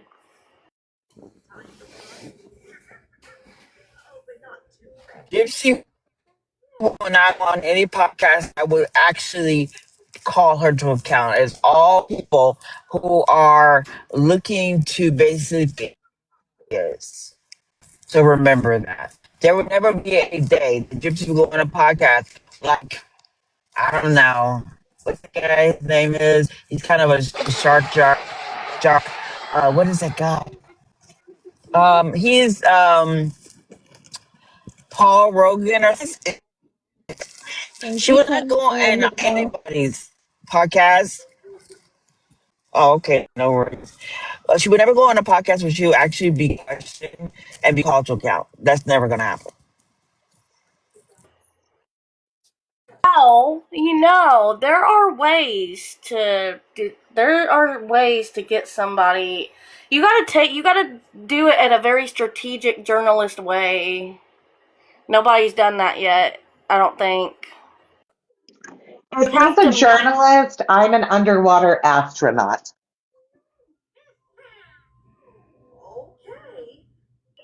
What is it? I said, if he is a journalist, I am an underwater astronaut.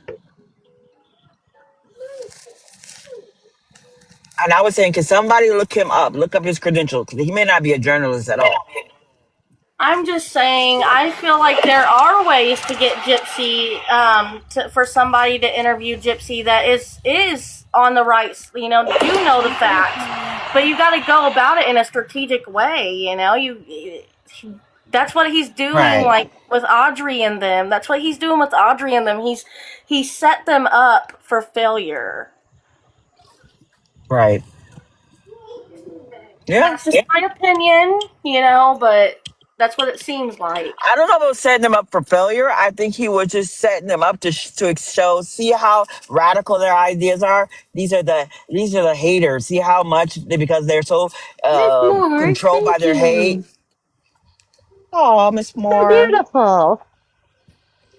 Swan. I'm just saying, I've been here all day and you bitches ain't saying me happy birthday yet. I said happy birthday. You Oh, said happy happy birthday. birthday! You said it. Nobody Happy sang it. birthday to Say to you. You you. live in a zoo. Don't sing I her that version. smell like a monkey and I look No. like one too.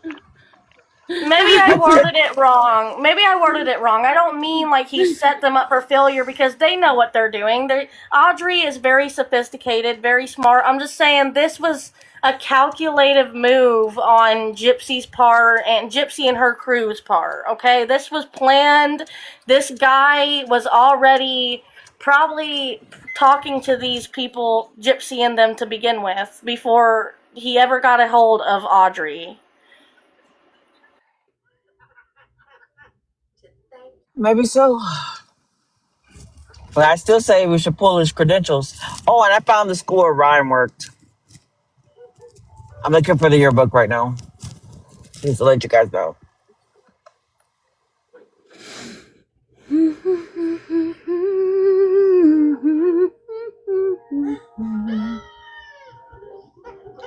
Alright, we only got like 10 more minutes. It eventually will be on your person. They begin to escalate these patterns. And it goes back to, again, like I said, I cover these patterns of she shot Dee Dee, ultimately had her killed. And now she's destroying blankets. Now, I'm not saying that she's going to kill Ken, but if I was Ken, I would be scared. Let me get this cat out. No. I mean, I don't care because I'm only using audio, so. Go.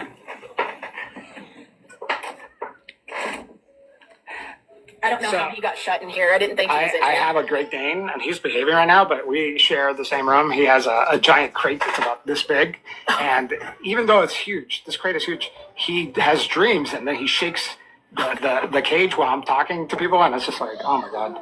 It's like, Well, if you're just using audio, I'm going to hit my vape. oh, yeah. I'm only using audio, but you could use whatever you want. Or maybe I'll use clips or whatever, but yeah, I won't use. Get my good side. Yeah. I seen the clip of Gypsy. Use my good side. I'm just Oh my kidding. God! So what's up with that? Okay, let's talk about that because I posted this trailer and within minutes, Reddit was on fire with screenshots making fun of her nose or this and that, and there was one frame where she scratched her nose, and it was being made fun of. Like, Yeah, what do you think about that kind of stuff? I think that there are some people that can be maybe a little immature because I've done the same thing. I have a nose ring and I fixed it on a live one time, and there was another creator who literally spent 5 minutes just looping it and was like, "Look at Audrey picking her nose." So there's weird stuff like that, but welcome to the internet. It's not just weird stuff; it's straight up bullying. Don't you think? I would agree at times. Yes, it does go over into the bullying aspect. I would agree. And very unhealthy. I would imagine, who are these people? That they're that hateful. Has he not seen what her crew does? Yeah, that's the person that did that to me was Morbid. Oh, really? So yeah. Exactly. Oh, really? My buddy? Really? He Go doesn't see what sound she's done. surprised. He doesn't sound surprised because he's in cahoots with Morbid already before. Hey, he laughed. He was like, "Oh, really?" Hey, Mimi, do you see what True Blue Allie sent you? I did not, but thank you. I was looking up. I'm sorry. Thank you. We are getting closer to our computer goal. I need a $40,000 computer. We bumped it up since it's my birthday. Now it's going to be $40,000. After Gonna this, I'm build gonna a fucking data center in my backyard, sons of bitches. All right, we're gonna get Thanks, back to everybody. About how, well, it wasn't even. It was like an alien. It wasn't her baby. Happy birthday, Mimi. It's my birthday too. Just kidding. I haven't dug into him. So I don't know too much about Morbid. I know that he started off on the anti side, and that he did help My birthday's on a Friday the 13th, so. For the FOIA documents went into the Honestly, weeds I or love for you into the weeds. too. Oh yeah, I forgot to And do something. I don't know what happened, but a couple of months ago we started having Ken and Gypsy Since and I them know on his who panel. you are. Now there are a lot of theories that allegedly there was some paperwork filed with court and he has to take their side now. I don't know. I don't genuinely care about verdict. I Daphne think that said he's a that good person, he even whenever produced he TV was shows and on movies. my side of the I want to aisle. know which You know, I one. didn't participate or listen at that point, so I can't really give an opinion. You're welcome. Yeah, that's interesting that he flipped on them, and so like now he's doing like pro Gypsy content. I wouldn't say he's doing pro Gypsy content. He's doing anti-creator Alrighty. content. Like he talks shit about me. He talks shit about another guy case. He just talks shit. Like that's his. Thank you, Miss Moore. I remember the question I wanted to ask you when we were talking about monetization and all that, and Gypsy getting rich off of her mother's murder. What's your opinion? Like, is she rich or is she well off? What? I don't think she's rich or well off. So a lot of the contracts were spoken about in the prison emails, so you can kind of get an idea of what she made. And I think it kind of just depends on your financial status on how you would see it, because some people would see $50,000 as they're rich. Some people would say without $1 million, you're not rich. So I think it's more of, it depends on where you're at on that level. I think that she made money. Well, I don't think she did make money, and I'm against that. I think as a perpetrator, you should not make money off of your crime. So let's talk about that, because there's Son of Sam laws, and they're very old laws, and they're only applied to certain states. And then even the states that do have laws, like even Missouri and Louisiana, both have laws that prohibit, somebody from making money off of a crime. But they're pointless laws because the Supreme Court already ruled that it violates their First Amendment right. So what are So your the way those work, it doesn't Can prohibit you pause her that from again? making money. She can make. Yes. This is what this silly little boy doesn't seem to understand. We are saying that law needs to be revised, and so many people agree with it, because we aren't saying that you guys can't murderers, or I'm sorry, unalivers can't tell their story, right? Tell your story all day long. Tell it till you turn blue in the face, but you are not to make a profit off of it. Any profit should go to the victim's family, Yes. the true victim. Please. Hey, mommy. She should have been able to make that money, and all the money should have been able to go to the Patriots. Yep.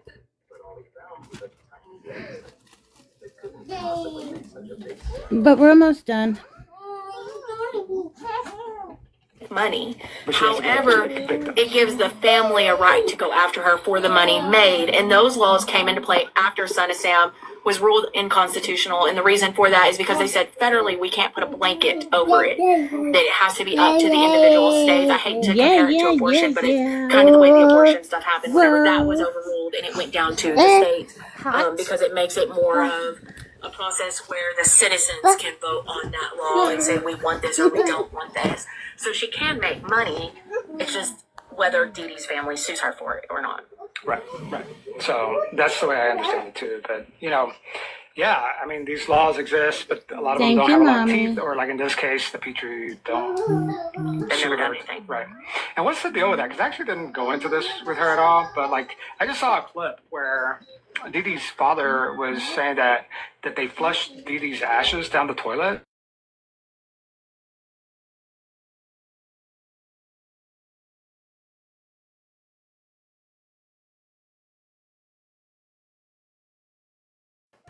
So because they did say we'll flush him down the toilet, I but know. Claude Petrie is not her father. So if he said flush it down the toilet, it really doesn't matter what he has to say because he's not her father in the first place. I'm just saying he's clearly not done his research. He's asking the most basic, stupid questions that just have nothing to do with the facts. Yeah. And he's been getting help because he didn't do his research too. He's been getting help for it.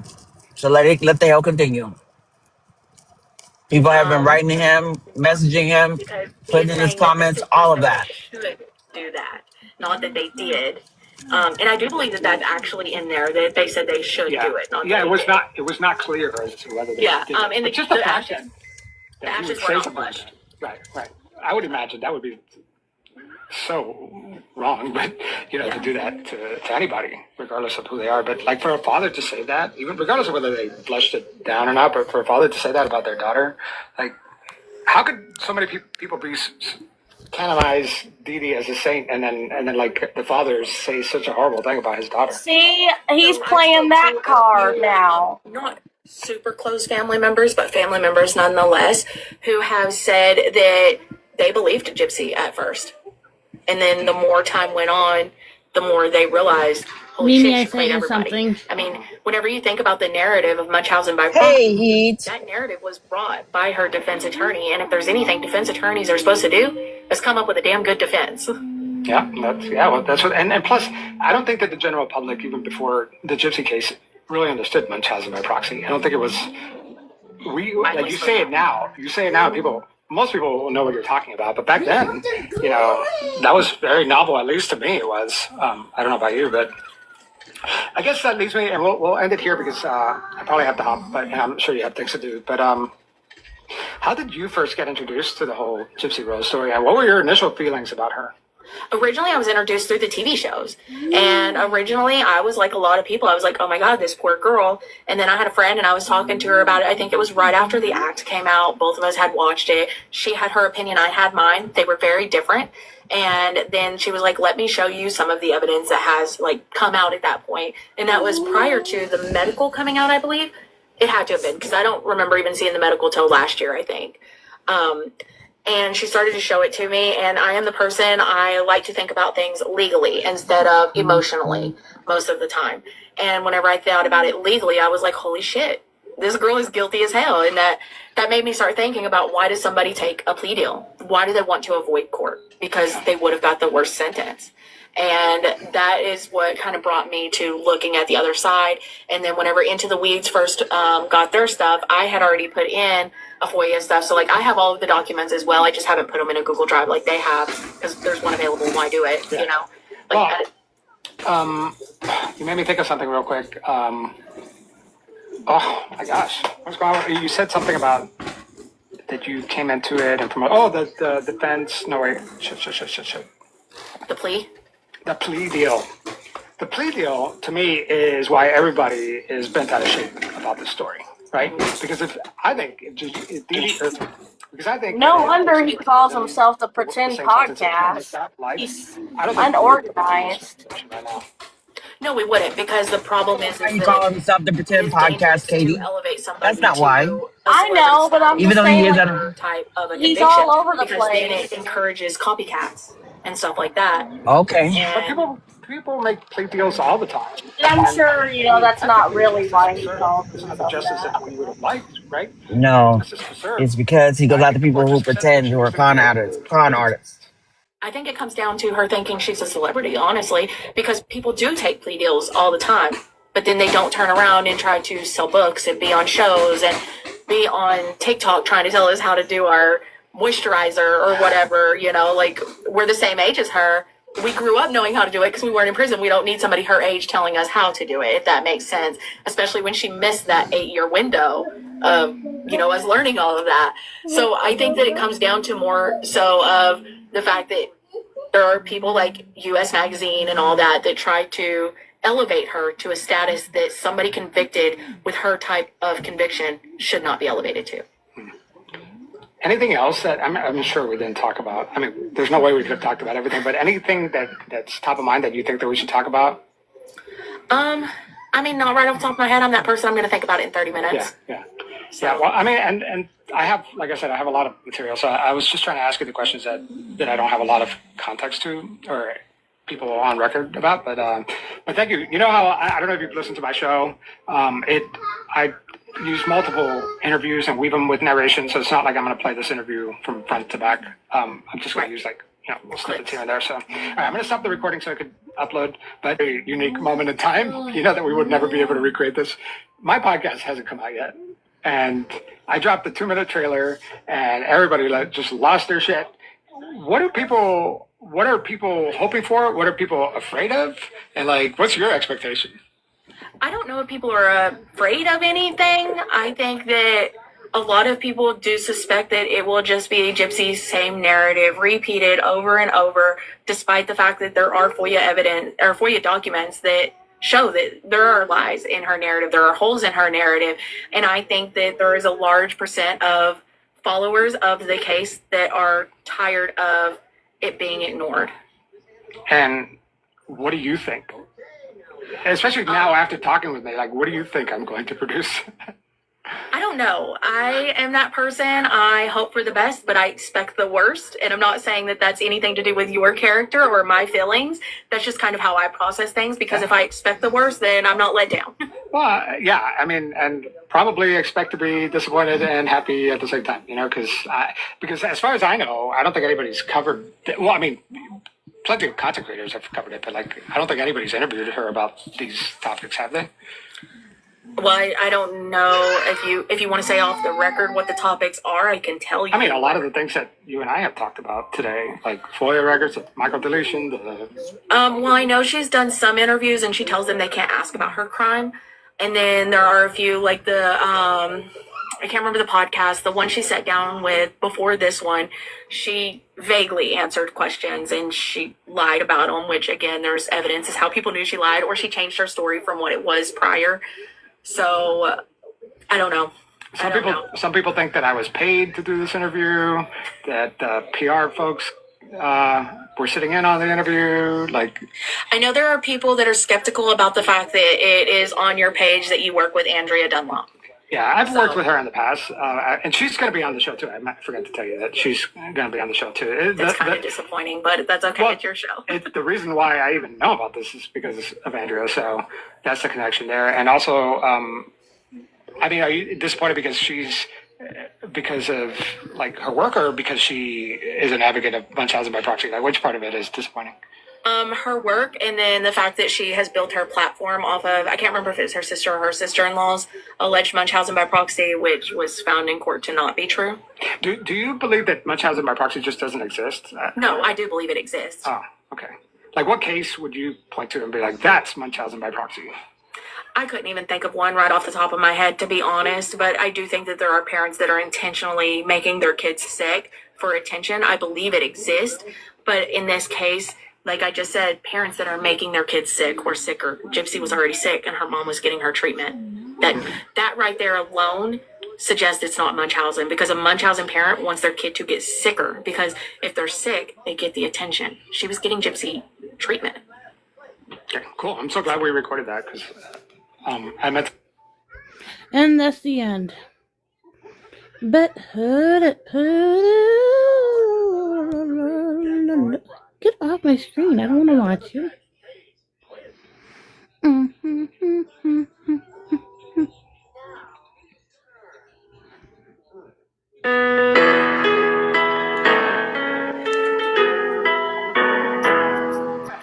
birthday to you. Are you giving her the kids version? Yep. No! That's horrible. Don't do that to Mimi. Mimi hasn't lived many moons. She doesn't need to hear the kids version. It's okay. I'm old. Okay. I did it to piss other people off. But she gives you the 2-year-old version. It's okay. Like it. You like the 2-year-old version? Okay, fine. Yes, it Go makes me feel right. young. I'm old now, goddamn. Fine, I'll see if I can find. Okay, so I guess we should get you a bib. Let's get Mimi a bib. New grift. I need a bib. Hold on. There you go. I wanna say happy birthday to you. I wanna say happy birthday to you. That's better. Think about it. What you get, don't close your eyes and make a wish. Let's go.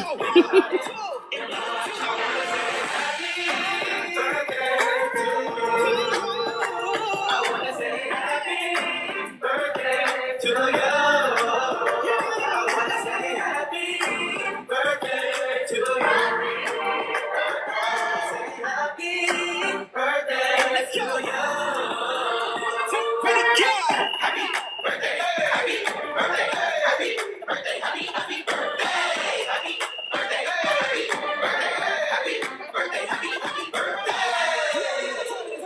for the gifts, guys. Okay, there you go. Thank you. Was that good? Better. It was better, yeah. Yeah. Because you're lucky that we can't give her no licks. She's supposed to get a lick per year that you were born. That's what we used to do it. Used to give you a licking. You get 1, 2, 3 to 1,000 maybe. A good old fashioned licking. We call it the bumps here. Thank you, Summer.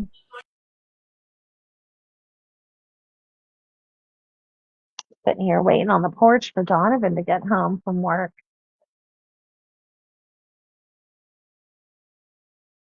Everybody's out in my kitchen cooking and making pies, so my house is a little bit loud, but I'm here. You're good. You're good. So, I don't know what to do. I mean, So I've been I on just here for wanna 4 hours now, so.